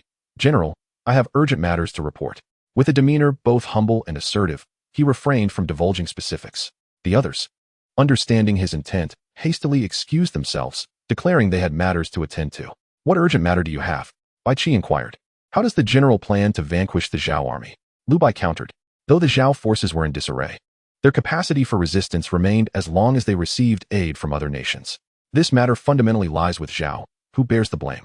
We are the righteous army. Furthermore, the illustrious reputation of Qin dissuades any nation from provoking us at this juncture. Should they dare to do so, they shall face my bloody retribution. Bai Qi's demeanor was calm, seemingly indifferent. He possessed the audacity born of confidence and a formidable backing. It was only natural. General, what if they have reinforcements akin to ours? Liu Bai exclaimed, gazing intently at Bai Qi. Chapter 66. The astonished Bai Qi. What do you mean? Bai Qi inquired. His interest piqued. Surely the general is aware of our ambiguous origins and capabilities. It is precisely for this reason you dispatched us to incinerate the Zhao army's supplies. Liu Bai stated bluntly, voicing his long-standing curiosity. This query had lingered in his mind for some time, and he now seized the opportunity to articulate it. Indeed, Bai Qi did not contest this. He acknowledged it outright. Aside from you, the others among you are not particularly formidable, yet they still surpass the average soldier in prowess. Hence, I assigned you the task of destroying the Zhao army's provisions. Even with the unpredictable factor of Lian Pe, the likelihood of your success remains high. As for Liu Bai and his companion's origins, Bai Qi was largely unconcerned. He was confident in his ability to maintain absolute control over Liu Bai and his group. Within the confines of the Qin army's encampment, he was akin to a deity. Indeed, Liu Bai mused internally, recognizing that their every action was under Bai Qi's surveillance. His strength must surpass even that of Lian Pe. In the face of Liu Bai, he felt no sense of impotence as he did when confronted by Bai Qi. Have you considered, General, that the Zhao army might also have a group like ours? Liu Bai posed, subtly omitting mention of himself. As the foremost contender on the reincarnation leaderboard, his presence alone would tip the scales of power between the two factions, rendering further discussion unnecessary. However, excluding him, it remained uncertain which faction was truly stronger. This inquiry finally elicited a flicker of change in Bai Qi's expression. Though fleeting, Liu Bai keenly noted it. Oh, so even you can be taken aback, he thought with a smirk. What would you suggest we do? Bai Qi resumed his impassive facade. Prior to that, might the general share the plan with me? Liu Bai ventured cautiously. That is out of the question. As for military intelligence, no one other than myself is entitled to such knowledge, Bai Qi categorically denied, leaving no room for negotiation. Then, may I assist you in analyzing the situation? Liu Bai proposed. That is acceptable, Bai Qi nodded. This request was reasonable. He gestured towards the nearby sand table map, inviting Liu Bai to commence his analysis. General, please observe, Liu Bai indicated before beginning his assessment. The reason our Qin army, the mighty lion, is unable to breach the Zhao army's defenses lies in two formidable obstacles. The first obstacle, the Dan River defense line. Previously, Liu Bai, recognizing the Zhao army's inferiority to the Qin forces, established defensive fortifications along the Dan River. Simultaneously, due to the advantageous terrain of the Danhe Valley, relying on the adjacent high mountains, the Zhao army could observe every move of the Qin forces. Any attempt to launch a direct assault would be exceedingly challenging. As he spoke, Liu Bai cast a glance at Bai Qi. Bai Qi, with a solemn expression, urged him to continue. Clearing his throat, Liu Bai resumed. The second line of defense is the imposing Chongping Pass. This formidable stronghold lies just beyond the Danhe defense line, with the main force of the Zhao army positioned in between. The Zhao army, benefiting from the favorable terrain, could readily support both lines of defense. Should the Qin state wish to breach the Chongping Pass, they would have to take an extensive detour, a duration ample enough for Zhao to detect their movements multiple times. A larger troop deployment would be futile, as they would face an adversary equally adept at utilizing the terrain and the Danhe defense line. Conversely, a smaller force would merely be sending men to their doom. It is indeed a vexing predicament. Upon hearing this, Bai Qi gazed at Liu Bai with keen interest. From your words, do you possess a solution? Indeed. Please observe, General. Liu Bai pointed once again at the map, his target clearly the Danhe Valley. The Danhe Valley, while undeniably advantageous, harbors a critical flaw. It is susceptible to encirclement. Chongping Pass, along with the Great Grain Mountain, tightly encircles the main force of the Zhao army. If previously, we lacked opportunity due to Liu Bai's seasoned experience, now that he has been replaced by the inexperienced Zhao Kuo, the potential for success has significantly increased. How did you ascertain the change in Zhao's command? Bai Qi, having identified a critical point, pressed for clarification. I conducted a surprise raid on the Zhao granaries, and Liu Bai was nearby. A mere eavesdrop revealed the information, Liu Bai responded, having prepared this excuse in advance. Then there is no issue. Please proceed. Bai Qi waved his hand dismissively. Provided that our forces feign defeat, Zhao Kuo, with his limited experience, will undoubtedly lead his main force in pursuit. Given the destruction of Zhao's provisions, his desire for victory will be insatiable. Consequently, the defenses at Chongping Pass will certainly be weakened. Prior to this, we shall dispatch 2 teams of light cavalry to launch simultaneous attacks from both flanks on Chongping Pass, which will assuredly allow us to seize this stronghold. At that point, with a 3-pronged assault, the Zhao army positioned in the Danhe Valley will be doomed. Having finished, Liu Bai fell silent, observing Bai Qi intently. At that moment, Bai Qi's heart was anything but tranquil. What Liu Bai articulated was precisely what he had envisioned. What is this? How can his thoughts mirror mine so closely? Bai Qi pondered, astonished. Were it not for his confidence in his own prowess, he might have suspected that Liu Bai had delved into his mind. Watching Bai Qi's shifting demeanor, Liu Bai discerned his thoughts. It is fortunate that I had thoroughly studied Bai Qi previously. It has proven invaluable now, Liu Bai mused. However, Liu Bai suddenly shifted the conversation, continuing. There is an additional variable, which is the emergence of formidable individuals within the Zhao army, akin to myself. Relying solely on a few thousand light cavalry would undoubtedly lead to defeat. Yet, if they disperse their forces excessively, Zhao Kuo will surely become suspicious. Though he is eager for victory, it does not imply he is foolish. Are you suggesting that I lead an assault on Chongping Pass? Bai Qi quickly grasped Liu Bai's intention and inquired. Precisely, that is my intention. The attack on Chongping Pass is not merely for the sake of triumph, but also to eliminate a greater number of adversarial reincarnators and thereby secure more rewards. Simultaneously, I wish to earn your favor. I desire your inheritance. Although I am uncertain of the triggering conditions, Fostering a good relationship with you is undoubtedly prudent. Allow me to contemplate this matter. You may leave for now. Bai Qi waved his hand, signaling Liu Bai to exit the tent. Outside the tent, Yawen had been waiting for Liu Bai. Ever since Liu Bai had hinted at taking him as a subordinate, he had resolved to cling tightly to this powerful ally. What a remarkable opportunity. The top of the reincarnation leaderboard. If I must flatter, then so be it. My lord, how did the discussion fare? Yawen inquired. It should be nearing conclusion. The next battle will certainly be a fierce one. If you manage to survive, only then will you earn the right to be my subordinate. Do you comprehend? Upon hearing this, Yawen seemed to have made a firm resolution, responding emphatically, understood. His voice was strong and resonant.